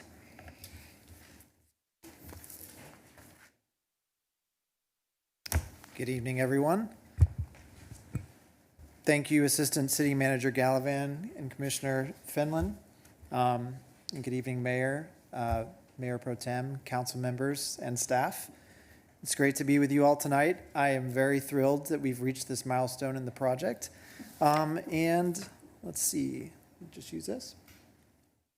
I'll talk you through our process. It's really important tonight. I really want to, I know you all are well aware of the project, but I want to take you through the process and how we've reached this point. All right. So looking at the project background a little bit, you all are pretty aware that there's 12 existing courts out there. But one thing to note is that there are existing tennis courts that have been converted to pickleball. So they're not regulation size courts. They're 30 by 60 courts, and the community's expressed a desire to add more courts. There's a huge demand if you've been by the park. You'll see people often queued up in the morning, no matter the temperature, ready to play, waiting, and eager to join. As you all know, funding is something that we're here to talk about tonight as well. We had the opportunity to present to Measure J, and they awarded us an additional $2 million for the project. Some things that we considered in the design. The cohesion of the design, looking at the entire facility so that there's not a new versus old, so that everything matches. We looked at things that Commissioner Finland mentioned, such as shade, pedestrian circulation, seating, different amenities. And I really want to touch on the process. It was extremely collaborative. You all likely know you have a very, very passionate pickleball community here. And as a landscape architect, I work with a lot of different communities, and this has been an absolute pleasure. They have been involved in every part of the game in building consensus amongst their players, in bringing people out to the community meetings. So let me just take you through what different meetings we had. First off, the ad hoc committee, the technical experts, are awesome. We've met with them, let's see, you can see here 1, 2, 3, 4, 5 different times. As we were developing the early concept with the city, they were instrumental in telling us, what's unique about pickleball in Palm Springs, so that we were really trying to cater to the circulation, the way they manage the courts, all the things that make pickleball in Palm Springs special. We also had 3 community outreach meetings to make sure that we were getting the voice of the residents nearby, to make sure that we were getting the voice of other park users, neighbors such as the animal shelter, and we had huge attendance. We also were involved in Parks and Recreation Commission conversations. We met with them, I believe, 4 times. And so here we are tonight. Also, last week we learned that Palm Springs Hospitality Association came out in support of the project. Just wanted to mention that. So building on the collaborative process, I wanted to take you through the 3 different community outreach meetings and how the design evolved. So the initial concept, we presented 2 ideas. There was 2 different options. The first was 24 courts, 34 by 64 in size, which is regulation size, so straying away from what's out there today, so looking at larger courts. The second was 20 because we wanted to maintain the existing tennis facility. So both courts included spaces for gathering, shade, different amenities, and some of the things that we talked about, Commissioner Finland's touched on. We also had a flex court at this point in the design, something that could be used potentially in the situation without the tennis courts, for tennis, ADA, tournaments, etc. So this is the very first concept that we presented. Again, this is the one with 24 courts. And it was a creation not only of this facility, but a destination for the city, for residents, but also for tourists and guests. We see this as, an opportunity for economic development. So we're looking at not only the courts, but making sure that there's some sort of arrival celebration. There's a space for visitors and spectators.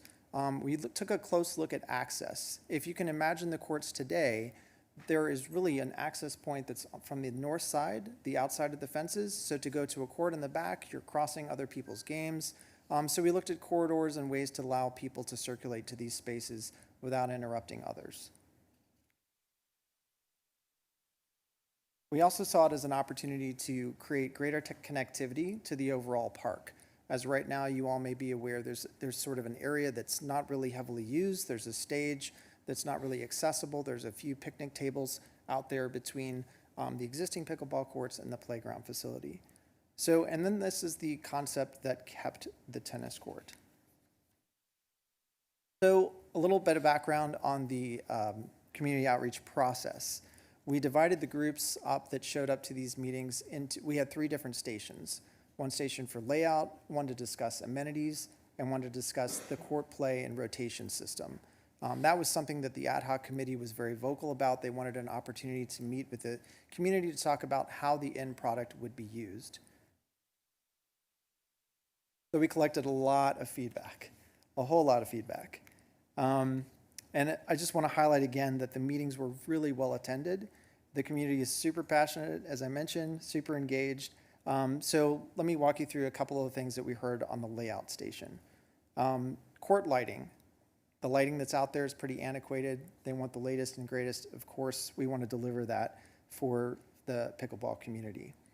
They talked on things about making this very uniquely Palm Springs. As you can imagine, we talked about colors, different amenities that we could interject, whether it's furnishings, things that really help brand this space and put Palm Springs pickleball community on the map. We looked at fence heights, not only for safety and wind screening, but also to help with spectating. So perhaps not having a fence that's 10 feet all the way around, having opportunities to have lower fence heights for spectators. We did talk about the tournament court. That was something that everybody was very excited about. We did highlight that there are several existing facilities at this point in the design, existing utilities, I should say, at this point in the design that we still needed to go back and look into, and I'll get to that shortly.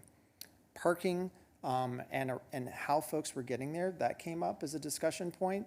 A lot of folks said, I would arrive in a different way, perhaps by bike, if there was a place to safely lock up my bike. And then we also talked about trees and shade and finding places to sort of rest in the shade and recharge.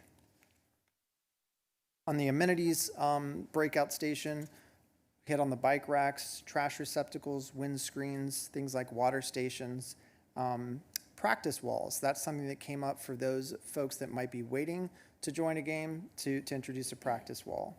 And of course, things like safety elements, lighting and video surveillance. And then the rotation station, that's not necessarily something this project is going to solve in the way it's managed in the end, but we wanted to get that feedback so that we could understand the process, and then we can build something that can evolve as the community evolves and as the technology evolves to help manage reservations and use of the system of the courts. All right, so we gathered all that feedback and went back into the drawing room, dusted things off, had community meeting number 2, and the refined concept we came back with was 20, 34 by 64 courts, including the existing tennis. The future phase, there was a lot of talk about parking, so we said, well, this is what parking could look like, but we also know that parking expansion is not a part of the project. We talked about updated court lighting, and if you see those orange dots there, they're pretty small, but that sort of represents the first pass at the conceptual pole layout. We also talked about trees and the existing trees and options to save those existing trees. We looked at the color coding and schemes for the courts, and we looked at different additional shade elements. We got more feedback. we went and had another meeting. We had some big updates at this meeting, and we got a lot of really good feedback at that second meeting. So first, I want to share what sort of steps we got to at the beginning of this third meeting. So this is what was shared with the community as they got together that night. We really looked at existing trees, as we knew that that was something that was going to be on the minds of everybody in the community as we're expanding a facility and several trees are in conflict. So the city worked with West Coast Arborists, and they prepared an arborist report, and we took a look at, there's 12 trees that are going to be impacted by the project.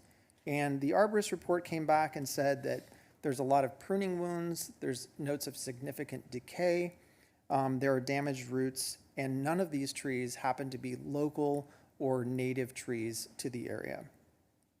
So we said, well, you know, myself being a landscape architect, not wanting to remove trees when it's possible, we looked at how we can increase shade without having to put in structures. So we are proposing 42 new trees at this time, which is a mitigation ratio for those 12 of more than 3.5 to 1.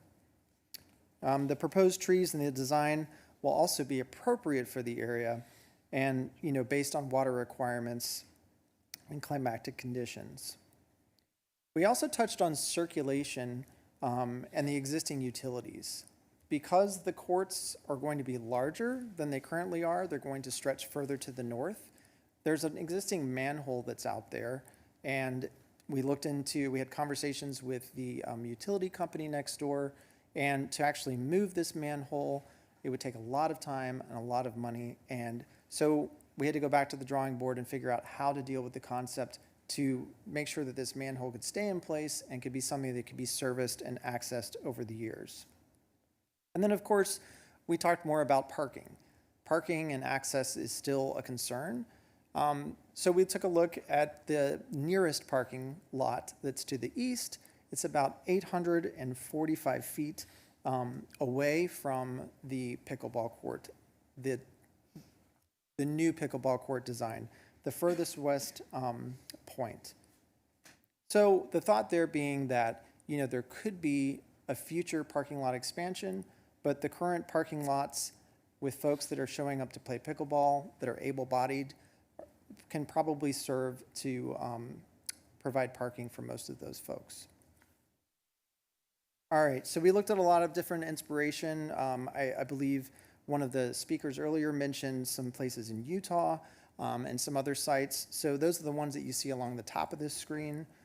We have some imagery there of potential practice wall, some opportunity for public art perhaps, some different shade ideas, some trees, different seating elements.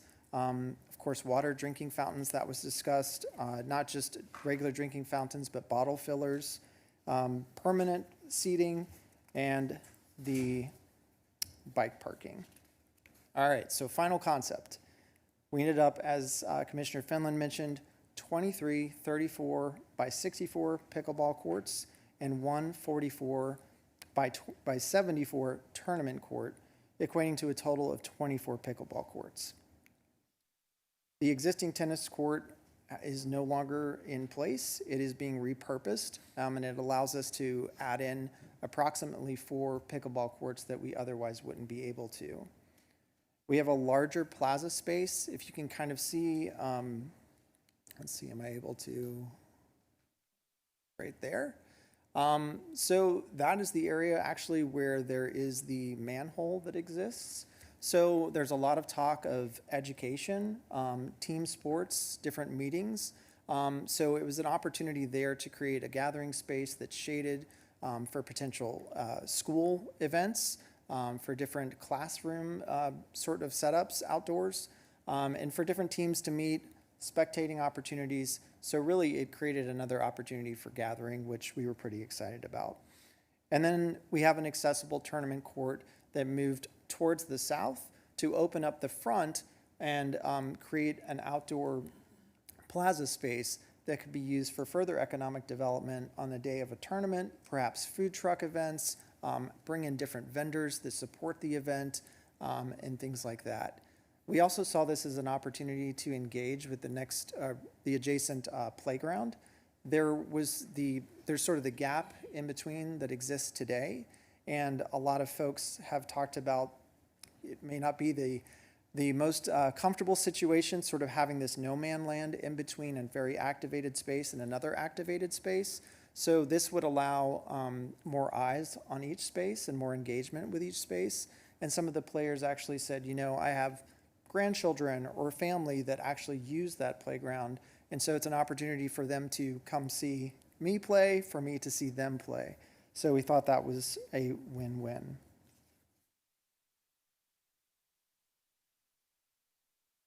I wanted to show you some additional context, so I'm doing 2 more zoom outs here so that you can see how this new proposed design fits in with the playground facility that's right next to it. So that's this shot here that you see on the screen. And then this is a big zoom out of Demuth Park to give you all a greater understanding of how this new amenity fits into the overall Demuth Park system. So you can see the pickleball, the playground, the different ball fields, and I think the other 2 rendered areas are future renovated dog parks.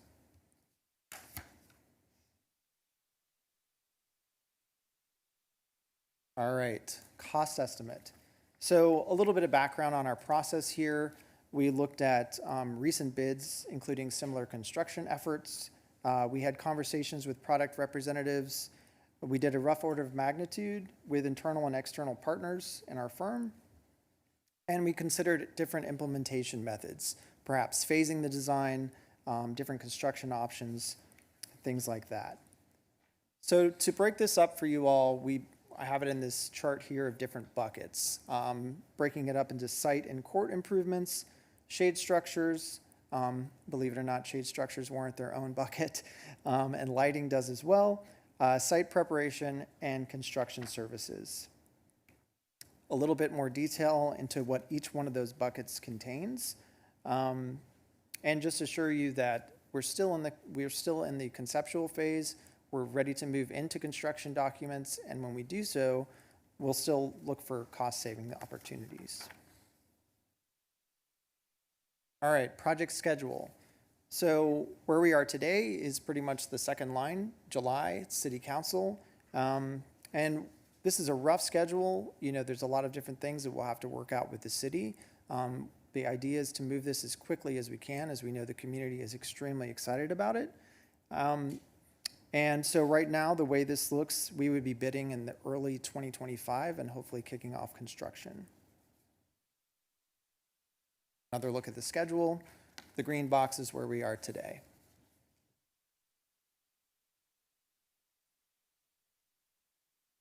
And that is the presentation. Welcome your questions. Okay. Thank you. Is there any discussion or additional questions from council? Okay, who would like to go first? Councilmember Garner? Yes. What happens to these courts while the construction process is happening? Great question. As you can imagine, that was a big discussion point in our meetings. The idea is to begin begin construction of the new courts while the existing courts are still in use, so that there's never a time when the amenity is completely shut down, and then shift folks to the new end and while the existing courts are being constructed or reconstructed. Okay, thank you. And how did you come up with 24 courts? That was something that the community asked for when they were looking basically at the different user groups. They were looking at, beginners, sort of immediate or intermediate users and advanced users. And so in the operations group, where they talked about the different management of the courts, they looked at what would make sense based on the crowd and the demand that they have today and based on this system of management. It also worked out with the space that we had to work with. So knowing that this is a big popular sport here, we wanted to maximize the potential for those courts as much as we could. Those 24 courts mean that no one ever has to wait, or what? Ideally, sure, but as I understand it, it's quite popular, so there's still an opportunity or the chance that there might be folks waiting. I'm just trying to understand the need here. Is this an opportunity for people to have, virtually no wait at this, or is this, or are we still going to have people waiting in line even with this number of courts? No, it's doubling what's out there today. So there's a wait today, but with the thought of this doubling in size and their discussions on management of this program, there's the thought that the waiting can be eliminated. It won't be fully eliminated most likely, but it still is going to be a lot better than it is today. Okay. And you'll be eliminating the stage and several picnic tables in this process. So what happens to replacing those picnic tables? Sure. I believe that that's actually the stage and those picnic tables are part of another project that the city had ongoing because it's not accessible. So when we were talking to them about that project, we looked at, well, we could expand that way and then work with city staff to identify different shaded spaces for those tables to be relocated, with the idea that none of those tables and benches and things would be removed, but we could find a better spot, perhaps a spot that's really well shaded for spectating for the playground, or they could be reused on the north end in the grassy area in front of the pickleball facility. So they would be moved from where they are? Correct. Okay. I think these are some of the ones that we just painted, that the community just painted in that Art in the Park event. All right. Councilmember Holst, did you want to ask more questions? I'm verging into comments. I do. Go ahead. Thank you. Is that okay, Mr. Mayor? Thank you. I have more questions about the need. So it sounds like you fit the space you had. Is that right? We did look at the space that we had, yes. But when the RFP came out and the ask came to us, that number of courts was the ask. And so we went forward. The ask from who? From in the city's. In our RFP. Yeah. What did our RFP say? The ask was for 24 courts? No. I believe so. Was it? If not, it was a Okay. number certainly near there. Okay. And in discussions, it was we looked at in the very first two concepts that I showed you only moving east to west. There was an option where we started to look going north, but we didn't explore that further as we didn't want to get closer to the residents. So when we started going to the west, we saw that we could actually hit the number 24, especially if we repurpose the existing tennis court. Okay, thank you. And then can you, for staff or for you, do you have data about existing usage? So I know you did a great job. Thank you so much for working with our community. Sorry, you're getting us at 10:30 instead of 5:30. It would have been a lot more friendly. So thank you for all that work. I know it's a very engaged and active community. I know you had very intense meetings, and so thank you for working with our community. So did you look at data and usage, like the actual raw numbers of how many users we have and how might demand increase? We personally did not. Right, because you responded to an RFP. Are we able personally to didn't. find that information about if that's what we're looking for, those number of courts? Can you talk a little bit about the tournament court? So the need for that and the demand and why that is included? Yeah, absolutely. The tournament court was something that actually came about when we were talking about accessibility. And it's on the west end down towards the playground because that's where the handicap parking is, and that's where there's a bathroom that exists down there. So we looked at, okay, let's add an accessible court down there.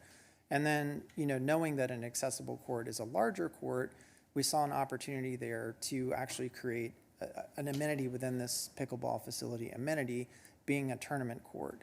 As we have heard from the community during the 3 different community meetings, that is something that's really desired, to be able to bring people in and make this a draw for folks to come and put Palm Springs on the map for pickleball. So that's how we landed there. Did that answer the question? Yes, thank you. Sure. And so what about smell mitigation from the you said utility, but it's us, our water treatment Yeah. plant. So I'm a little concerned about adding a tournament court so south, so close to that, and also a lot more courts here. It looks like you could have pushed that up closer to the restrooms where you have this plaza. So I'm just wondering if it's an economic driver and people are coming to do tournaments. Sure. It can get quite smelly, sorry. The more political way to say that. It can get quite smelly there Yeah. with the wind and the air from the water waste treatment plant. I said water, but it's a waste treatment plant. Yes. So I'm a little concerned about investing $6 million into a tournament facility, which I don't oppose. I think we should have. But I'm wondering about the placement Sure. near the wastewater. Yeah, no, it's a great question, and it's definitely something that we discussed. Because that was a lot of my question to the community. Like, you all want to build upon this existing facility. How's it working for you today, being that close, in the very beginning of the project, looking at all the sort of neighbors that they have, being that close to this wastewater facility. And, the response was, this is a great site. We've sort of owned this. We love this site, and we're good with it. So the original tournament court location that was proposed was up closer to the restrooms. And it started to push back when we talked a little bit more to the community and also to the city about management, surveillance, police, visibility. We didn't want to create an obstacle for something to be happening behind those courts, especially with that playground right there. So we wanted to sort of bookend things and make that something that was kind of a destination to draw people in, and not sort of an opportunity to hide something that the city wouldn't want to be going on. That makes sense. Thank you. Can you talk a little bit about staffing? So if the staffing is required in this proposal and what that would look like? Yeah, it's another great point. That's something that Measure J commented on and that we've discussed quite a bit, that, we're doubling the size of this facility, so it's definitely going to require more maintenance and more staff involvement. And that's something that staff is aware of and that we will continue to discuss as the design progresses. So what staffing is required? That Currently, data- there's no staffing there now, right? Except during the pandemic when we got involved in. And we've had park rangers or staff that have helped when we've had, some issues that need to be addressed as far as using the courts and rotations on the courts and what types of systems we would use to manage the play. So there still will be some need to do that. And we will look as we approach the next budget on if there's increased programming there to do clinics for children or different user groups. What does that programming look like? And we'll need to address that in the upcoming budget.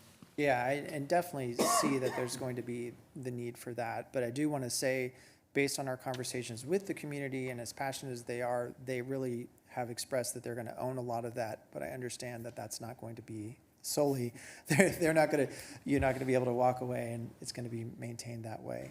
And it is maintenance of 12 more courts. And Yes. I did receive confirmation from the project management team that the additional 12 courts was in the RFP as thank you you. indicated, Mr. Thank Johnson. you. So our RFP requested 24 courts. Or 12 more courts. Potentially additional 12 more courts, yeah. Okay. Can you talk a little bit about heat? So it looks very, very hot, and I Yeah. appreciate that you've included trees and some shade structures. Could you just like the other projects we've considered tonight, can you just talk about the heat impact and, the material and how we Definitely. consider that? Definitely.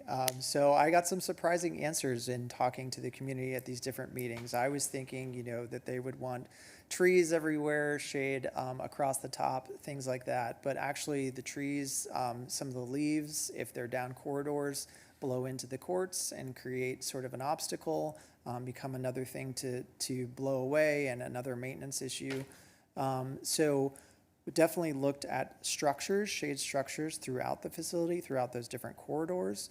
And also, we've done a shade study looking at in this next iteration. We just shared that with Parks and Rec on Monday at the Parks and Rec Commission. A shade study looking at those corridors in September, looking at early morning, middle of the day, and evening. And what we found in doing that shade study is actually it's not only the shade structures that really impact the shade, but it's actually the windscreens and the 10-foot fencing that goes around the perimeter that casts a shadow and provides some shade as well. And of course, the additional trees around the exterior would provide additional shade. To answer your question a little further, hopefully, there was a discussion on would there be interest to have, shade over the top of some of these courts themselves.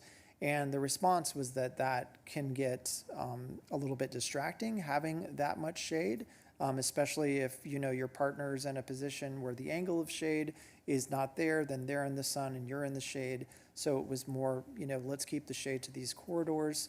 And also when looking at a shade structure of that magnitude, of that length and size, it would be significant footings and structural elements that would be required, which gets pretty pricey. Okay, thank you. Sure. Did you speak with, so this really abuts the playground, that small little kid playground? Yeah. So did you do outreach with the playground? You did a huge amount of outreach, just to say thank you for that, the detailed process. Can you talk a little bit about what outreach was done to users of the playground and how they might feel about having a tournament court so close, and then how pickleball users might feel about having very, very little kids right next to a tournament court? Sure. I can tell you that city staff posted these community meeting flyers around pickleball, and I believe also at the playground area. I don't know that I spoke to anyone at a community outreach meeting that was specifically identified themselves as a user of the playground only. The feedback that I shared with you earlier that we got from the community was that they saw this as an opportunity to really engage with the folks using the playground, with the kids there. Some folks expressed their grandkids would be over there, but then, if they're watching a friend play, they can't keep an eye on them. So this would allow them an opportunity to be closer and things like that. So there wasn't a specific outreach that targeted the playground, but we did work with the city to make sure that the community was well aware of the 3 different meetings that went on and that they were advertised sufficiently. Could you show me the zoomed out version again? I want to know how close the tournament court is to the little toddler playground. So do we have? Let's see, were you looking at this one? Yeah. It's so hard to tell. Okay, so there's a circle there that shows the playground. And then to city, right there. So yeah, this is the existing walkway right there, that existing edge. And these are some picnic tables that are over there as well. Right now, there's not too much shade for those picnic tables. And the idea here was if we could get some cantilevered shade that could be used to cover bleachers for the tournament court. Perhaps those bleachers could have a side that faces into the court, a side that faces out towards the playground, so that there could be eyes on the playground. And it won't be like a hard wall there behind those bleachers to allow there to be eyes on both sides. Do you know the distance between the court and the playground? I don't know the specific distance offhand. I can get that to you. Thanks. That would just be interesting to know, or important, I think, to know about the risk of balls and things like that. There's also some seating around. I'm intimately involved. I'm intimately knowledgeable about this little kid playground, and I know that there's some benches around where I frequently sit while I'm tired watching my kid play. So, I would just think about the range of the balls and any risk to the playground. For city staff, we're currently planning on redoing these 2 playgrounds, correct? So what's the timing of that, and how does that interact? Is it it's the same exact footprint? How does it look on compared to this project? Have we put those 2 together? We can certainly, I don't know that we have the project manager for that project here this evening, but we can certainly get back to you with that and make sure that we are looking at that. And our goal would definitely be to make sure that they're compatible and complementary. If I can add to that. Yeah, please. Sure. I did request that we get the updated footprint of the playground and make sure that that was integrated. And from what we saw, the latest version anyway that we have, basically the limit of it, that curvature remains the same. The biggest thing that we saw as a change in terms of something as a footprint is the shade structures that are going over the play facility. So that layout changes, but the actual edge of that does not change from the files that we currently have today. Yeah, and it would be very nice to integrate those projects if possible, especially if there's some savings. Like we just did this big Victoria Park playground remodel, and then we didn't put lighting in it, which is our fault because we didn't recognize that. But now it's not usable for, hours where it's cool enough to be outside. If you're doing, and I assume, though I don't know, that this playground remodel doesn't have lighting either, but if we're doing lighting here, we could think about how to, light both places, or like if there's some cost savings, we shouldn't be doing these two projects in a vacuum, not together. So some coordination there would be good. I can say that we did get the files for the different colored fabrics for the shade structures so that we could make sure that new dog parks, the playground, the shade structures that are going in the facility, that there's some sort of coordination on that front. And we did talk to our lighting rep about the ability to basically use poles, use fewer poles throughout the design. That's one way we're trying to save some cost so that we have less footings, and use multiple different fixtures on those poles. So that's definitely an opportunity there that we could look at for how to provide some lighting for the playground. Thank you. Yeah. And the playground project is underway now. Can you talk a little bit more about how this interacts with our Parks Master Plan? Because this is a very substantial project when we haven't even received anything back about our Parks Master Plan and what that looks like. So I'm just concerned about this amount of money being put into one project when we don't actually know what the overall need is for our parks, especially because there's things that our parks lack completely, and we do have pickleball courts. I don't know who wants to address that, but. Certainly.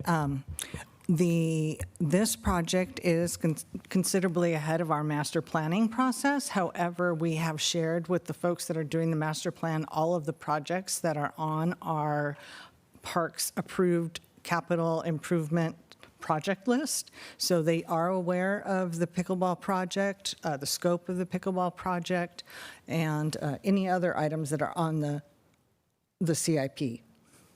So if we approve this funding, how does that impact our overall funding opportunities for other parks projects? That's what I'm concerned about, is are we spending all of our money here and then really limiting ourselves in a few months when we start talking about these other projects because we won't have the funding to do it?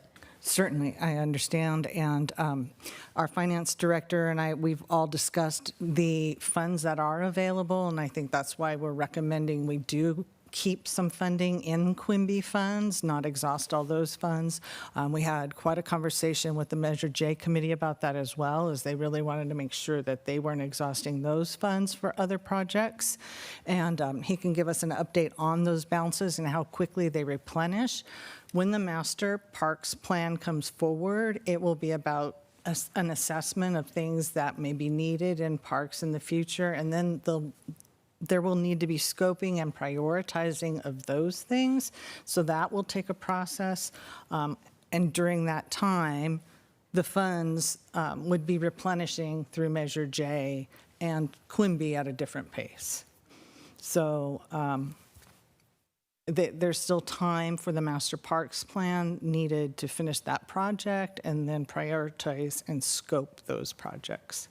Okay, so when we finally get some water features in the park, we're going to be able to have money to move full steam ahead.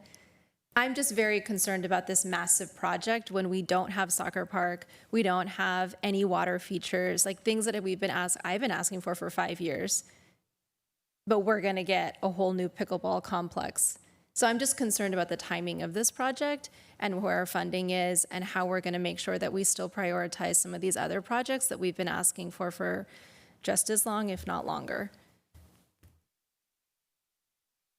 Can I reclaim my time and then I'm almost done? Yes. I yielded. Going into comments now, so I'm just combining. Questions, comments, yeah, it's not a public hearing item, but I have questions. So for maintenance, so for maintenance costs, so, we have not well maintained the courts that we have in the city overall. So have we analyzed the ongoing maintenance cost of this project? So we can include that in our budget and maintain it and make sure that we have that funding available. We will get those projections. I don't have them at this moment, but we will get those projections. That would be helpful. We did that with the downtown park and other, new uses. And Councilmember, potentially when we're, getting ready to go out to bid, if that's what we're going to be doing, it would be good to have some of that information. Absolutely. To share with us about what we could expect to see for a facility like this. Absolutely. And what it would take to maintain it properly. That'd be great, because we get criticized for not considering that when we approve new things. We always get the comment, we can't maintain our existing things, and what is to protect against these from becoming the current state of our courts now, right? Because we don't do that planning always. So did staff review this proposal, and then, are you including staff recommendation in assessing this project? Or sort of what I'm hearing is we put out an RFP for up to 24 new courts or something like that, or 12 new courts additional. And then we did this amazing process to build the pickleball community's dream project, which I have now here, right? It sounds like there wasn't a lot of input from staff in terms of how this impacts our parks master plan or our playground remodel, or, the other sort of plans that we have. So staff is comfortable recommending this project, and you've done that analysis. We have heard from the community, and we understand that the different age groups, as Mr. Madsen shared, the different skill sets, that 24 courts would be desirable and highly functional and really reduce the wait times that we have or the demand in the community. We did share with, we are sharing information with the master planning to make sure that we are taking into consideration all the amenities that are already in the pipeline are started. This project was started 2 years ago before the master planning project. And we appreciate the $1.5 million that was put forward to do this design process. This was the concept that came out as something that would meet the needs and the demands and be a facility that the community and visitors would use for years to come, and it would complement our parks. It's in a very appropriately sized park as far as what I think our master plan will say. This is a destination park with many large amenities. It's not a small neighborhood park. So, its placement seems appropriate in a master planning concept. And we are, as Mr. Madsen shared, working with Miracle, who is doing the Demuth Park Playground Equipment Project.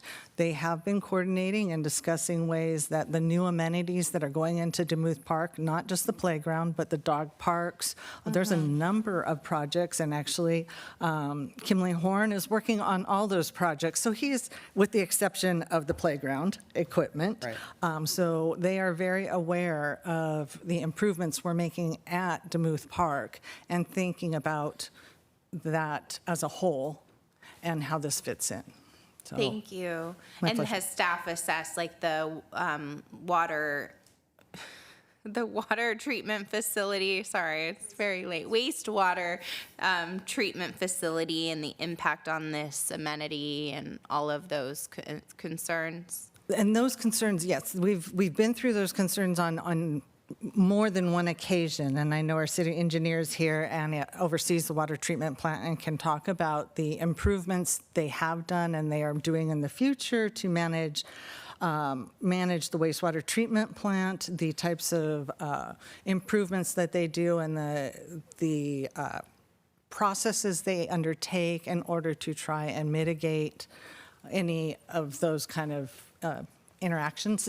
Thanks. I don't think we need to do that now. I just want to make sure that that work is done. I'll give time to my other colleagues. I will just add that we do have an odor study that we just completed for the wastewater treatment plant that gives us options if we so choose, but those are also costly options that would increase, not associated with this project, but we do have options to minimize odor. We're not going to eliminate it. It's going to be there. And this will double our users or more, and then double our complaints or more on that. Okay. Thank you. Okay. Great, thank you very much. I have fewer questions, but I just want to address if staff could sort of explain a little bit what Quimby funds are and so where this money is coming from. Certainly. Quimby funds are paid by developers that do projects in the community, and those funds are set aside and are used for parks acquisition or parks improvement projects, and typically they should be in a reasonably surrounding area. Okay, so that's how that $2.5 million, they identified housing developments within a certain area that Yes. the and- developers paid for this. Correct. Okay. So the funding request is for, with council support, we'd like to move forward with $2 million from Measure J, which was approved by Measure J last week, or recommended by Measure J for council's consideration, and $2.5 million from Quimby funds. There's a total of $3.6 million in Quimby funds right now. So that does leave a balance in the funds, and we've identified in the staff report all of the developments that paid into that and where they are in relation to this amenity in the park. Okay. And also just, as our study showed, Measure J funds are primarily from tourists as well, so the funding sources were great. And I know that there is a couple of things that when we approved our Parks Master Plan, I think one of the comments that we actually made at that point was we don't want to stop doing things in our parks. I appreciate that we have a lot of other priorities, and so we don't want to forget water in the parks especially, but we were very clear that we wanted to move forward with our playgrounds and other parks improvements and dog parks and not wait for the master plan to be sure it was incorporated. So I will mention, I was actually on Measure J when this first came, like years ago, as part of a community-initiated project. So a lot of these discussions actually started before you were even here, and really with the community talking about, should they have pickleball courts in 3 parks, or should they concentrate on them all in one? And it really, this is the culmination of years of community involvement, half of which was before you were even hired, because that discussion at that point was whether they were going to do a design phase. And I'm not a pickleball player yet, so I didn't understand, but I learned and I heard from a lot of them, so I appreciate their passion. And one of the things, just a couple of things, I love that this is an ADA. You have an ADA court. I know with our new playground in Victoria, there's mobility areas, there's neurodiverse areas, and I love that we're doing that as well.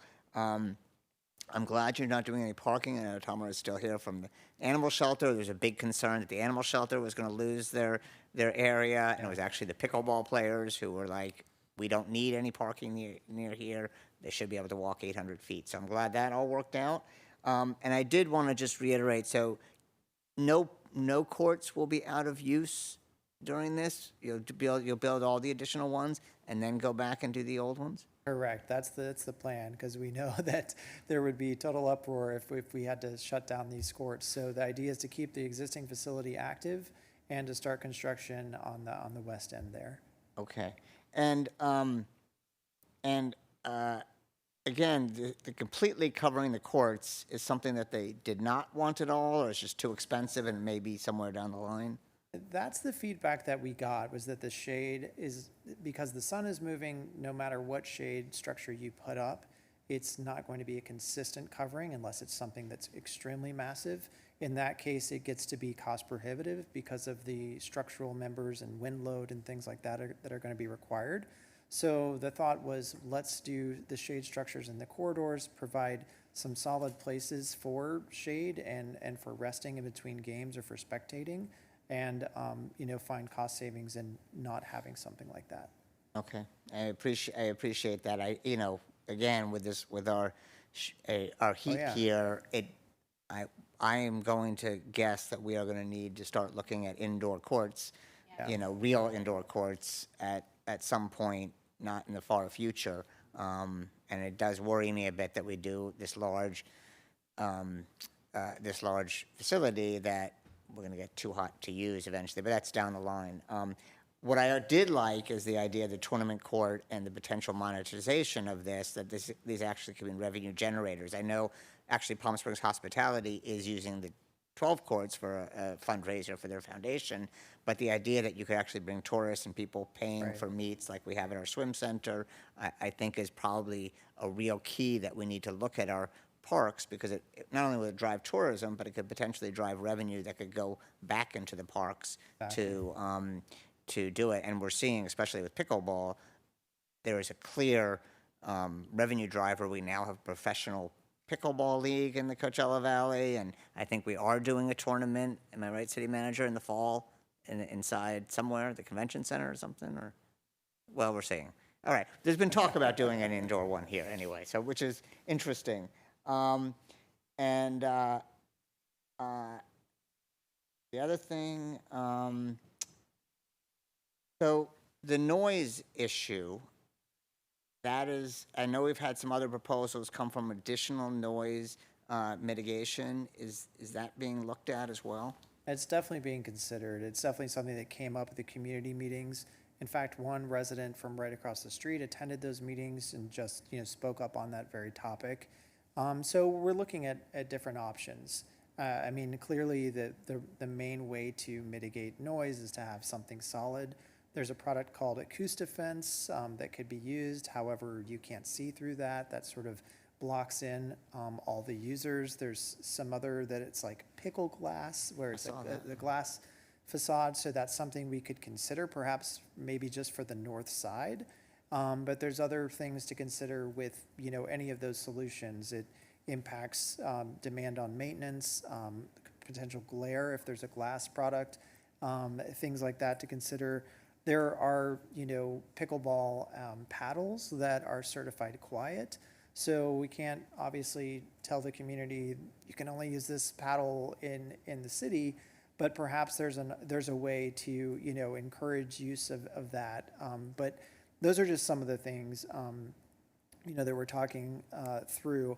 A noise study is something too that could be done relatively inexpensively to figure out really how the noise impacts the residents, especially given that you've got a pretty busy East Mesquite Road right there with traffic. So if you've got the cars and you've got pickleball playing there, just to kind of understand how those noises impact the surrounding area. Okay. I actually don't have any more questions. I was at the Parks and Rec meeting where you did the final presentation, which was, there was extensive public involvement in that, and you seemed to answer and everybody seemed very happy at the end of that one. So I thought, I am looking forward to this. I want to reiterate what Councilmember Garner says, that, we have other projects that we as a council and as staff, can't let fall by the wayside.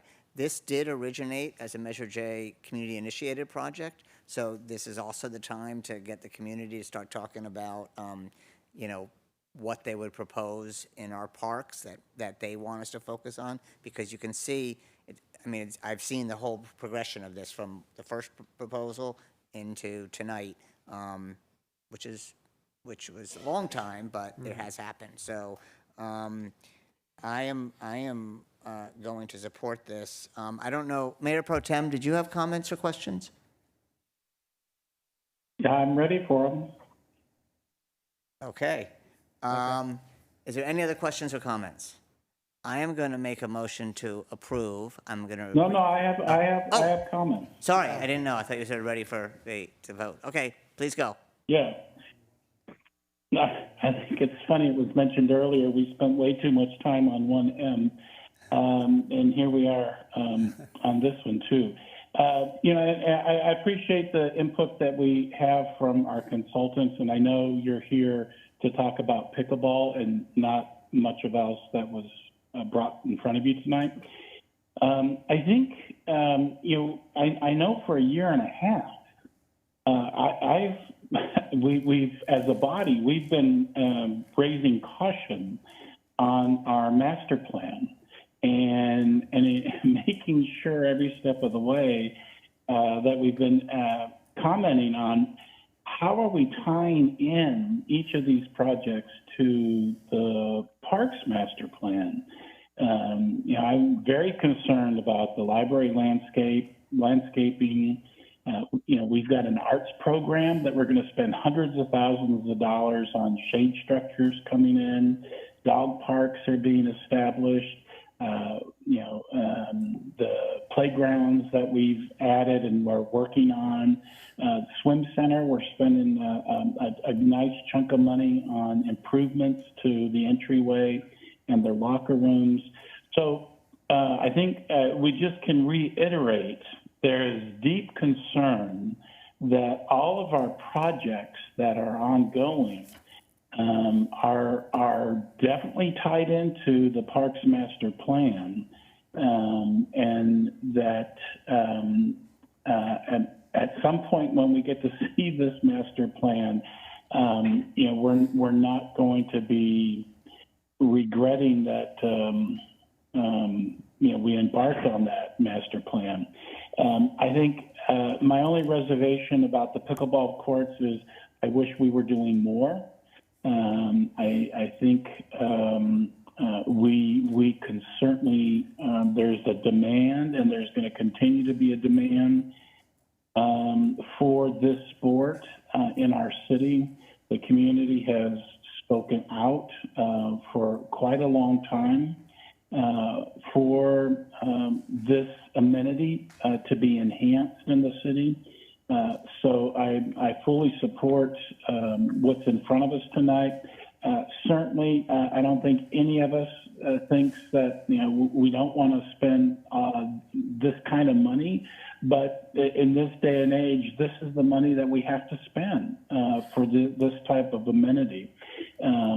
So I'm in support of what's in front of us, and I hope that the master plan will include opportunities for more tennis courts and pickleball courts, along with the many other items that we've been talking about for the last year and a half. And then our challenge will be, how do we pay for it all? Good challenge. Thank you, Mayor. Yes, thank you. I wanted to mention one quick thing that we had in our Parks and Rec Task Force. People did talk about each park sort of building identities and having something for everyone, but Demuth is rapidly becoming sort of sports and dog park and, Victoria Kids Park, and we have our Central Park, and we have our downtown entertainment. So I do this. So anyway, I make the motion. We have a Mayor Pro Tem as second. Could we have a roll? And Chief does not get to vote on this. Could we have a roll call vote, please? Mayor Bernstein, Yes. Mayor Pro Tem DeHart, Yes. Councilmember Gardner, Yes. Councilmember Holstich, Councilmember Middleton. Motion passes 5-0. Okay. Thank you, and thank you for staying here so late and all the work that you did and all the engagement with our community. The next item is public comment on non-agenda items. This time has been set aside for members of the public to address the City Council on items of general interest within the subject matter jurisdiction of the city. Although the City Council values your comments pursuant to the Brown Act, it generally cannot take any action on items not listed on the agenda. 2 minutes will be assigned to each speaker. The first speaker is Michael Joseph Pitkin, followed by Mike DeToro.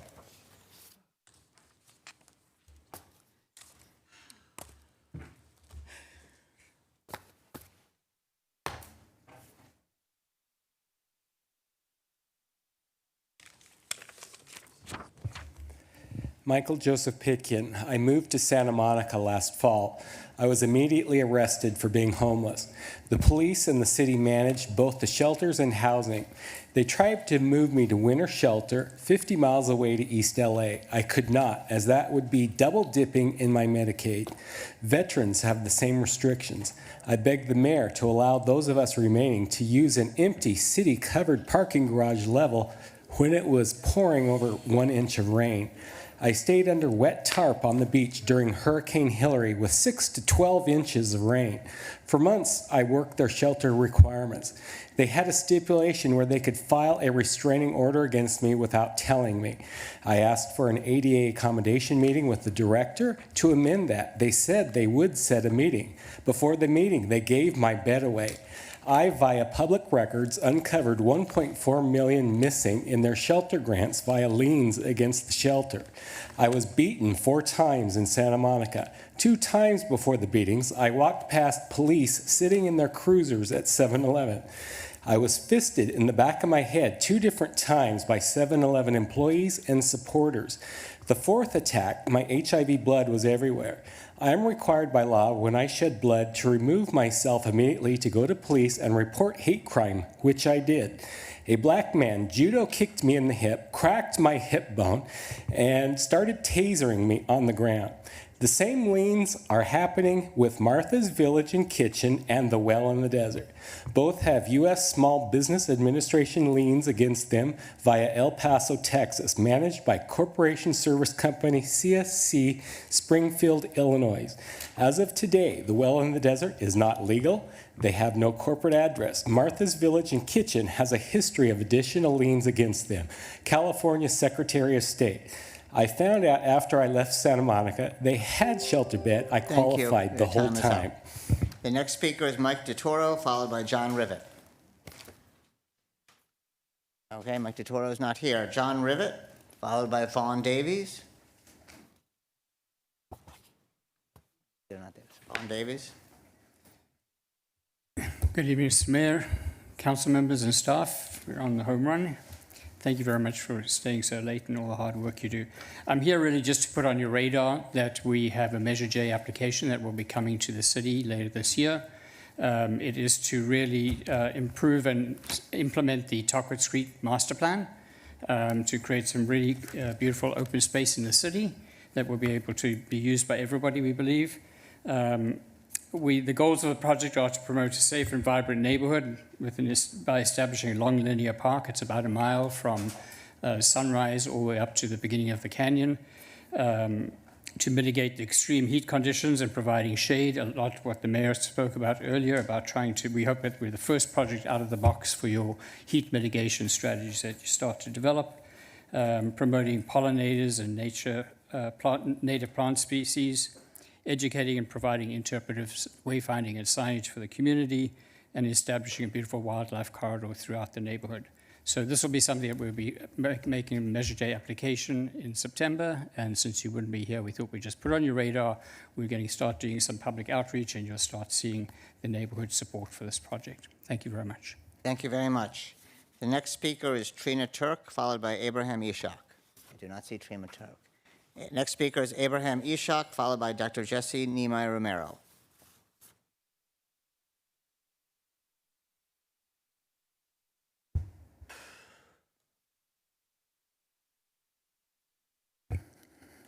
As we approach your annual break, I wanted to take a moment to reflect on the past year's work and share my thoughts on an important issue that continues to weigh heavy on my heart. However, it's hard to celebrate any accomplishments this past year when we turn a blind eye to an active genocide happening right now. Since the passing of the October 12 resolution, almost 40,000 Palestinians have been killed by Israel. This is not just a statistic, it's a potential genocide. The resolution you passed was one-sided and non-inclusive, condemning Hamas but ignoring the immense suffering of the Palestinian people. Generations of people have been personally affected by Israel's actions. Their stories and pain are real. How many more Palestinians have been murdered by Israel for this council to consider a resolution in support of them? 10,000 wasn't enough. 20,000? 40,000? When you come back from break and it's at 50,000, will you consider it then? This council originally didn't say silent, but the silence now is deafening. It's apparent that there's an attempt to sweep this resolution under the rug, hoping it will fade away. But the pain and injustice it represents cannot be ignored. I may be a thorn in your side for bringing this up repeatedly, but I do so out of passion and a deep sense of justice, the same that you all had the day you passed the resolution. While you're on break, maybe when you're grocery shopping and you use a bag similar to this one, remember that the parents of Gaza are using the same bag to collect their children's remains off the floor and from between the rubble. And from the way it looks, they will continue to be doing so as you return back from break. I urge you to take this break to reflect on this resolution and its implications. Feel the weight of the words and the voices it silences. I am asking you, with all my heart, to rescind this resolution before its one-year anniversary, or, at the very least, before the 2 council members' terms end. Let's not leave this unresolved, allowing those responsible to avoid accountability. Thank you. The next speaker is Dr. Jesse Niemeyer Romero.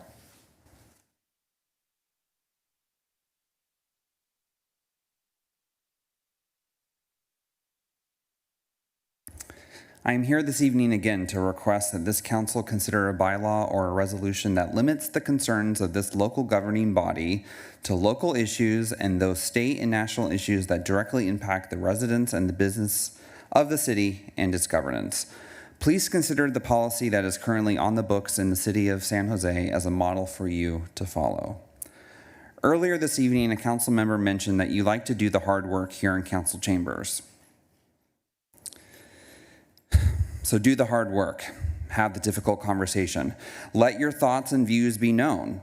Don't let political ambitions get in the way of considering something for the good of the community that you have been elected to serve.